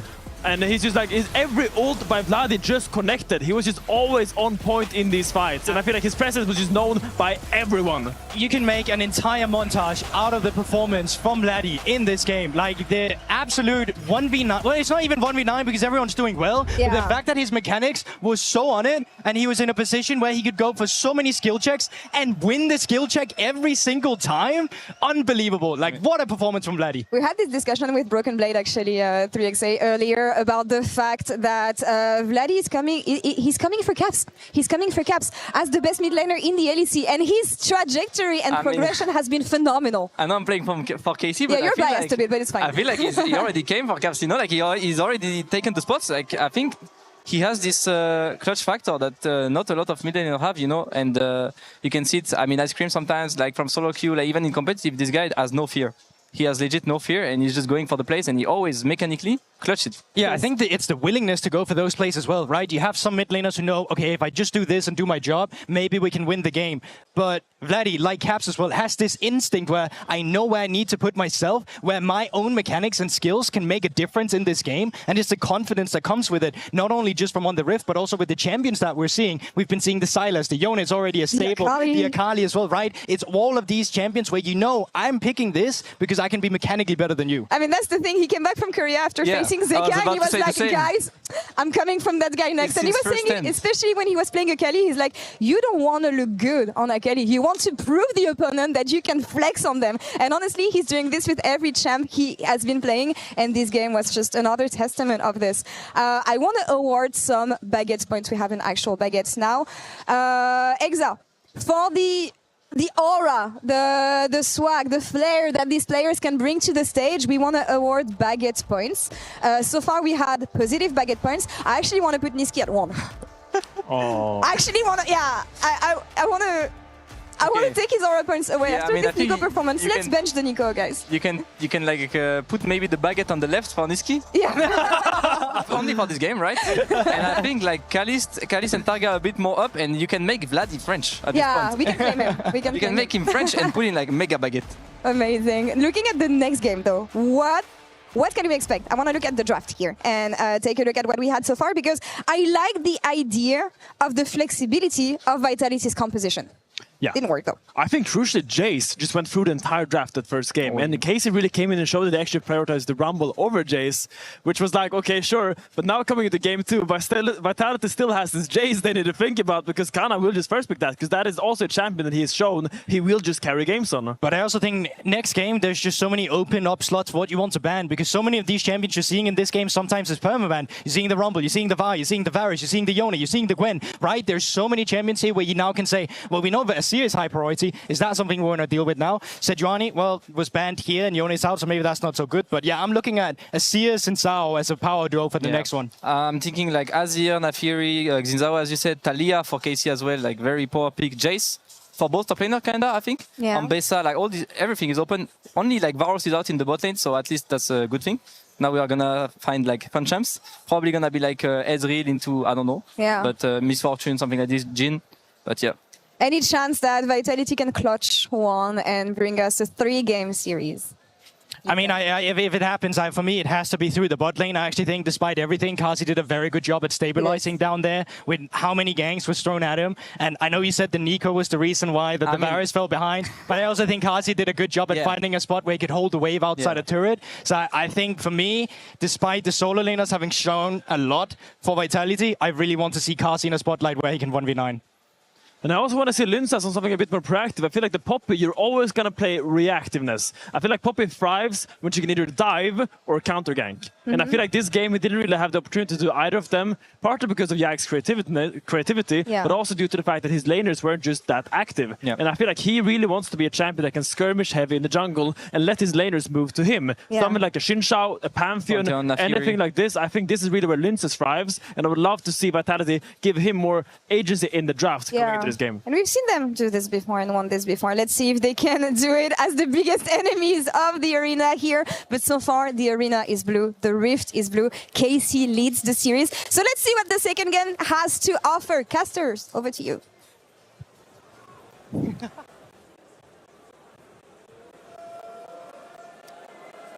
Let's see what it has to offer as we get into draft for Game 2. Carmine Corp really showed Vitality who's the boss in Game 1. The question is, will they be able to repeat set occurrence here in Game 2? We're going to have Vitality banning out the Akali again. No real surprises there. Vladdy is on fire today. Maokai, the second ban from Carmine Corp. I mean, we talked about it in the other game, but the desk also highlighted it.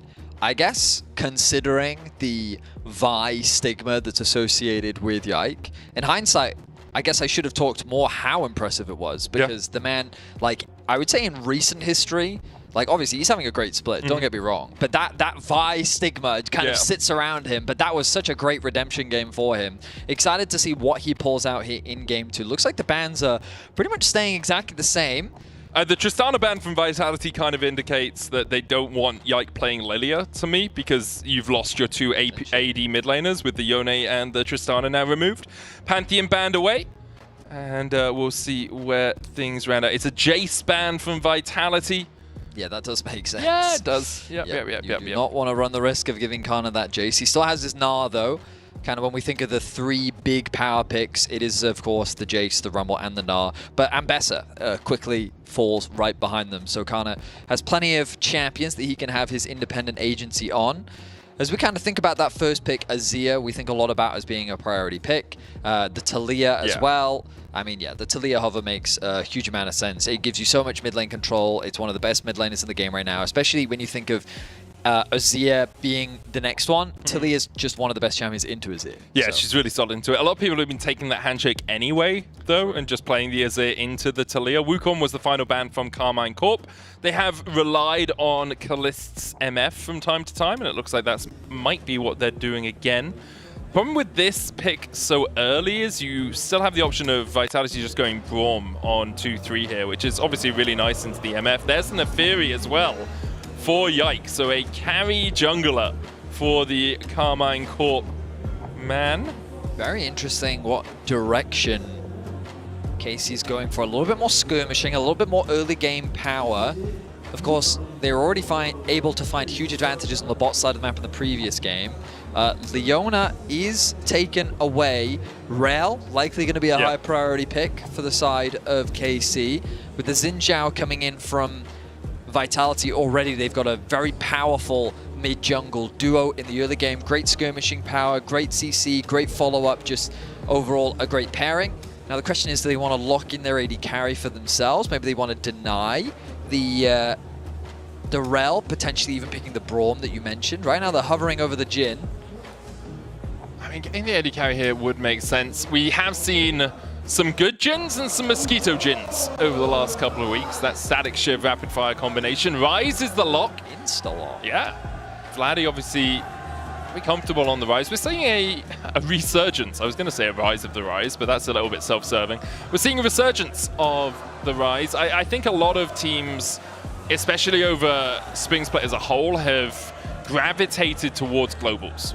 Having more globals has just been advantageous. It kind of started with the Symbiotic Souls mid lane meta, where it was you're global because you're really fast and you can just run everywhere. And now we're seeing more Gallios, more Pantheons, more Rises, people at Talia as well, obviously.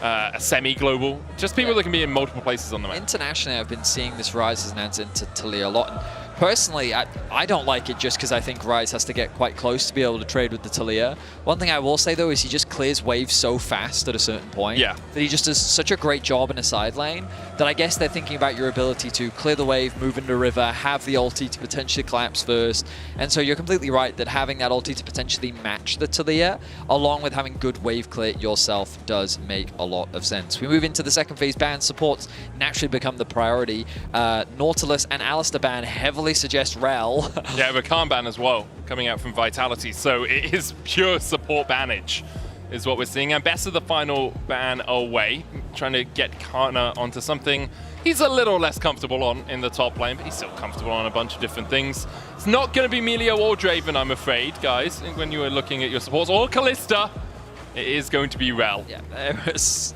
I would say good prediction, Betty, but it was so signposted. We predicted it like ages ago. It was quite the obvious one. Braum now becomes the kind of natural response, I guess, unless they're thinking about a range support, but range support with Jhin, I don't know. Yeah, I'm trying to...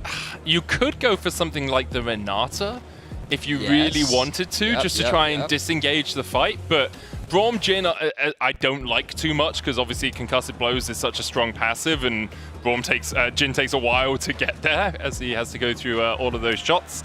Na in the top lane, safe blind for Naknako. Sometimes we see him in this sort of situation go towards the Yasuo. Here deciding something more conventional. They're really trying to pinch that Carnivore, trying to limit his impact. I mean, the Ambassador takeaway, the Karma. I do quite like Jin Karma. Yeah.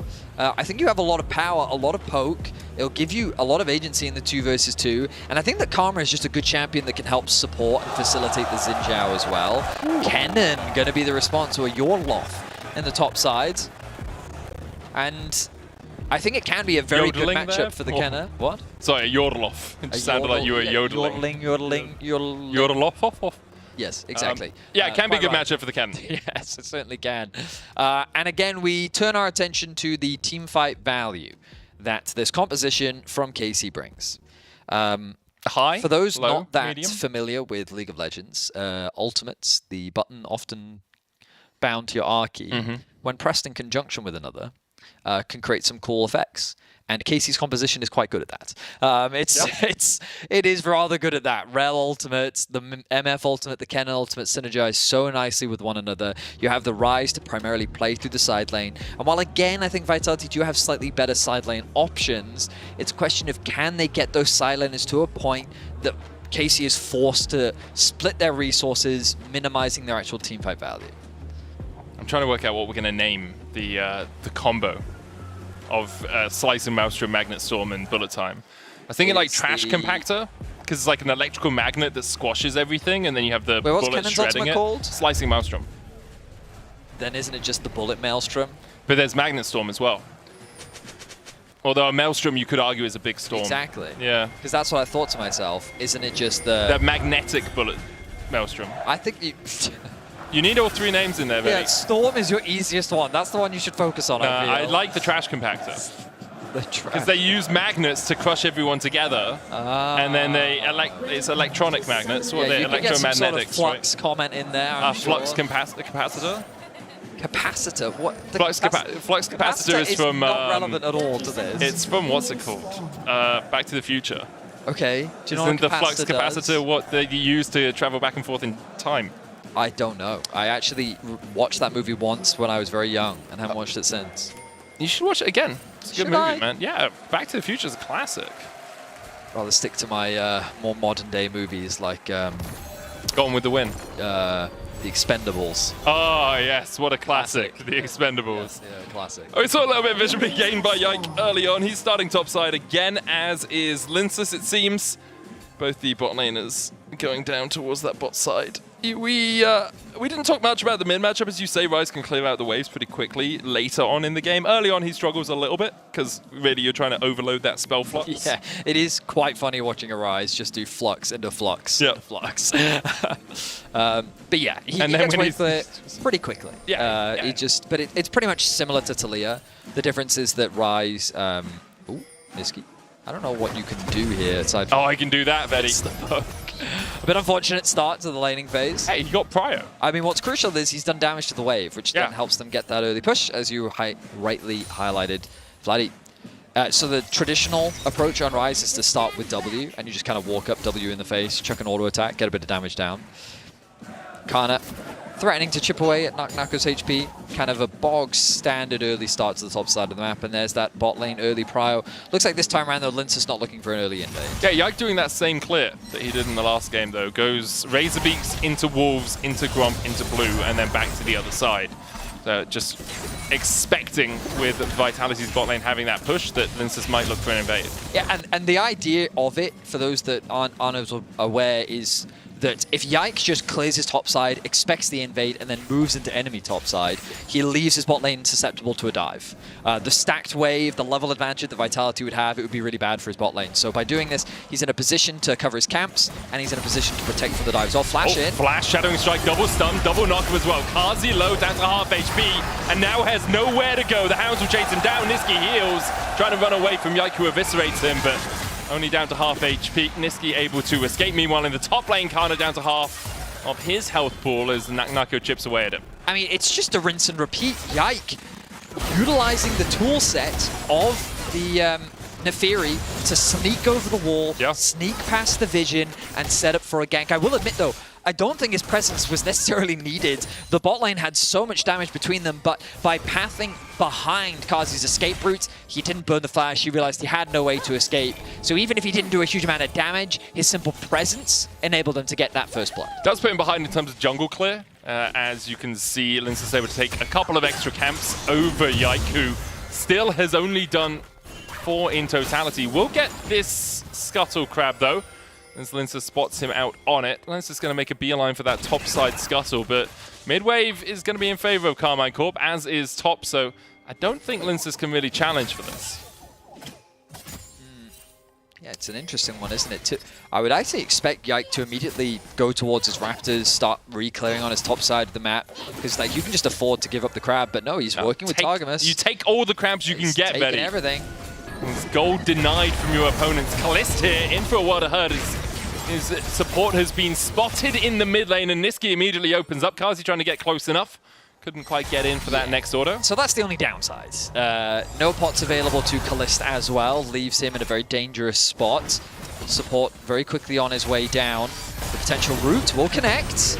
Ooh, but the minions protecting from the poke follow-up from Niski there. This is exactly how the wave should be playing. Sorry, the lane should be playing from Kazi and Niski. Just poke, poke, poke, poke. It's very obnoxious to deal with. And the fact that Kalist got that early kill mitigated some of that pressure, but it's not going to stop them coming back to this lane and just finding more harassment. So the question for Karmine Corp is, do you bail them out or do you continue to play? Stun there on Nucko. Lince flashes forward to get in range for the audacious charge, and Kana has no place to go. Lince gets Vitality on the board. Nice gank from Lince. He flashed in to start triggering that 3-hit passive from his Q and is able to get the knock-up. Kana recognizes it's not even worth flashing. And just like that, Vitality have taken decent control back over the game. Of course, Kalist still finds himself with a small gold lead for now, but the fact that Lince finds that gank in the top lane, the poke damage that's coming through onto Kalist. Oh, Vladdy. We thought maybe it would be Yike going for the gank, but it's Vladdy instead. Niski does still have the flash here. Vladdy, Niski's out of vision, but Vladdy flashes forward. The Rune Prison enough. He chucked out the Flux and took down Niski. Now the crash down from Targamas as they look for Kazi as well, who has the flash, who has the barrier. Vladdy gets in range for the Rune Prison. Targamas looking for the CC, just baiting Kazi in. Remounts, Kazi's down, Targa gets the kill. A massive overstep from Kazi. He still had the flash available as well, and he just hands over another kill. The Vitality bot lane becoming the target for KC in this series, and Yike uses that as an opportunity to set his sights onto top lane, looking for another cover. Oh, nice mouse him out. Nucko still stunned underneath the tower. Doesn't go mega in time. Yike gets the kill. And that was a very close to being a botch dive. And at the drop of a hat, the game just flips on its head. Vitality were finding their footing, but KC with a good play on the bot side, with a nice roam from Vladdy into the top lane dive coming through from Yike. It looked a little bit sketchy, but they make the play work. Dragon going to be opened up to allow Lince to at the very least cross map. But KC off to another fantastic start here in game 2. Yeah, about 1,500 gold the lead for them. Lince is going to be able to take this Drake without too much contest from Karmine Corp. Targamas is waiting around the corner but realizes the rest of his team's nowhere near, so he does just back away. Kazi and Niski looking to see if they can land a little bit more poke as Kalist and Targamas come around the corner. And we'll get a little bit of that down. Good. This is what Targamas should be doing, by the way, on that Deadly Flourish, is just eating it. Every now and again, just jump in front of it. You've got a crash down, you've got a shield. Don't let Kalist take that extra bit of damage. He does that well to make sure that Kalist is still topped up as they walk back to the lane. Now, looking at Summoners, Vladdy being flashless means that there could be a great opportunity in mid for them to look for a play. Notice that Chayak, hovering in the fog of war, has the ability to potentially work with Lince, to have Lince come from one side, then the Chayak ultimate can cut off his escape route. Then they can set up for a potential gank. So that's why Vladdy, every time Chayak moves into fog of war, has to be very cautious. This Kana takes a bit of a chunk trade. He traded it right back. That's Sork boots for you right there. Kana only has an Amp Tome and those Sorcerer's boots, but absolutely shredding through Nucko with only those Merc treads. Vladdy on his way down here again. They have the Realm Warp. You can see the Eviscerate over the wall from Yike. He is spotted on vision. Chayak comes across as well. I think Vladdy's going back to mid to push the wave. Chayak have to take a slightly longer route to get back there, so... I mean, the threat of the dive was enough. Yeah. Farm was lost, advantages were gained. Of course, the downside of them committing this many members on the bot side is that the grubs are going to be secured, but this means that Yike can threaten a dive. Hound's pursuit onto Kazi. There's the realm walk back in from Vladdy as well, and Kazi has the flash. Vladdy can't quite... Oh! Kalis cancelled it! He cancelled it, Vladdy! Kalis just cancelled it! Kalis, he took What's next, the co-streamer? He took one click too far. It happens to the best of them. Happens to the best of them. And Kadril. That's a low blow, bro. Low blow.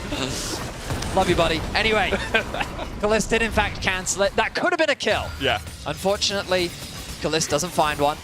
2k gold lead for now in favor of KC as we get closer to the next dragon. But Vladdy, proactive with the roams, Yike continuing his early aggression. I mean, this is the KC that we have been looking for throughout the entirety of the regular season. And as we draw closer to playoffs, I guess playing in their home crowd, having the energy of so many people supporting them, you can see them performing incredibly well here on stage. Right now, the lead is solid. Vitality still have ways of turning things around, but very quickly things are getting out of control. We have seen sort of in the mid game, sometimes Carmichael are a little bit over eager to make plays. So in the last game where Vitality were able to get back into the game a bit, but for now they are just stepping forward together. TP coming out from Chayak down towards this bottom lane tier 2. Maybe looking to contest around this red buff. Niski spotted on Vision. Yike, oh, just a bit early on the smite, and it's Linces who secures the red. Blast Cone, oh, Magna Storm in the Blast Cone forward from Carmine Core into the middle of 3. Chayak falling low, Kazi in the midst of them all as Yike flashes away, but Niski gets the kill. And now the curtains open, they might close on Carmine Core. They blasted in and then blasted back off to the fountain. Kalis follows suit, and just as we say, the Carmine Corp are playing well once again. Vitality punch back. I mean, you just mentioned it, Medic. Sometimes they overstep their boundaries, and this was an example of that. Kalis not having his ultimate meant that so much damage was missing. The engage looks very good, but Kalis is offering nothing. It's just a straight up 3 versus 3, but then Linces is able to join first. In the front to back, Kazi's able to flash away to safety, has the ultimate to still provide value. And Kalist tries to retreat, but the flash comes in, the wind becomes lightning, and Linces secures the final kill. 4-0 in favor of Vitality, and the gold lead disappears. That gold swings into Vitality's favor. Seraph's on its way for Chayak, halfway stacked on that. It's a Rod of Ages for Vladdy, just picked that one up. First couple of neutral objectives in this game as well did go over to Vitality. 3 grubs and that Hex Drake. Next dragon up in 30 seconds time. Targamas won't have flash. They will have ultimates across the board. On Vitality, no flashes on anyone but Nako. Unless Kazi's comes back up in time. Find ourselves in a dead even game state. Vitality, we were talking about how they weren't completely out of the game just yet. It was just starting to lose control, and a big team fight win like that does a lot for momentum, does a lot for your confidence, but crucially, item spikes. Some of those first major items are now being completed. Kazi still a ways away from the Collector. Shadowing Strike coming out, there's the Weaver's Wall follow-up, and you can see with the Crescent Guard down, where you gonna go, Targamas, knocked back, jumps into the wall and taken out by Vitality. It's a quick collapse that turns into another pick, should set up for the Dragon, as Vitality threatens on the Kalist in mid. I think this is gonna be, I don't know if Vladdy can make the same highlight play that he did in the previous game. It would be a bit of a tricky one, considering he's got 1 stack on his Rod of Ages and 201 stacks on his tier. I think for now, they're going to give up the Ghost on this Drake. Vitality will get their second of the game. They maintain that gold lead. Linces off to an absolute stormer here as well. 3-0-2 with the Sunder Sky already complete. The curtains call. Kalist, is he going to break a leg? Oh, crash down coming out from Targamas, slicing Maelstrom on the top side as Kana goes in with a Hextech Rocket Bait. Misses on the Shuriken there, though. which means Knock will be able to walk away. Kana very close to finding a solo kill, but Knock with some fancy feet is able to circumvent death. Meanwhile, in the mid lane, Kalist finds himself in a very precarious position as Niski and Kazi continue to use their range to chip away at his HP bar. He still holds onto the gold lead for now. Going to go back to base and will pick up the Bloodthirster, so that is going to help a lot with the poke that consistently comes through from Vitality. But Vitality doing a great job of swinging the game in their favor and leveraging the strength of Linces on this Xin Zhao. So strong, you mentioned it earlier, but he's eager and ready to skirmish. As he should be. Next fight, have to feel within a minute 30. 80 seconds before we get towards that Rift Herald. The question is, will Karmine Corp want to fight it? You've got a completed item across the board, apart from for Targamas. Niski has just finished his redemption, having picked up 2 of his team's 6 kills throughout the early portions of this game. Once again, it's an early game where Karmine Corp have fallen a little bit behind. They were ahead. But as we get towards the 14-minute mark, it's a very slight gold lead for Vitality, but a lead in terms of neutrals, in terms of those major objectives through the early game as well. Yeah, I mean, it was a priority to invest on the bot side of the map looking for kills. Of course, Yike still doing exactly what he did in the previous game, finds a gank bot, finds a gank top, making things happen in the early game, but then it was just that one overstep. You mentioned it, sometimes they do it. Typically, it's a little bit later on in the mid game. This time, their aggression was a little bit too early on the bot side of the map. And we'll see how much it ends up costing them as... Kana probably thinks he has lethal there. Slicing Maelstrom out. Knock still has the flash, but look at how much damage is already in the back of that Gnar. That was very clean from Kana. Beautifully done. Chained the CC and the stacks from the Kennen as well. So nicely to maximize his damage, and he finds a nice solo kill. That's a Korean Kennen right there. And it is. Both Kana and Vladdy not speaking English, I think, on the Rift right now. It's great play all round from Kana. Gets himself a tower, a 1.5k gold lead now for him. Kazi opening up in the mid lane. Yike coming in as well. Call of the pack, chucks some hounds onto Niski, but then has to jump away with the Eviscerate. Vladdy going to have to move off to a side lane as Chayek gets a nice push out onto top. The reset going to come through from him. Will leave open the Rift Herald, and Yike going to set his sights on it. Very close to level 10 as the resets come through, but look at the minimap. Vitality are making a beeline towards this objective, and it is not going down quickly enough to stop Vitality answering. I think Kana's ultimate comes up just as this fight begins. So the question is, do Vitality have the timer on that? Seismic shove back on Targamas. Realm Walk coming in. There's the curtain call. Targamas able to flash away behind Yike. Bullet time in as well, but the Crescent Guard stops it from Linces, who flashes the wall himself. Yike falling low. Linces the first to go down, though, as Yike is able to dodge away. Seismic shove on the Vladdy will take him down. Now a Weaver's Wall forward as Kana goes back in with a slicing Maelstrom and absolutely nukes Niski. Now it's looking for Kazi off towards the top side. Chayek able to get a kill. Kana locked up by Knuckle against the wall. Kazi will kill him off. It's a triple for Chayek. Kana hit with a wallop. Kalist was able to kill off the enemy mid right at the last moment.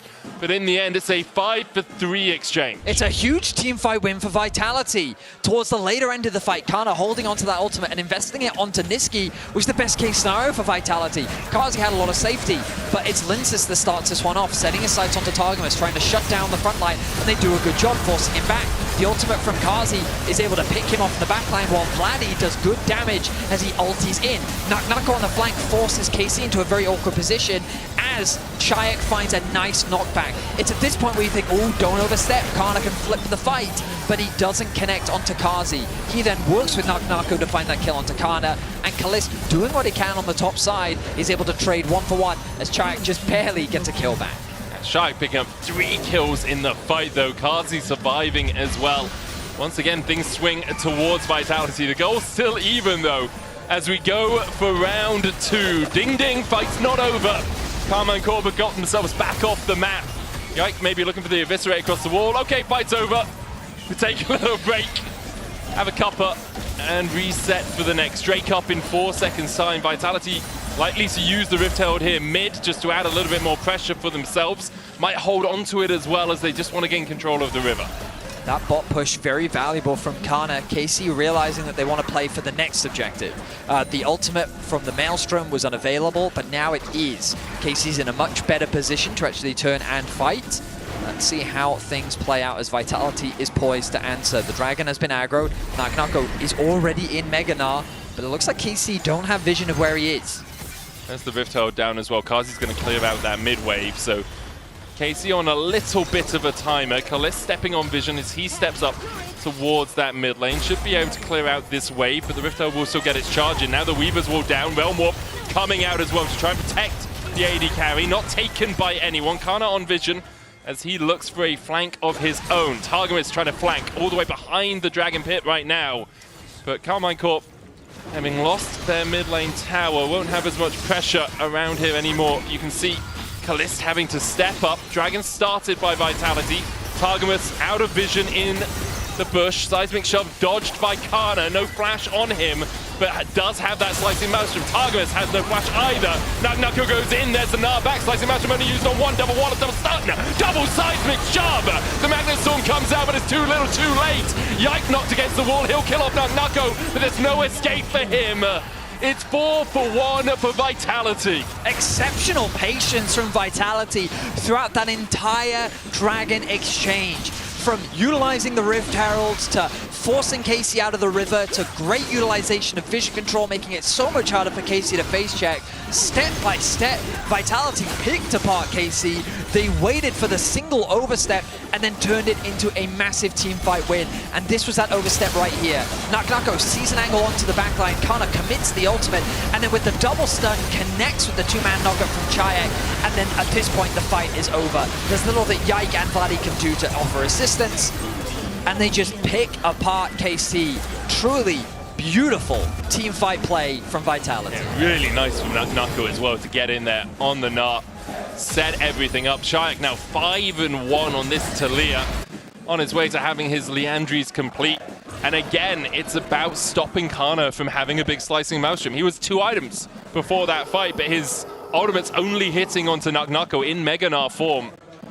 Carmine Corp, after a small blunder in the early mid game, now really water is flooding onto their ship.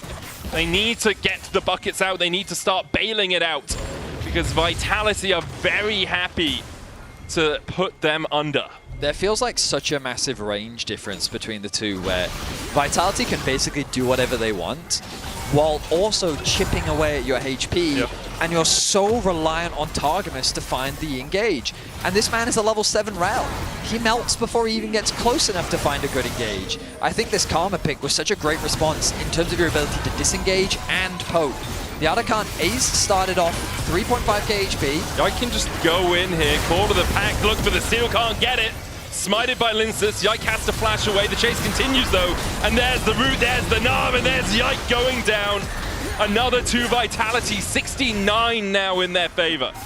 KC doing their best to cross map, but Double Vitality, they're gonna respond. They're not gonna allow them to get anything back out onto the map.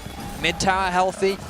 Of course, the top tier 2 exposed, but I think that's completely fine given Vitality's position. They're continuing to grow the gold gap, and I think we're really seeing the difference in the draft where Vitality find themselves with, and it's crazy to think how there was a 2k lead for KC. That single blunder in Vitality's jungle has now put them in this position. It just goes to show how a single mistake can cost you dearly. Really can. 2 items now on Linsus as well as Kazi and Chayek. They're 1 Drake away from Ocean Soul. Baron up in 3 minutes time. They already have the Atacon. They've got every single neutral on the map up until this point.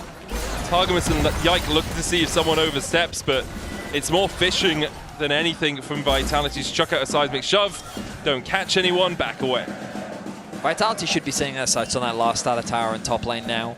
They want to push in mid, put some wards in the entrance to KC's jungle, and then turn their attention to top. I'm a little surprised they're not doing that. Instead, they're just kind of bimbling back and forth, catching waves for the time being. I think they may have been waiting for Niski to go back and get his ward resets, but they do have enough vision for it. Like, they have at least superficial vision into that red side jungle, so it could have been maybe they were just a little apprehensive. Looks like the pings are coming down now. Yeah, so they want to do it. To be the game plan moving forward at the very least. KC will have this window though to clear out some of this vision. Notice that Vladdy now gone back to base, going to upgrade the boots, 2 completed items for him. He's going to make the Ryze a lot more lethal. But again, I don't know. I just don't love Ryze in team fights. Yeah. Like, he can definitely pop off, but I think his biggest value is the fact that he can kind of cheat positioning. You know, that extra tempo that he can skip just because he has his ultimate to catch you off guard. So that's how I like to see him. I mean, one of my favorite Ryze players was Jizuke back on the old Vitality. And it was just the way in which he would hover, one of his side laners, you know? He used to hover Cabo, and he used to just sit there in the 2 versus 1, and he would use his ulti to then basically appear behind you, and then they'd find a pick in bot lane, and then they would either threaten sides, or they would use TP and then collapse on the map. And I think plays like that is what I think Ryze is really good at. You kind of have to be creative, because your ultimate doesn't do any damage, right? So finding value where you can ahead of the team fight is, in my opinion, the best way to utilize it. It used to be able to do tons of damage, because you... I mean, also, it does give damage to your other skills. Yeah, but also your teammates couldn't get out of it, so they just go into a fountain, one-way trip. As Carmine Corp setting up early around this Drake, they're going to lose some waves to that mid lane towers. Vitality do have the mid prio. Kana looking for that flank, has the flash, goes into the pit, unseen by Vitality. They'll get a little bit of vision. Vladdy trying to bait Vitality forward here. Yike doing the same. Targamas goes in. There's a Magnus Storm slicing Maelstrom, but they're only going to catch on to 1. Knock on the next target. He's down to half. Who pops before he can go into the Meganar? And Carmine Corp have come to fight in this team fight. Kana goes down. 3 members of KC going forward as Kazi immediately flashes away. Vladdy opens up, chucking out spell blocks after spell blocks, but he's the one that falls first. A double for Kazi. Goes down after, in the end, a 3-for-2 exchange. It's still a close fight, but KC find the fight that they've been looking for. Bit of a blunder there from Yike as he fails to get over the wall, but it doesn't matter. The dragon will be secured, the soul will be denied, and that was the engage that KC was so desperately looking for. In previous fights, Vitality had stopped Kana to getting onto any priority targets, but this time Kana got on top of Chayak, one of the biggest damage dealers on the side of Vitality. But they're immediately setting their sights on the Baron.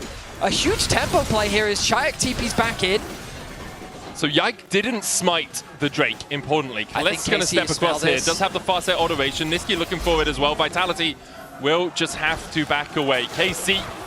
I love the idea from Vitality, though. Love it, love it, love it. Oh, Yike's got a dog's nose in this game, so obviously he can send that one out, sniff it out. But the idea is that as KC is resetting, you then quickly sneak away the Baron. But keep your eyes on Kana. Medic was talking so much about it leading up to the fight. The fact that he went in there unseen, catches Chayak out. He doesn't even get a chance to flash away. And at this point, you're thinking it's an easily won fight. And I would argue that maybe they just go a little bit too deep. Nice response there from, I believe it was Kazi. The ultimate was unfortunate timing as the Ryze ultimate comes through. But they notice how much damage Kazi is still doing as they're chasing for these kills. And so they have to commit quite deep. A lot of summoners were used. Kalist Flash is gone, Vladdy Flash gone, and crucially, Kana's Flash is gone. So now they're going to have to wait a long time. And, I mean, we work with Odo Omne a lot, and he's talked all about this. Kennen's value is so much determined by that Flash. He's like any support. Yeah. How often do you have the Flash? Also, you can't really take Hex Flash on him. Makes him a little bit weaker as a champion. He's going to spot out Niski, though. Shuriken doesn't quite connect. Let's have to work his way away, because Linsus is here to play. Almost 3 items on Kana. Importantly for him, Kazi doesn't have Flash, Linsus doesn't have it, Nagnako, Niski. None of them have that summoner. Kana now trying to get out of here. Does have the teleport. Will use it early. Should be able to escape. Good dodge out. TP's up. Oh, by the way, everyone's in the bot lane, guys. Let's just do the Baron bullet time to open it up. And immediately Carmine Corp. Oh, Kana! It baits everyone down. The Weaver's wall coming out as Vitality want to take the fight afterwards. Nagnako doesn't have a TP. He stays towards the bottom side. There's a slicing Maelstrom. He doesn't need Flash to get in the back line. Come up here. I have a bit of electricity for you, says Kana. Chases in, lands the stun onto Chayak as Targamas dives forward. Tanks the tower, the Hounds pursue them. Linsus will find one, but he dives back into his demise. And it's all gone tipsy-turvy. It's all gone on its head for Vitality as KC get the Baron, get 3 kills, and are looking for an inhib. It's such a rookie mistake by Vitality to send your jungler bot with the Baron available and no way to answer. KC may even be looking to end the game. Kazi's up in 9. I don't know. I don't know. Is this greedy from KC? Yes, it is. First Nexus Tower, their target. Vladdy coming in and land the root on Nuko. Kazi begins to open up. Kalist is down. 1, 2. Oh, just out of range for Yike and Vladdy. Nuko still chasing forward. Vladdy able to sidestep Nuko's boulder, but the chase continues. Yike has a blast cone there to get away if he needs it. Vladdy has one as well and should be able to get to the wall just in time to escape the claws of Nuko. My goodness. The Baron falls, a multitude of kills, and it just comes down to a simple mistake. Linsus on the bot side of the map, and Casey just said, their jungler's bot, we go Baron. They cannot respond in time.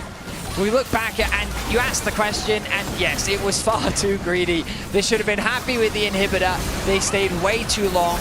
The arrival of Kazi with his ulti meant that this chase down was very easy for them to make happen. Vitality do only get 2 kills on the retreat of KC, but it doesn't matter. Now the game quickly swings back into the favor of KC, and they've already been finding some huge fights, but the Baron, very much momentum in favor of KC. Those flashes are back up from the last Dragon fight. Kana has his answers, Targamas, but so does Kazi. So does Linsa, so does Nuko. The ability to escape the engage just as vital for Vitality. Drake up in 40 seconds time. Vitality have a little bit of vision in the river, but not as much as they'd like. Importantly, no vision in the back of the pit, which is where Kana lay in wait last time. At one ward there, though, will spot Carmine Corp as they step across.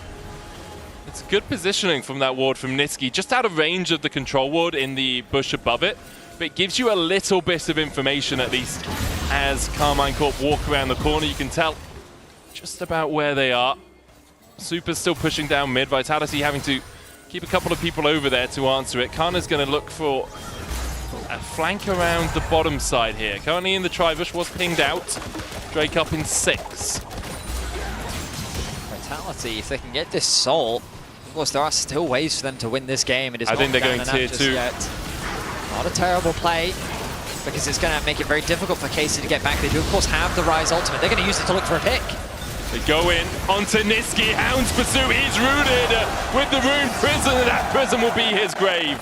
Tier 2 falls in the mid lane for Vitality. They get what they were looking for, but they do it at the expense of their support's life. Chayek staying around a long time towards the top side here as well. Targaman's on his way across, but there's the TP out from Chayek. So Vitality just make things awkward for KC. They secure the Dragon and they get themselves a kill, but they have no waves to play on.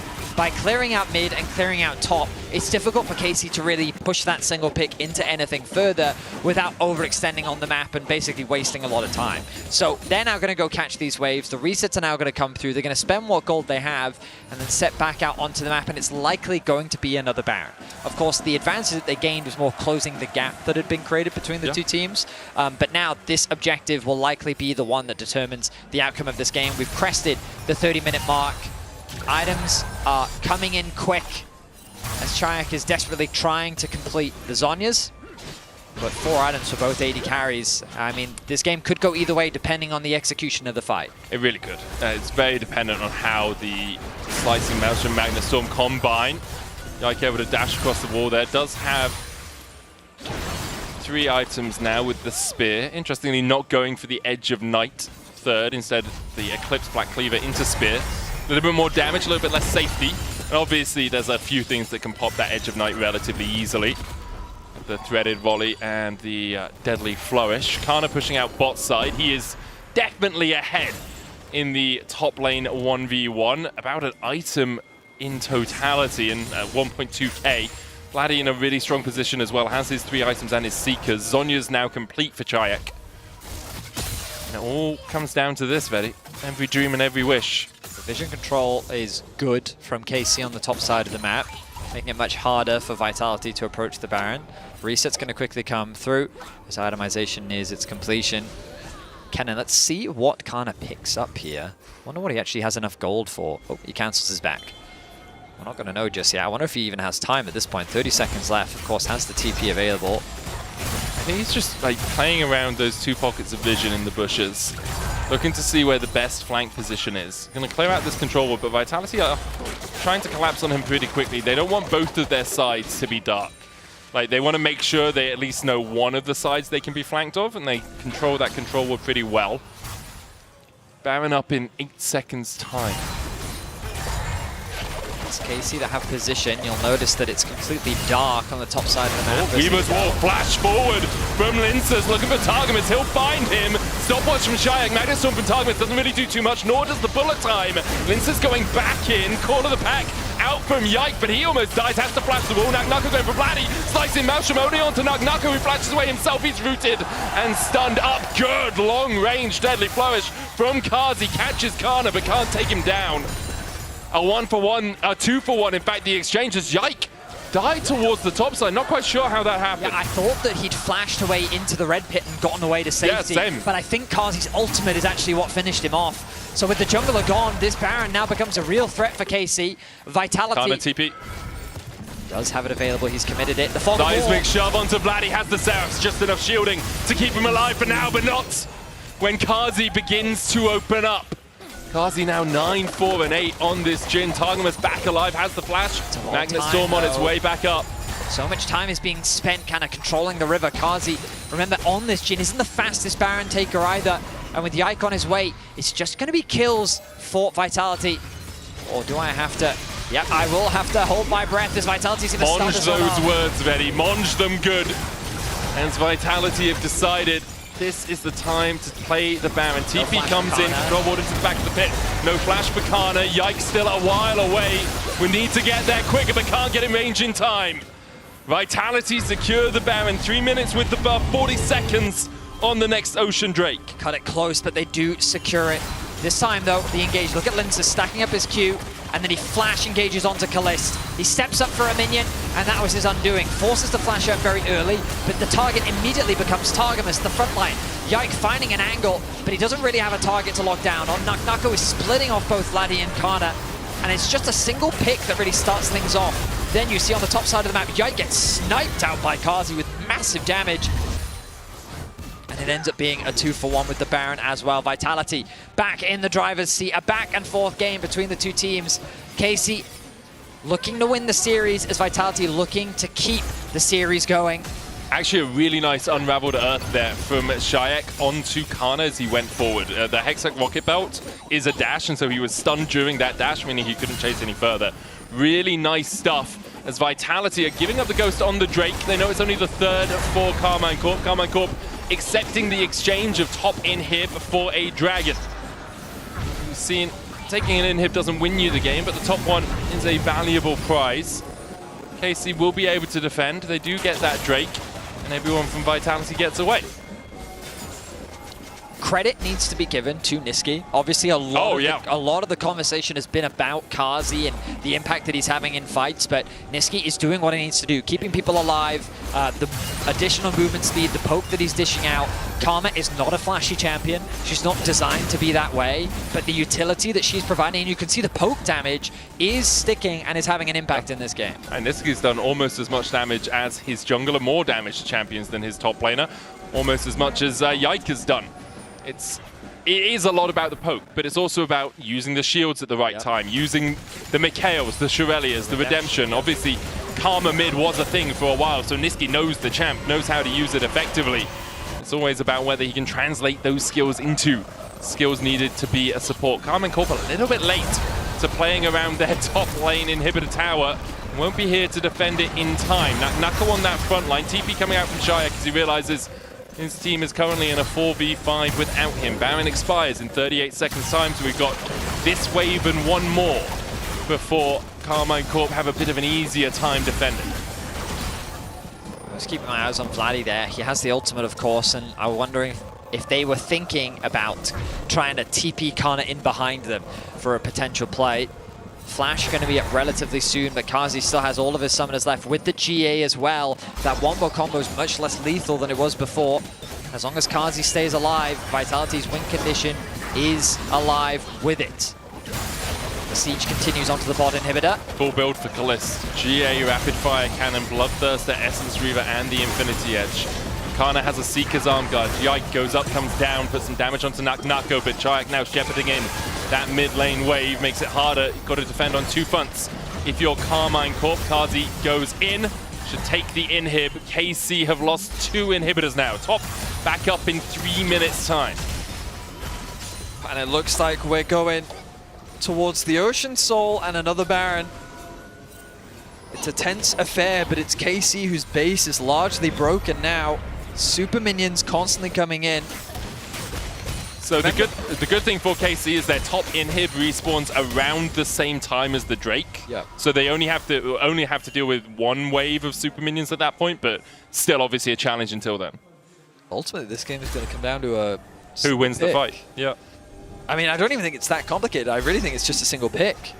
I think the moment that a piece of the puzzle falls apart, then the other side just gets to clean up. Like, the chase ability of both sides, I think, is so strong with Karma on one side and Rise on the other.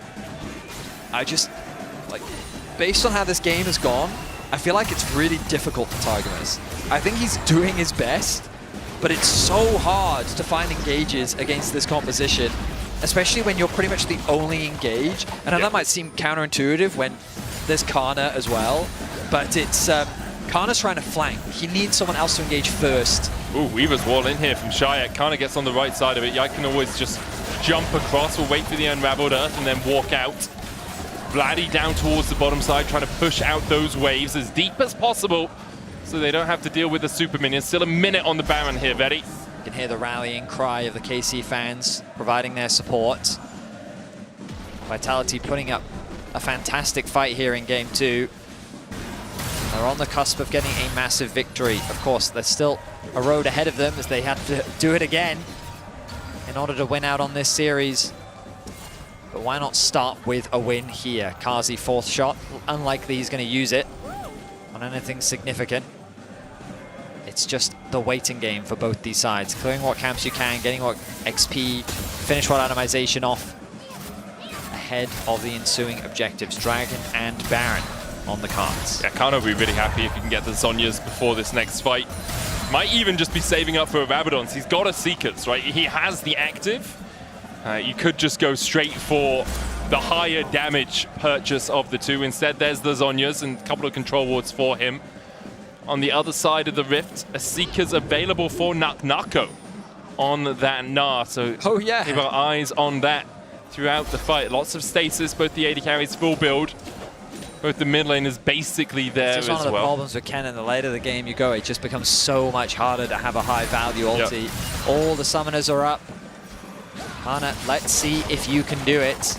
Yeah, Vladdy's on a bit of a flank position here, currently catching the mid wave. Kana's going to be spotted out by that ward behind the pit and will clear it out himself.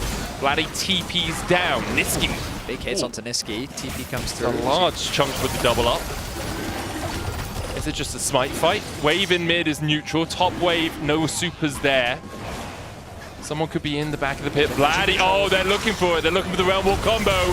Vladdy and Kana going in, but Targamas is caught. Bullet times opens up. There's the curtain call. Weaver's wall out. Kana goes in with a slicing Maelstrom, only onto Nako. Targamas caught towards the top side. Nako knocks 2 into the wall. Kazi flashes forward and 1's down already. Yike almost the second to fall. He's able to run away from Nako. The Drake secured by Kalist. KC lose 2, but do manage to get the soul. Yike spotted out in the pit. Will he get away in time? Niski's going to chase Targamas. Kalist will get back. Niski a little bit too deep here, you got to feel. Uses the Manjin in a flame. He buys a lot of time. Double TPs in 8 seconds before Yike and Targamas are back. Kalist has no bullet time to clear the wave. There are mites here as well, but they make it rain enough. Yike and Targamas now here to join their comrade in arms. The GA popped. The wave under the tower enough. The wall up hits. Nako goes in. Double Gnar from him. There's the stopwatch we were talking about into the cyclist job. And Vitality have done it. They fought back and they'll even out the series against Carmine Corp at 1-1. An incredibly hard-fought battle from Vitality. From a catch into a throw into another catch themselves, they held strong and they outperformed KC in the final fight. They managed Kana's Kennen well, their target selection was good, and they're bringing us to Game 3. Crazy credit to Nako in that game as well. His Gnars were absolutely sublime. We're going to go to a short break before we come back for Game 3 of this thrilling series.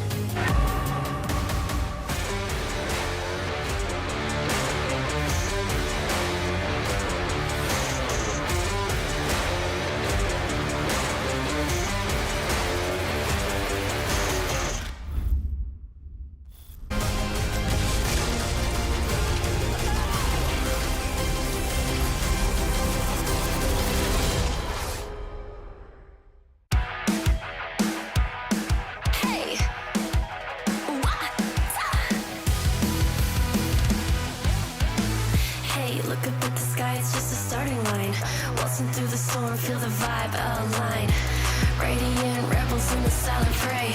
In the pulse of dawn, we embrace the day. We find harmony in mayhem, finding our own beat. Eyes ablaze with laser focus, dancing through the storm. We become the light against the lies. We'll stand and play in this never-ending fray. Eyes alive in the pulse of dawn, we find our beat when the chances take form through the noise. Hey, look down at the tide, it's our warning sign. It's time to rock the wave or get swept aside. Crash through barriers, our destinies untied.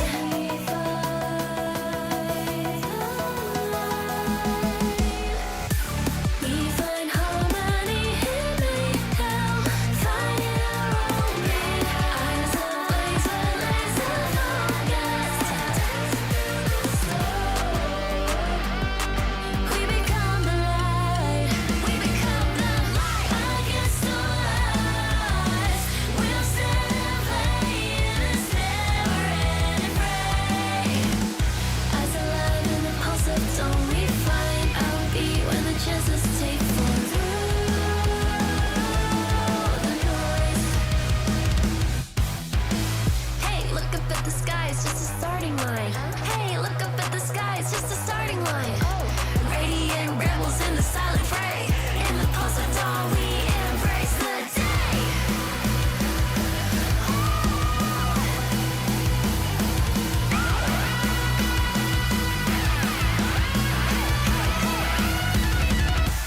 We find harmony in mayhem, finding our own beat. Eyes ablaze with laser focus, dancing through the storm.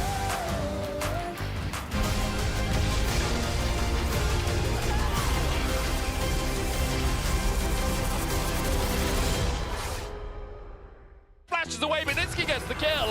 And now the curtains open, they might close. On Carmine Corp, they blast it in.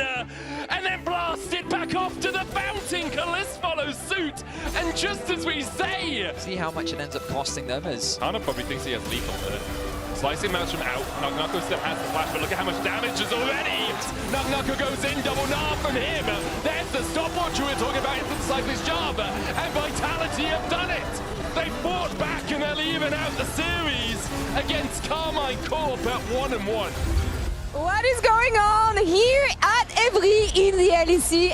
Vitality with the surprise win against KC. And guys, it was so funny because you're at home watching, you cannot see what we're seeing here. 90% of the arena is KC fans. You have this like 10% of Vitality fans right here. They were so loud by the end, but rightfully so. C'est une banger! Oh my god! C'est un banger! Banger totalement! Oh my god, Vitality striking back, showing what we want to see from them. I know. We've said we've seen Vitality at their lowest. This is Vitality at their highest, contesting with KC and showing that they actually seem to be excited about, not just their own delusions, bringing us to that. No cap, I thought they were gonna choke. I mean, they were so close. You're not wrong for that. And it showed as well, right? I mean, me and Finn were sitting here all the time and saying, I mean, the goalie's not that big, right? It's only 2.5. Like, so easy to throw. All that KC need is one good cannon ultimate. What do you know? They do find it. But I still think the early game for Vitality, before Linces popped off, it's still rough, and I still think they need some kind of way of shutting down Yike, because Yike has been phenomenal in that early game. The problem is, if you draft lanes like this for Nitsky, when you draft these range supports, you need to actually make sure you can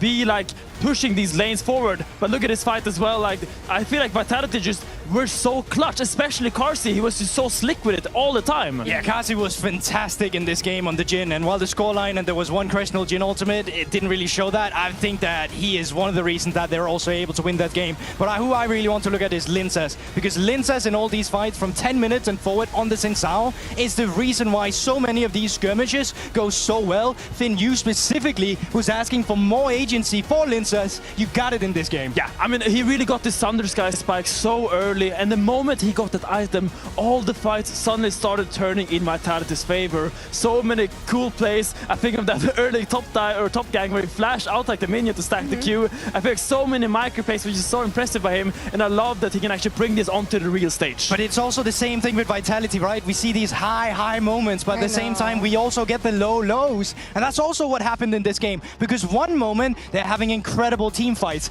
The next moment, they're griefing the team fight, and you really have no idea what's really happening. But yeah, Linces, one of the reasons they were able to stabilize that early game. Absolutely, keeping the boat afloat. And I mean, even later on, we're spacing the rest of KC, finding his space in those team fights. And as you said, Vitality want to be defined by their highs, but even in this game, it was not clean. Questionable decision-making around objectives as well, not only in team fight, but man, what kept them alive in this game?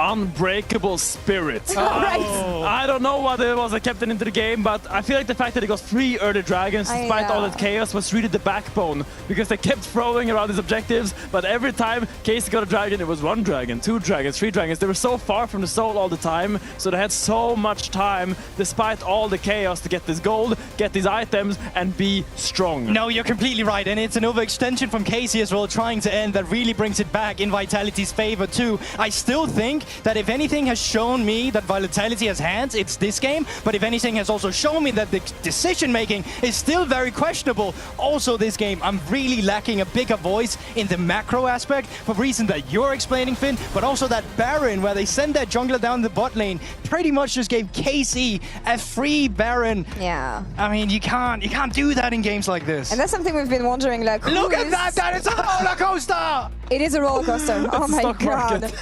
And honestly, with the tools that you have in the late game for KC, I'm actually not surprised, but impressed that Vitality managed to pull this one. And we were talking about the mess, the chaos, the fact that maybe they don't have this strong leadership that they need. I'm just wondering who made the shot. I know you can't answer because you were not in comms, but like who made the shots in this moment and who kept everyone calm? Because talking to Nisqy, I feel like he played a huge part here. Silent hero. I don't know if anyone was calm. Nisqy had a slightly better, like he had a solid game for sure. He only died 3 times despite all the dive on Vitality. That Karma baiting that Kennen ult, crucially in the topside fight, I remember, where kind of solo ults him, kind of taking that threat away from his teammates. But the guy I really want to highlight is Carsey. So many good micro plays in this fight, so much damage being dealt on this Jhin. He had 4 bullets, but made them all count. Yeah, I mean, if there's anything Nisqy did, it was press E on the right teammates, so they were shining in these team fights. The movement speed needed for some of the now ultimates. Carsey on the Jhin to get that 4th shot in multiple times. It just gave him movement to maneuver with his mechanics, which we know he's so proficient at. Nisqy redemption or question mark? I mean, I'm not sold yet. Hold up. I'm not a big fan of the Karma, but he made it work. I was kind of concerned when he didn't run exhaust, especially against the Kennen, but like that gold lead from this Karma, I know that I'm making stats up, honestly, like I'm arranging stats the way I want them, but Nisqy, I want to give him more baguette back. He earned his aura again. Definitely. He proved his worth. He came back in the game. I'm just gonna wonder what's gonna happen in the 3rd game now, because KC losing here in front of all their fans, does it mean anything? Is Vitality going to be able to seize the chance? What do you think, guys? Yeah, I mean, I still think there's so many options available going into the next games in terms of draft, right? We know that the champion pool of Vladdy is so deep. We also know that Azir is still open as a power pick, so I'm sure Jace are there too for Kana, right? So I think in terms of what we're expecting, there's still a lot of meta champions available. What I wonder is that I feel like Vitality is showing this preference towards putting Nisqy on range champions. They picked the Nico game 1 and now the Karma game 2. I wonder if this is something they've practiced specifically because they think KC's bot lane in lane is maybe one of their weaker parts. So I wonder if they actually see this prophecy through and in game 3 also draft another range champion to make sure Nisqy has the disadvantage. One thing I must say though, you guys are not doing a good job making sure Nisqy can pressure because they're getting ganked every single game.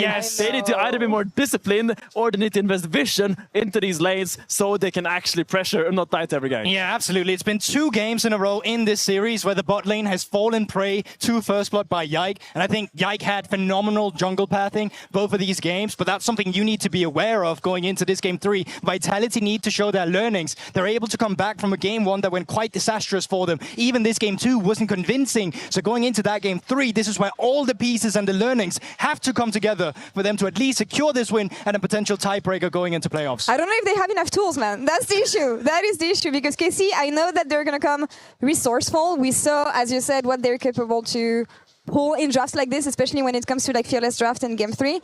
Vitality, though, I don't know. I want to say I don't want to fall for it again because whenever I believe in Vitality is usually when they let me down the most. I love the way they won here. I admire the resilience, especially with 90% of the crowd just booing you. I want to see them see it, honestly. I want to see them do it. Yeah, I mean, if we're still talking about range support still, right? You know, back in the day when Hylissang was still to support with Kasi, they were bringing out the Cillians as well, giving Kasi that movement speed to really perform on a Saya or a Seri as well. Still haven't seen that either. You know, that's something I could look at as an avenue if you want to play around Kasi, who I think, once again, phenomenal performance. Is Karzi the one that you believe in, though? For me, he is the one that I'm looking at, who's the one with the veterancy, the most experience, that can pull them across the finish line here. Despite not getting resources, I mean, Kazi never really got resources in his career, right? Yeah. But anyways, he makes it work, and I think that's what I'm looking at. One thing I'm looking at, actually, is that both Game 1 and Game 2, all the bans from KC, at least in the first half, have been towards the jungle department. Now we're going into Game 3. Four champions are banned by default in the jungle, and I think KC is still going to look to attack Linces in draft to make it really punishing if he can actually find the champion. Because I wonder what Linces will look to bring out now, because the Pantheon will stay banned, the Maokai will stand banned, and I don't remember the first champion, but he has been targeted by KC hard. What is one advice that you would give each team to pull this one cleanly?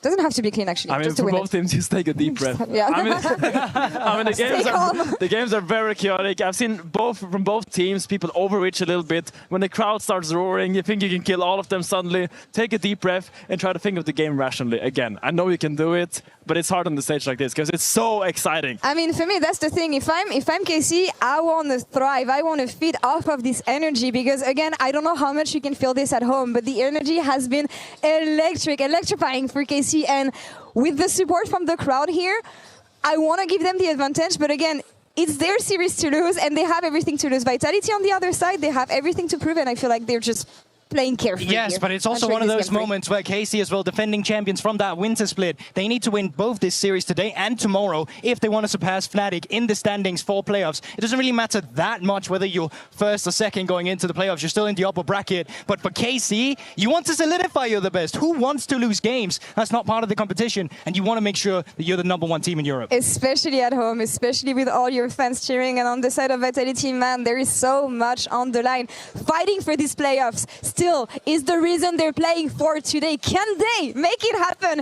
here in this Game 3? Let's find out soon. Casters, over to you. I'm so excited! Woo! I'm so excited. That is the question, isn't it? Can they make it through, Vedi? That's the question. Can they make it? Can they make it through? We're going to find out. We are. We're jumping straight into draft. So. KC, for the first time this series, on the blue side. They're going to ban away the Ezreal to kick things off. The question is, how much does this change for KC? Because we were talking about this a little bit beforehand. It's like, they could just slam Maokai Victor. And Bessa, yeah. And Bessa, and just have a really strong draft and be very comfortable. They're just like, hey, do you guys remember this draft? No, by the way, we're pretty good at this. The Azir ban now with the Talia gone definitely raises in priority. So already we're seeing a lot of shifts. They themselves banned the Wukong. Similar to what we saw in the previous game, yeah. I mean, Linces' Wukong is just really good. For sure. And they just want to take carry junglers off him, basically. Yeah. They want to force him onto something a little bit more utility-driven. So, what now? Does Tristana still make its way onto the ban pool? The thing about Trist, you talked a lot about it, but the Lilia then becomes more of an option as well once Tristana is open, just because it's kind of the next best AD. There goes that Maokai option possibility for Yike. Remember, he is a friend of the forest, though. So there's always the possibility of the Ivern to come through as well. Yeah, that's true. What were the Zyra was the other plant-based champion that he loved. Yeah, Lilia, Zyra, Maokai, and Ivern. I still disagree that Lilia is a tree. She lives in a forest, part of the forest kingdom. So Nidalee, like... Yeah, but he doesn't play Nidalee. That's true, but they do live in forests. I should say. They live in jungles, actually. Is that not just a wet forest? No, because forests can also be wet. That is true, but I think a jungle is kind of just a wet forest. Jace is going to be banned away by the side of Vitality. It's past my bedtime. Not first picked. Yeah, once 10 p.m. hits, that's it. I'm done. Pantheon instead. We've seen that ban out in a couple of games. Pantheon locked in for Yike. Gives you a strong, aggressive jungler, very similar to the Vi. You can look for those early skirmishes. You have good CC, good follow-up from your teammates, because they know exactly where to click with their follow-up. Sejuani into it would make sense. Don't really want to fight the Pantheon too much, but you're tanky enough after like first item that you don't really have to worry about him too much individually. Also gives you non-committal CC or non-committal engage with that Glacial Prison. We've seen Akali banned a bunch this series. Is this now where Chayek pulls out his Akali and says, show me what you got, Vladdy? What would you play into the Akali if it was locked in here? Victor. Yeah. So I think no. Yeah. I don't think the Akali really works too well this early in the draft. There's the Corki, likely going to Kazi in the bot lane. Yeah, probably. But they always have the flexibility option. But yeah, I think you're 100% right. When you kind of look at some of his most played, Corki's definitely up there. Panth support, Lilia jungle. You know the rule about not talking about hovers. I do, but oh! Can we talk about this one? You know that he's just listening to us, man. He's listening to us. They're listening to us. You are so smart, Betty. You are so Victor smart. Slam. This is the thing about Vladdy. It's in winter, it was something that teams learned to ban against him. Even at first stand, teams were banning this champion against him. And then in winter, he barely plays it. He's just kind of like, sorry, yeah, Spring. He's barely playing it. He's just kind of like, it's whatever. I don't care. It's not a big deal. And then he can slam it at any point. Always come back to me. It's like the whole Jace storyline. Yeah. It's like, see where it's brought you. Crawling back to me, Jace. Jax the lock for Kana in the top lane. Good CC again, can dominate in the side lanes. I like the side lane threat of the Jax here, especially with the ability of the Pantheon just to close that gap into a lane with the Grand Starfall. Ooh, Chaya bringing out the Aurelian Soul. Okay. I think it's a very solid matchup into the Victor, just because you get to a point where you don't interact with the lane anymore. And against Victor, that's really good. Because Victor, he loves to punish you when you're literally about to last hit. Yeah. And you think, oh, I'll try and play around it. Laser instantly falls on your face, you can't react. So when you're able to do what Aurelian Soul does, which is basically you just put the thing down, you hold your Q for a little bit, and then you immediately wipe out the wave, Victor just kind of gets irritated because he then doesn't get to engage with you that much in the wave. Of course, that does come much later into the laning phase. Early on, still lots of room for the Victor to be a big bully, to build those advantages. But maybe the Sejuani can look to punish, maybe burn a flash or two. We'll have to wait and see. And there's the Rakan ban and a Renekton ban coming out from Carmine Corp. I wonder if we'll see Nautilus removed again. I do like Nautilus into things like A-Soul and Corki because you can kind of follow them a little bit with the depth charge. But that's the only other engage support really, right? Because with Rel, Leona, Nico taken off the board, Rakan banned away, the next one, I mean, it has to be Nautilus, I think? Yeah, I think Nautilus is next Alistair. up. Alistair, we saw banned in game 1, but wasn't picked in game 2. Yeah. I don't think it was banned there either, if I remember correctly. No, it was banned in game 2 because remember the Nautilus. Oh, it was not out. Yeah, instead of the Rel, yeah. Okay, yep. So I wonder if we'll see Alistair Nautilus in the bot lane. Could see ranged as well. We haven't seen Kalist on something like the Jinx. Could be an option. Renekton and Mbessa with the Give Jax me the Malphite. Come on, Nako. I feel like it was Broken Blade that played the Malphite top. Didn't go too well for him. Yeah, but I still love the matchup. I think it's so good into Jax. Why do you think that, Betty? Because his E is mega OP. That is true. You basically, every time Jax jumps on you, you press E, you press Q, you run away. You can also just keep harassing him in lane with Q. Aatrox is fine. This is also a fine matchup. Obviously, I would say somewhat of a skill matchup. Probably. Yeah. I don't know top lane. Every matchup is pretty skill dependent. That's not true. No, because if I'm a lot better than my opponent, even if the matchup is bad, I can win, Betty. That's true. It rarely happens, but it can. Yeah, this level, usually that doesn't happen. Yeah. Unless it's Zeus versus... Oh, Kog'Maw Braum. Ooh, Kog'Maw Braum. Do Braum. it. Yes. Nice. Hyper-scaling bot lane. Big fan, big fan. Also does a lot of damage early if you are caught out by it. Seraphine. Is Seraphine good into Braum? Like, in lane, sure, I could see you, like, being big bully. But doesn't the shield just... Does it go through? No, yeah, Encore is stopped by the shield. It is blocked? Yeah, I'm pretty sure. I like the rel hover, immediate realization, I can't hover this champion. Instead, Nami is the lock alongside the Corki, so looking for a little bit more harass in that bot lane for Niski and Kazi. I feel like this is like a Season 3 bot lane. Yeah, it's like Gatling Gun here, Tidecaller's Blessing, sweet. Just water bullets, I guess. Okay, so overall, I think KC's draft, their engage is a little bit limited, but solid front to back with decent side lane options thanks to the Jax and the ability of Pantheon to be able to ulti onto a side lane. And of course, with both Victor and Kog'Maw, as long as you have a solid front line, you can very easily play the front to back. But I would argue that Vitality, not a too bad front to back themselves. Their ability to attack the side lanes thanks to Aurelion Sol is also good. I'd say that both compositions are very similar. The biggest difference is that I fear for Kog'Maw if it goes super late again. Like, Corki, I think, will reach a point where, like, you can do really good damage, but in contrast to a Kog'Maw, I don't know, man, this champ is just really terrifying super lane to the game. You fear that the Kog'Maw will take over the game? Yeah. Okay, because a fear for Kog'Maw kind of implies... Sorry, my apologies. No, I agree with you. I agree with you.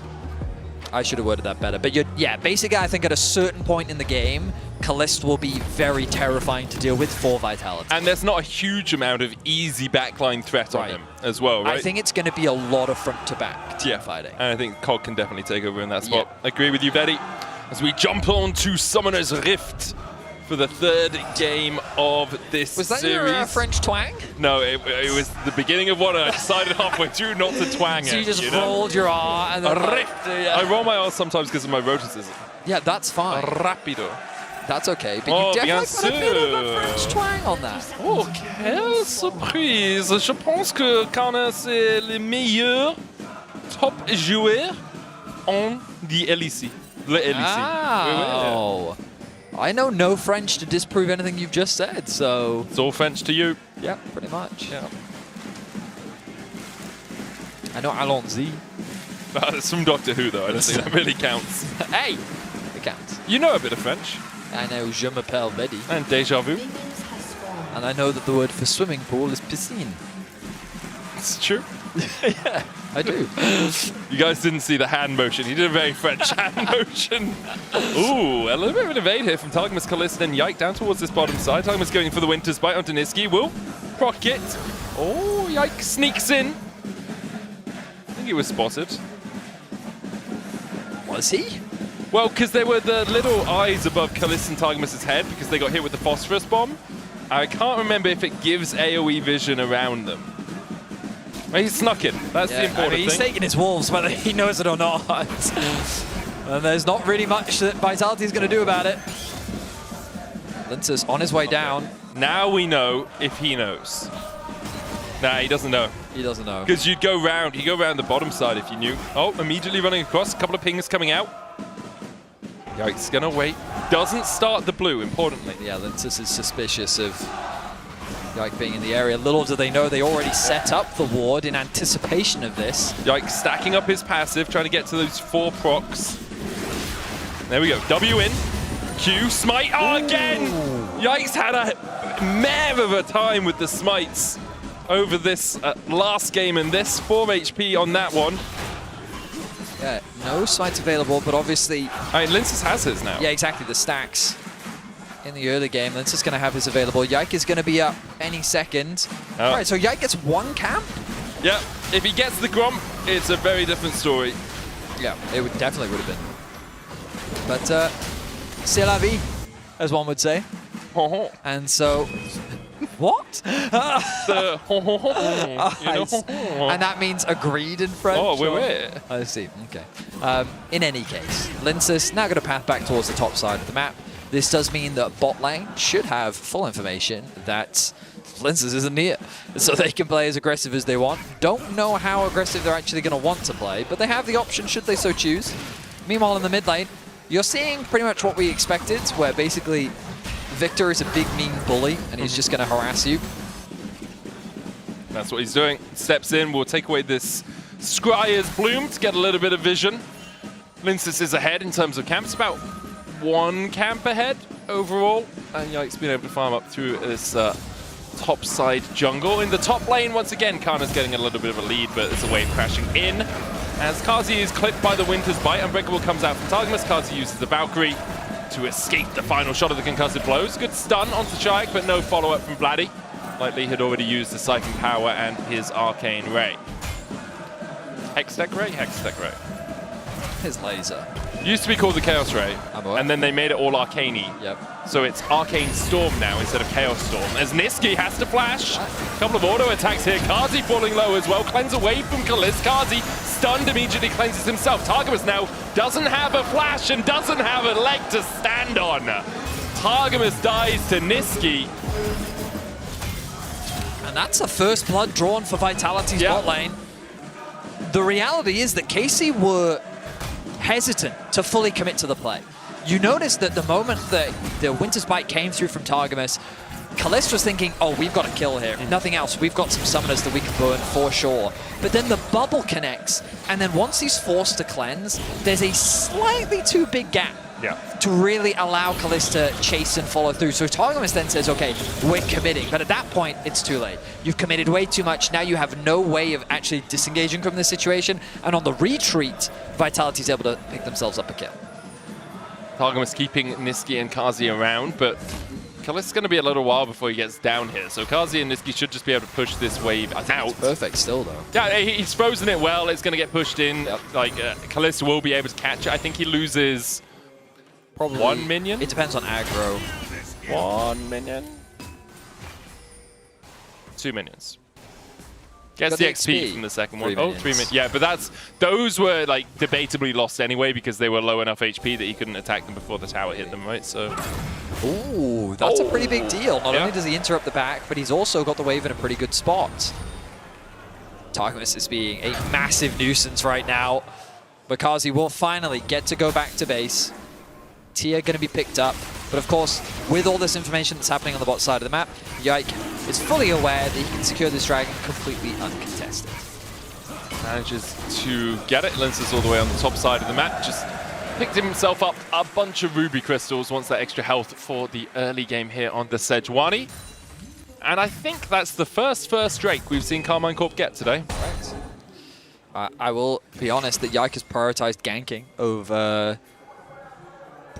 the early objectives so far in this series, but you are correct. This time around, we haven't seen Yike gank bot lane. That is true. Which is what he did in both games. Winter's Bite will connect, but Kazi has the movement speed to get away to safety. And something that Finn was talking about on the desk is pushing Niski towards range supports. I will say that I think I do in general prefer him on them. I think that it's more mage-like. Sure. And so if the criticism towards him is the micro, specifically on a lot of support champions, put him on something as close to a mid laner as possible, where positioning is important, you're naturally more squishy, you're not entirely responsible on the engages. Facilitating champions, I think he seems to be a lot more comfortable on. It does make it harder for your team as a whole, because you usually are looking for a secondary engage source as well, right? Whereas here, only Linsus really has engage for Vitality. I guess you could argue the Tidal Wave is a bit of an engage tool, but people getting clipped by that are not reacting that well. It can be used in a lot of ways. It can. As a zoning tool, as a follow-up engage tool, or, as you rightly said, potentially as a way to start a fight. There was a player, I don't remember who, that demonstrated the flash ult combo. Yeah, probably Hellsang. My instinct was whenever it's a flash plus something combo, my instinct is Hellsang. He showed it to us on Lulu. Yes, he did. But I don't think he did it on the Nami. In any case, right now we have Lintus hovering bots. Oh, here we go, Glacial Prison. Well, it's going to get a slow on Targamas. There's the Aqua Prison as well as they manage to kill off the Braum. Grand Starfall in by Yike. Niski needs to work on that positioning. He's caught out a 1-for-1 exchange of support. I mean, in his defense, he had no flash, but that was a nice... Don't be there. That was a nice response from Casey and a nice initial play from Lintus, utilizing the ultimate in a way that kind of forces only bad choices from Targamas. He had nowhere where he could really go, and then instantly focusing him down this early on. He wasn't able to get the Unbreakable up, allowing Vitality to find themselves another kill. Is answered at least by Yike getting a kill for himself with the Grand Starfall in. He gets Carmine Corp's first on the board. Kana going in here. Grandmaster's Might being used. Niski in the right position. to force out Kana's flash, and now the chase continues for Naknako. Good leap strike away. Naknako won't be able to get in range. Yike and Targamas on their way across. Naknako no flash. Niski does have his back up. Flash from Yike past the Aqua Prison. Naknako down. Yike gets his second. Niski unable to help his top laner any further. A quick collapse comes through from Casey's jungle support duo. Targamas, maybe a little too deep. Okay. The swap has come through from Kalista. He's on his way to top lane. Level 6, close for both supports. The grubs will be abandoned though. As far as I can tell, none was secured as of right now. And with Yike's flash already used, this is a great opportunity for Lintus to start the objective off. I might go for the Scuttle Crab first. And we'll choose that, looking for the Permafrost. Yike coming across. But Lintus does have his smite and the Permafrost here, so should be able to get that. Oh, that was close to being stolen away by Yike. Targamas stepping in, all the summoners available for the KC bot lane. Niski still missing his heal. Grubs have been begun by that Sejuani. Trying to feed them to Habor quickly before KC can really respond. And I think Yike is wise to just let these go. Right now they're even on objectives, even if the grubs are secured by Vitality. And it gives him an opportunity to clear through his camps. And you can see he's got a lot of camps up. The red is also spawning very soon, so he wants to clear these out as quickly as he can ahead of the dragon spawning in 55 seconds. Back's going to come through from Kalista Targamas. I wonder if they'll look to swap again. I don't imagine that he's actually going to have an item upgrade. Oh no, he's sticking around for another wave. Okay. I don't think that's going to be too detrimental because the dragon is still 40 seconds away. And I'd be surprised if KC just try to start that one off immediately. Yeah, it looks like Targamas is pathing out through mid. Niski and Kazi immediately going towards the bottom lane. They know where their bread is buttered. Kana looking for the counter-strike. Can't quite land it as Naknako landed the chains and pulled Kana back out of the play. Looks like Yike will do a full bot side clear, or at least his Razorbeaks into red before moving across towards that Drake. As you say, still about 10 seconds away, Betty.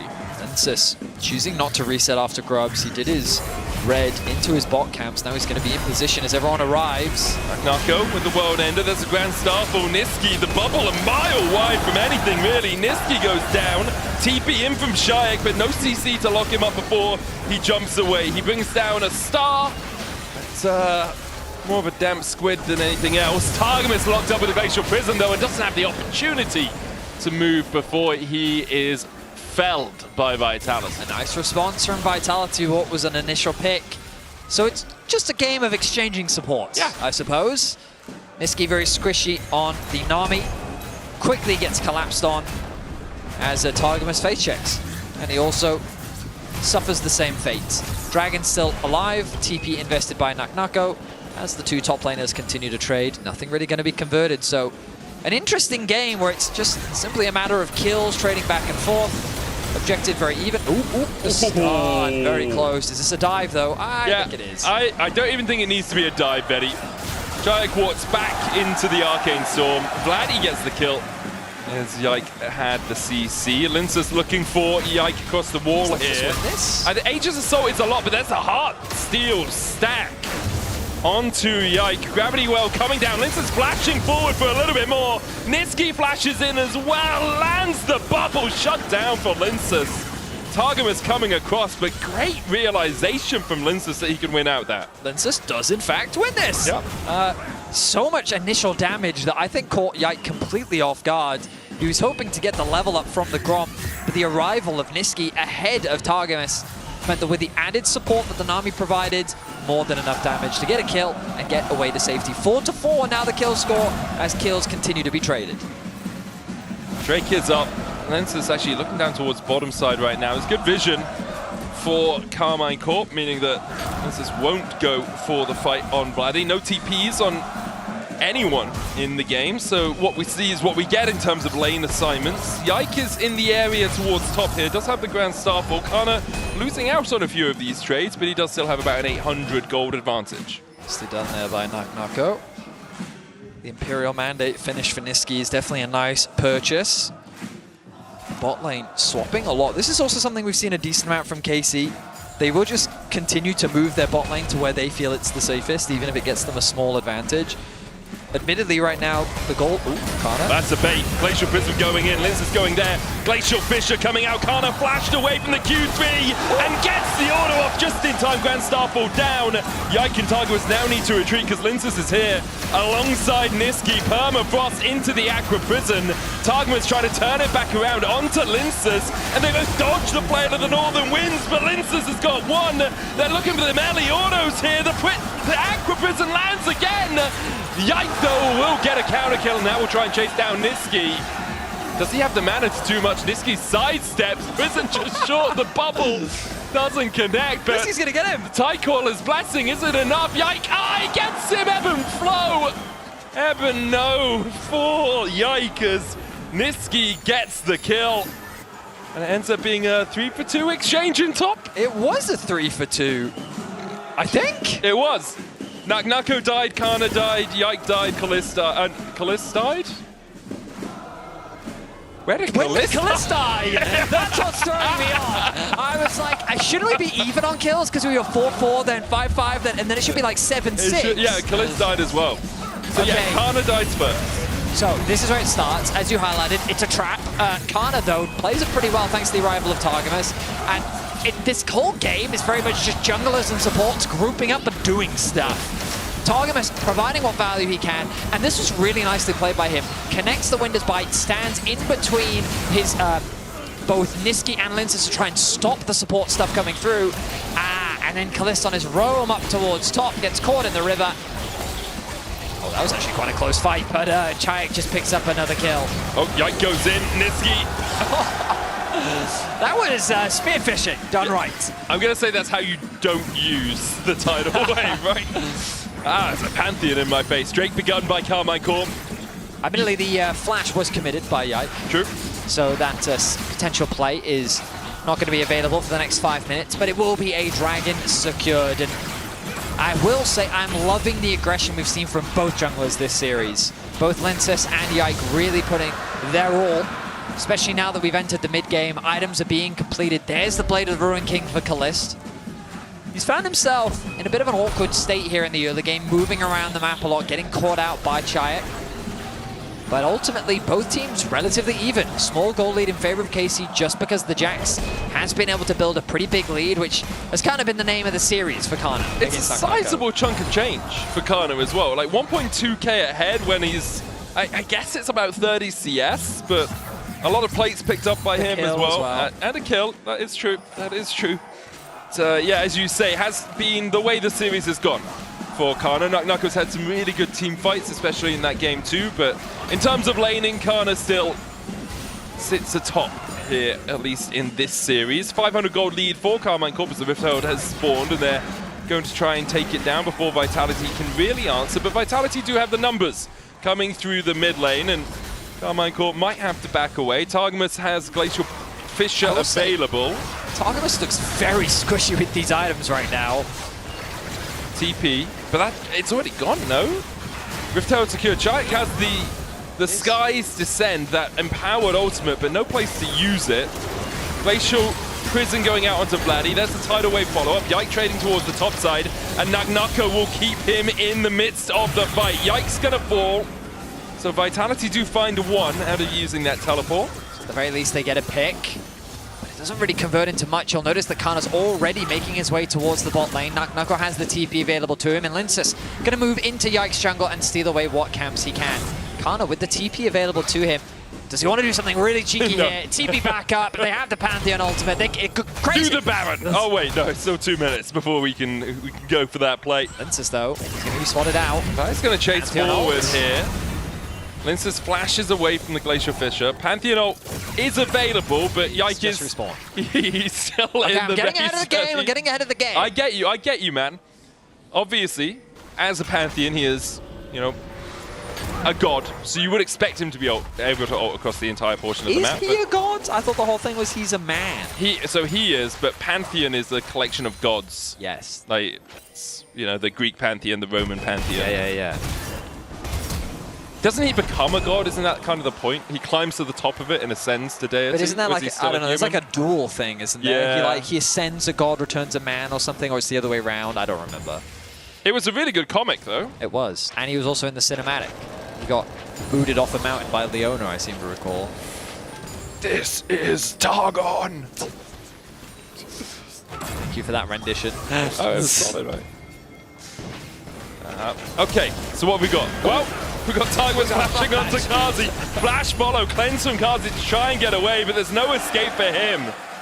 Nice flash there by Targamas. He's done that a few times this game, and often it hasn't worked out. Yeah, I will so admit. that's the one where he's tricked them the entire game till this point. It's a long play. Yeah.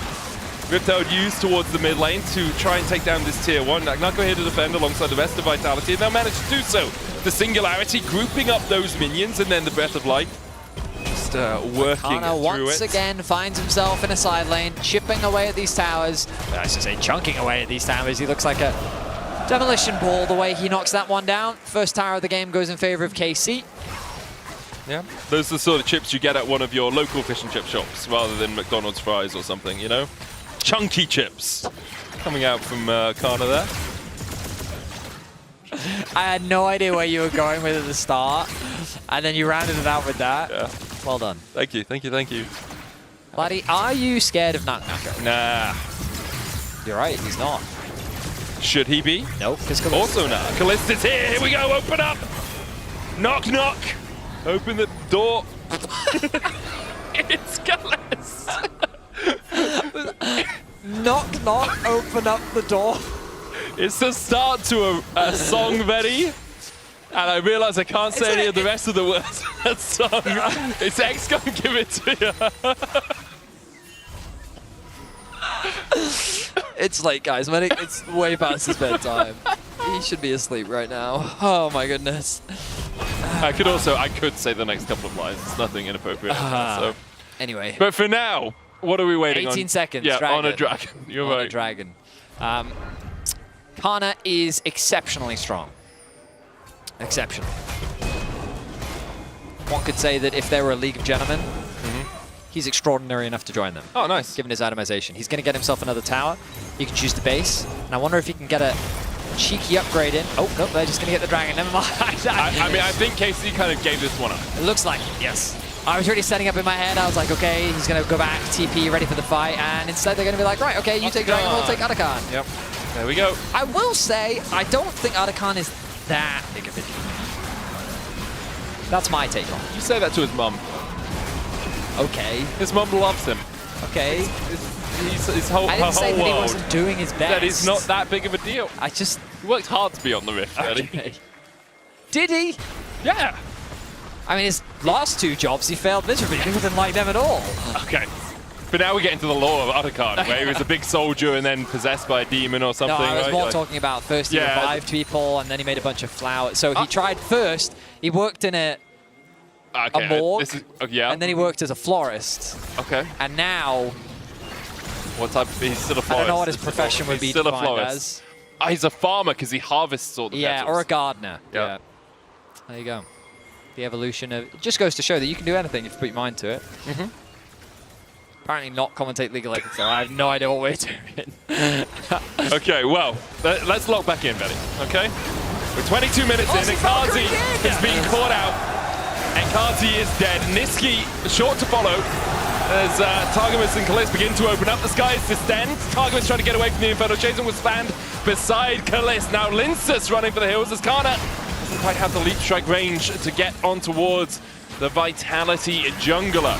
Pings down towards the bot lane tier 2 as KC realize they can play on 2 lanes at once, but it looks like they just want to crack this mid tier 2. Vladdy and Targamas stepping forward. Kalist taking the long route away. Linsus here, will dash in. Is there any follow-up from KC? Giant going forward, there's the glacial, sorry, the gravity well. Onto Linsus, follow-up from Yike and Kalist now on a killing spree. 3 quick kills out of this exchange for the dog. Kana gets more in the bot lane. It's a single misplay from Kazi. Like, he Valkyries in, anticipating a play to come through from his team. Oh, Kana goes in, and he goes right back out. Okay, our casting matches the energy on the Rift. I'm going to put that out there. I need to see a replay because I want to understand the motivation from Kazi. Is there another TP I'm not aware of? No, okay. But I want to understand why Kazi chose to Valkyrie in there. I'm assuming that they had some information to garner like where the rest of KC were. Question is, will I get the replay? No, because Nako and Niski are on a clandestine adventure, Betty. They've spotted out Kalis, but he will not fall prey. Here we Dog go. off his leash. So I mean, it's just a sneak level 100 coming out from the KC members. Kasi thinks he's caught a single member of Kalista out, and he did not expect the rest of KC there. Meaning that he immediately drops. KC converted into another pick, and it's just a simple matter of KC punishing their opposition. It's such a massive gold swing now as well, because they get so many picks. They secure the mid lane tower, opening themselves up much more to the enemy jungle. Vitality now find themselves 5k gold behind. That they do. A huge swing, as you say, Betty. Bound up in 40 seconds. Clouddrake as well in 1:35, but it would only be the third for KC. As much as you say Artican isn't as big of a deal these days, I agree with you generally, but you can see 35 petals now for KC. That's a lot of extra experience they've been able to gain. Unbreakable coming out from Target. Fisher splits the uprights. Niski going in as well as Naka tries to dive onto Kalis on the back line. Needs another auto attack to take down the dog, and he won't get him. Kalis survives. And now the collapse continues from KC. The Arcane Storm on Shayak, he has to flash away from it. Only Linsis and Shayak left alive. The mechanics from Kalist in that play were out of this world. The fact that he held his ground, the fact that he held his cleanse for as long as he did, and he ends up getting a double kill in that scenario was absolutely crazy. Great play from Targamas, being the support that he very much needed to be to keep his AD carry alive. And while the supports were very much the target throughout the early game, Targamas comes up clutch here towards the end as KC set their sights on the Baron and look to claim firm grasp over game 3. It's going to be 9k gold when they get that Baron. Have another look at this. Targamas gets in, jumps on Kalista as quickly as possible. Yeah, and so that's why he chooses not to cleanse. So that was crucial because Aatrox finds a flank angle onto the back, so he uses his cleanse here. But look, he's actually going to land the auto attack onto Niski and the Q and then turn his attention back. Truly min-maxing his damage output there to maximize the kills he can get as the rest of KC chase for more. And manages to survive as well, which is just insanity, let's be honest. Now a 9,000 gold lead for KC. 2.5 minutes on the clock of that Baron buff. There's a Drake up for them as well if they want to try and do this by the numbers. But they have such a massive advantage. 2.5, almost 3 items on Vladdy. Yike, I think, is sitting at 3 completed. Vitality have to back away from the Drake. Question is, how many waves can Carmine Corp play on? You can see the pings happening towards the top lane wave. They're like, we can play off this one. That's where Vladdy is moving up to right now. They've already pushed through mid, so they're looking for the tier 2 in top of this sequence. Targamas will step in towards that red side, get a little bit of vision down, and then they're going to play off this wave as I think Kana will likely catch the next mid wave. I mean, Kana can basically do whatever he wants. Yeah. He is, we already talked about how strong he was earlier, and I don't really think anyone can answer him. Targamas acting as the shield for his AD carry, trying to face check to help his team get a little bit more vision. Yeah, going to try and steal away the red buff. You kind of have to play on 2 waves if you're Carmine Corp, though, because of the 100%. singularity. Like, there's too much wave cliff and vitality for you to effectively play just 1 lane. Now, because they have to split up a little bit here with Kana drawing attention towards the mid lane inhibitor, then Carmine Corp can push through mid and actually get push through top, and actually get some damage down. With there being no wave on mid right now, I expect this wave in top's going to be cleared out pretty sharpish. That's the ulti available. The wave clear is just not enough. The double cannons chipping away at the HP of the tower. As well, Kana in mid lane. I mean, Vitality just don't have the wave clear needed to defend their base.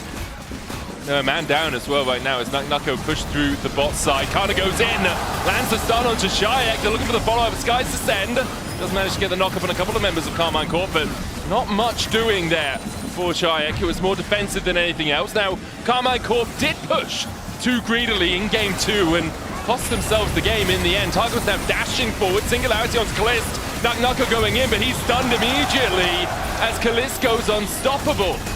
Carmine Corp still a man to the good. Kalist down at half HP though. Have a huge amount of life steal. There's a Grand Starfall as they dive towards the back line. Lince's flashing away, but the Nexus towers go down. And in sub 30 minutes, Carmine Corp will take the series on home ground. A single good fight in the mid lane was all they needed to close this one out.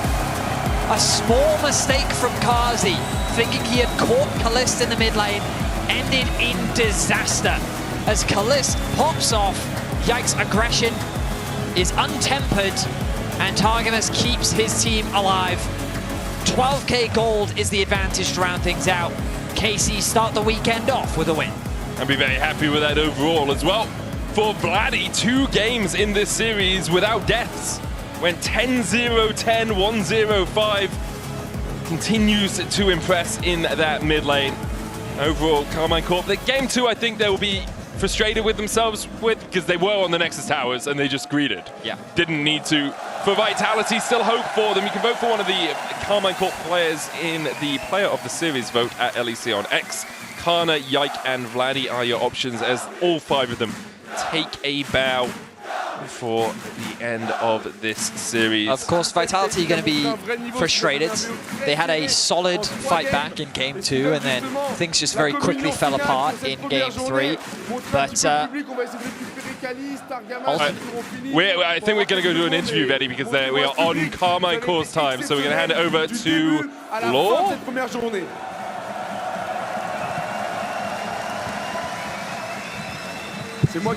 That's right, that's me. I'm going to be doing the translation here for this interview. The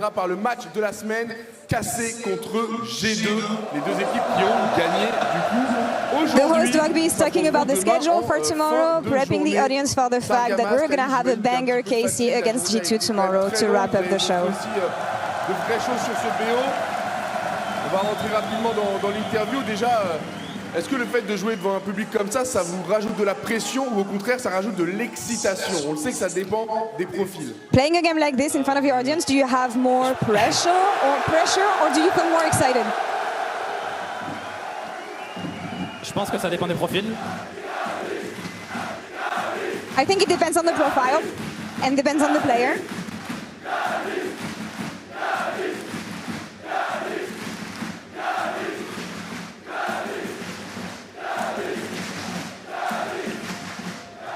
Pour moi, ça dépend des profils. Il y en a certains qui vont succomber à la pression et d'autres justement vont vouloir. I think it depends on the profile. Some of them are going to crumble under pressure, and some of them are going to be boosted by this and feel stronger and more aggressive. I'm more of this type of player. I see that I'm more aggressive on stage. Comme j'ai dit, ça dépend des profils, donc je vais demander ça à Targamas. And as I say, it depends on the profile, so I'm going to ask Targamas what he thinks.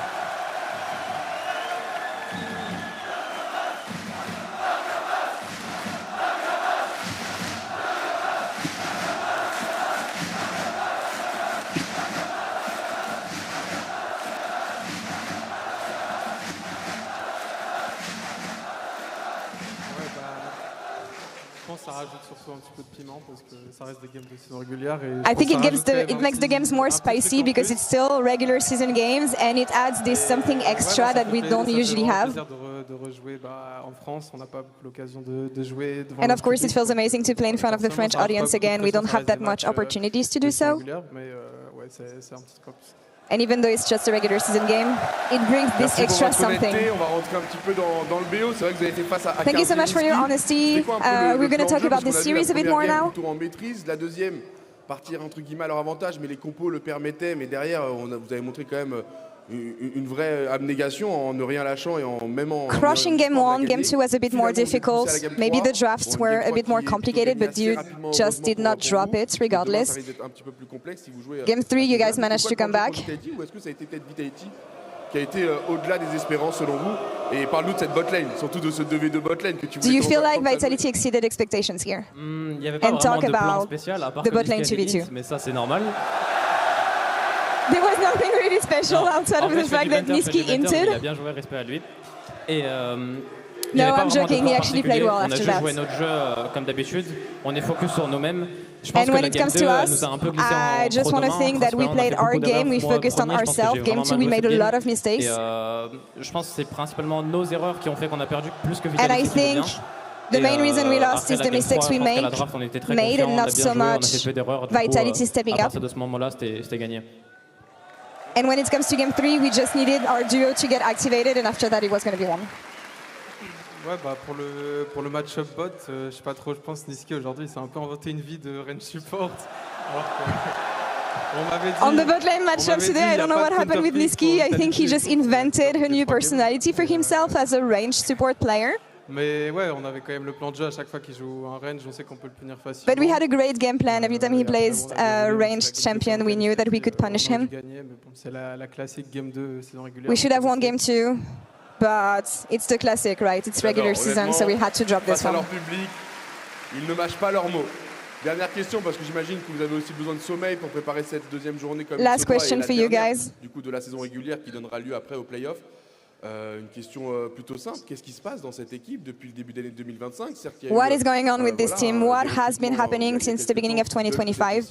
Leurs fruits, mais qu'est-ce qui se passe? A lot of work behind the stage, and we can see the results now, but how do you explain that you guys have been so strong and so dominant, and that you're making Europe shake, you're establishing a new generation?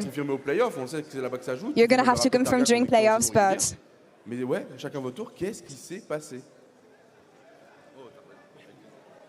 It's been amazing watching you guys play like this, so I want to know more about what's been going on. L'arrivée de Kana et Vladi, je pense qu'on a beaucoup de chance d'avoir. I think we're really fortunate to have the teammates that we have. Kana, Vladi stepping up. Le petit cadeau de G2 pour Yike. And Yike was the little gift from G2. Donc ouais, on sait que on est une team avec énormément de talent brut. We know that we're a team with a lot of raw talent. On travaille énormément. And we work a lot. So the audience is actually saying thank you, G2. Ouais, comme ça, on travaille énormément. Je pense que c'est vraiment une combinaison de énormément de talent dans l'équipe, plus. We work a lot, and there's a lot of talent within this roster. C'est rare d'avoir des équipes avec and I think it's pretty rare to have teams with so much motivation, putting in the work that much. Forcément, on a des gros objectifs. Donc, and of course, we have big goals that we want to achieve, so we're making sure that we can. Je suis d'accord avec Targa, je pense qu'on a un très très bon groupe déjà, c'est très facile de travailler. I agree with Targamas, I think we have a great group to work with. I think the 5 players have raw talents. On a un coaching staff qui est aussi compétent. And our coaching staff is really competent as well. On est très motivé, donc forcément si tout match et qu'on arrive bien à travailler, and everything matches together, so pour moi c'est pas trop une surprise. It is not a surprise given the fact that we put in the work, we have a lot of talent and we have the right support staff to help us. Une dernière fois votre bot lane, Carmine Corp, Targamas et Caliste. Evening, one more time for your bot lane, Caliste and Targamas. And that's it for the translation of this interview. But there's a surprise. And Kameto is going to come on stage with Marex, his co-caster, to share a few words with the audience after this series and this day.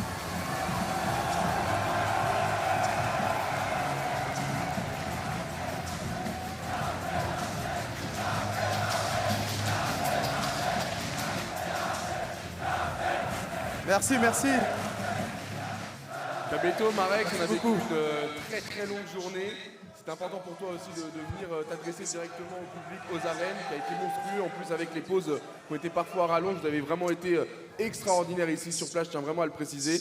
Mais Kameto, je te laisse le mot de la fin et encore merci pour cette journée. Et dire que ça Closing thoughts from Kameto here in front of his crowd, in his arena, sharing his excitement about the game tomorrow and the game against G2 tomorrow, thanking the fans for the energy and everything. And that's all for us here on this side of the translation of the interview and the stage, and we're gonna come back for PGL with Yike, Finn, and GB. And we're back! It's the first time I do translations like this, guys. It's so hard. Honestly, shout out to all my girls, Jison, Wendy, all of them, dear, for the work they do, because girls, it's the first time I do this. I'm in awe in front of your talents. Anyway, back to the LEC. Yike, thank you so much for joining us. Congratulations. It was not an easy one. No. And your teammates said it on stage. Game 2 was more on your mistakes. Can you talk me through the series and how scared were you getting into game 3? Yeah, I don't know. Game 1 was... I don't even remember game 1. What did I play? You played... What did you play? What did I play? Vi? The Vi first game, yeah. I think all the early games were good. I was happy with all the early games, but I think mid-late game was like choked a bit. And yeah, the Vi game, good. And then I did like a little... my Q was a little bad on Herald and I died very awkward. But second game also, I think I ganked bot lane a lot. Like I was ganking bot like as much as I could. We got ahead. But then we entered, like on that, we tried to end, like the second game, we tried to end at some random point, and it was just. And then you got Jin to it. Yeah. Bam, bam, bam, bam, bam. Exactly. Speaking of your early games, sorry if I interrupted you there, but you were talking about the early games there, and I was just getting so excited because your early games this series were insane. Yeah. I don't know if it's because you saw Niski on range supports or what prompted you to just come bot every single time level 3, because I've been told by my junglers that junglers need to full clear every single game, but you clearly disagree. Yeah, I mean, they kind of drafted for very aggressive bot lanes, like Nico lanes and the Karma lanes, so we knew that they would get pushed, and I knew I had always a window to gank them, and they didn't ward for it. We talked about it, and it was just easy ganks. Yeah, especially game 2 with an Fury, where they were like baiting the ward and you jumped over it. It was beautiful. Perfection. Beautiful. And something that caught our attention was actually the space that you gave to Kana, especially in the first game. He's the key out player of the series today, so any thoughts on your top laner's performance? Yeah, I think Kana played very good. I think he got some solo kill probably. With Kennen, he got a solo kill. He played very good. Game 1, game 2, all the games he played good, I think. He like very good Kennen ults, and the Jax game as well. I think we played good together. Like Pantheon Jax, we just went on them and killed them. So Kana deserves it. But honestly, looking forward to tomorrow. If you win it, you secure the first spot of the regular season. It's against G2 again. Yeah. Your former team. Almost last game of the season. What are we feeling? What's the thoughts coming into that one? You know what? Hold that thought, because we want to show you something actually. So I want you to watch this. Okay. And then you can answer. Let's see. Even before playoffs, you're facing off against them tomorrow. Is that the main theme for you? Do you want to get revenge? Of course, we want to get revenge. I mean, I like. Fueled by revenge. Yes. Yeah. Yes. Okay. I love Yike. You know, I saw us that day in the hotel lobby. He was smiling at me. I really like him as well. He's very genuine dad, you know. But I will have to make him sad tomorrow. I'm sorry if you look at this tomorrow. Just let me be happy for one day as well, and then we can talk again. Now me and Goldberg will have a discussion about who will win the playoffs. I feel like there would be a special satisfaction in turning the arena into a library. He's not even coming at you. He's coming at your dad. So, GB's question once again. How excited are you about tomorrow? I'm so excited. Like as I said, my parents are here. They're supporting me, and I've never lost with them on stage. So it's very important for me to win, right? For my dad, for my mom, and yeah, I'm sorry to be that they're here. You know, they gave me the buff, so we will see what happens, right? But it's gonna be very exciting, I think. So when are you gonna start flying them to the internationals? Well, they went to Korea, but they left, and then as soon as they left, we... Oh my god, no. We gotta get the LEC budget on that. Pay for all their hotels, all their flights, for our region. Casey budget on bringing parents. Yeah, no, Casey, but yeah, hopefully. They're gonna be out for blood. I guess that you can imagine that, especially after what you guys did to them in the winter finals. Something that we've been talking about a lot this split is the fact that G2 maybe doesn't perform as good as we expected to, losing themselves a bit. I feel like they took a step back and started to recognize the fact that they needed to work differently as a team and drafting differently. Do you feel like they're on the right path, and are you a bit more worried maybe? Yeah, for sure. I think in the beginning they looked good, and then they went to Madrid and they really didn't look good. And then they beat Vitality and SK, pretty good games, right? So I think they're on their way back up. I think this team is always like a roller coaster, even when I was there. So that's just how they work, I guess. And yeah, it's gonna be. That's why it's like so exciting for me to play against them tomorrow. I think they're gonna be good, and we're gonna be good. So the best team is gonna win.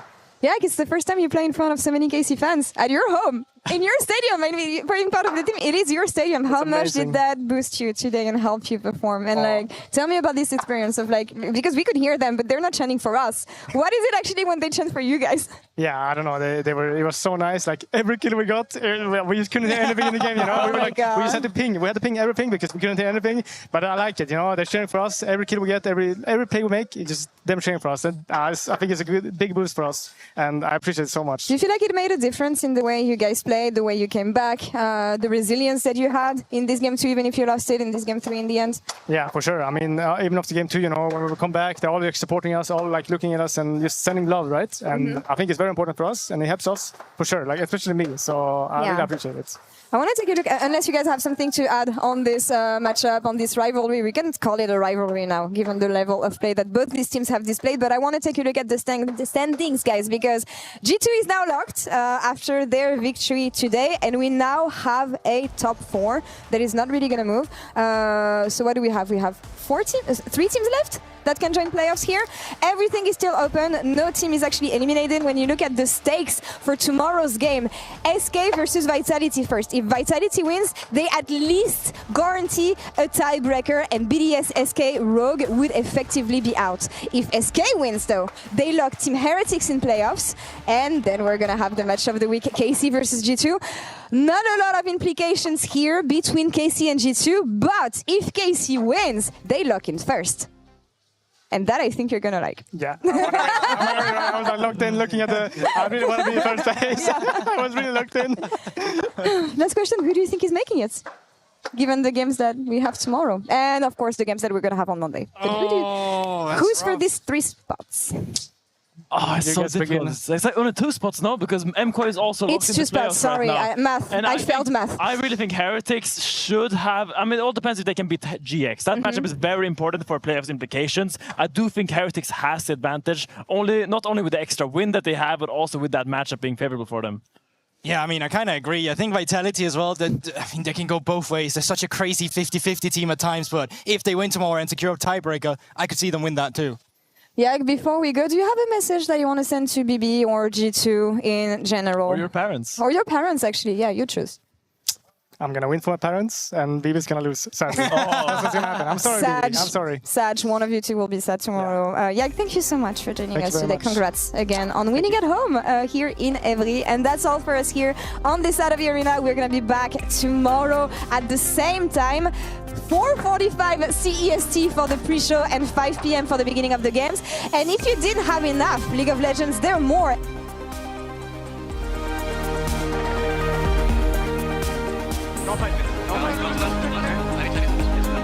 Nice, good job.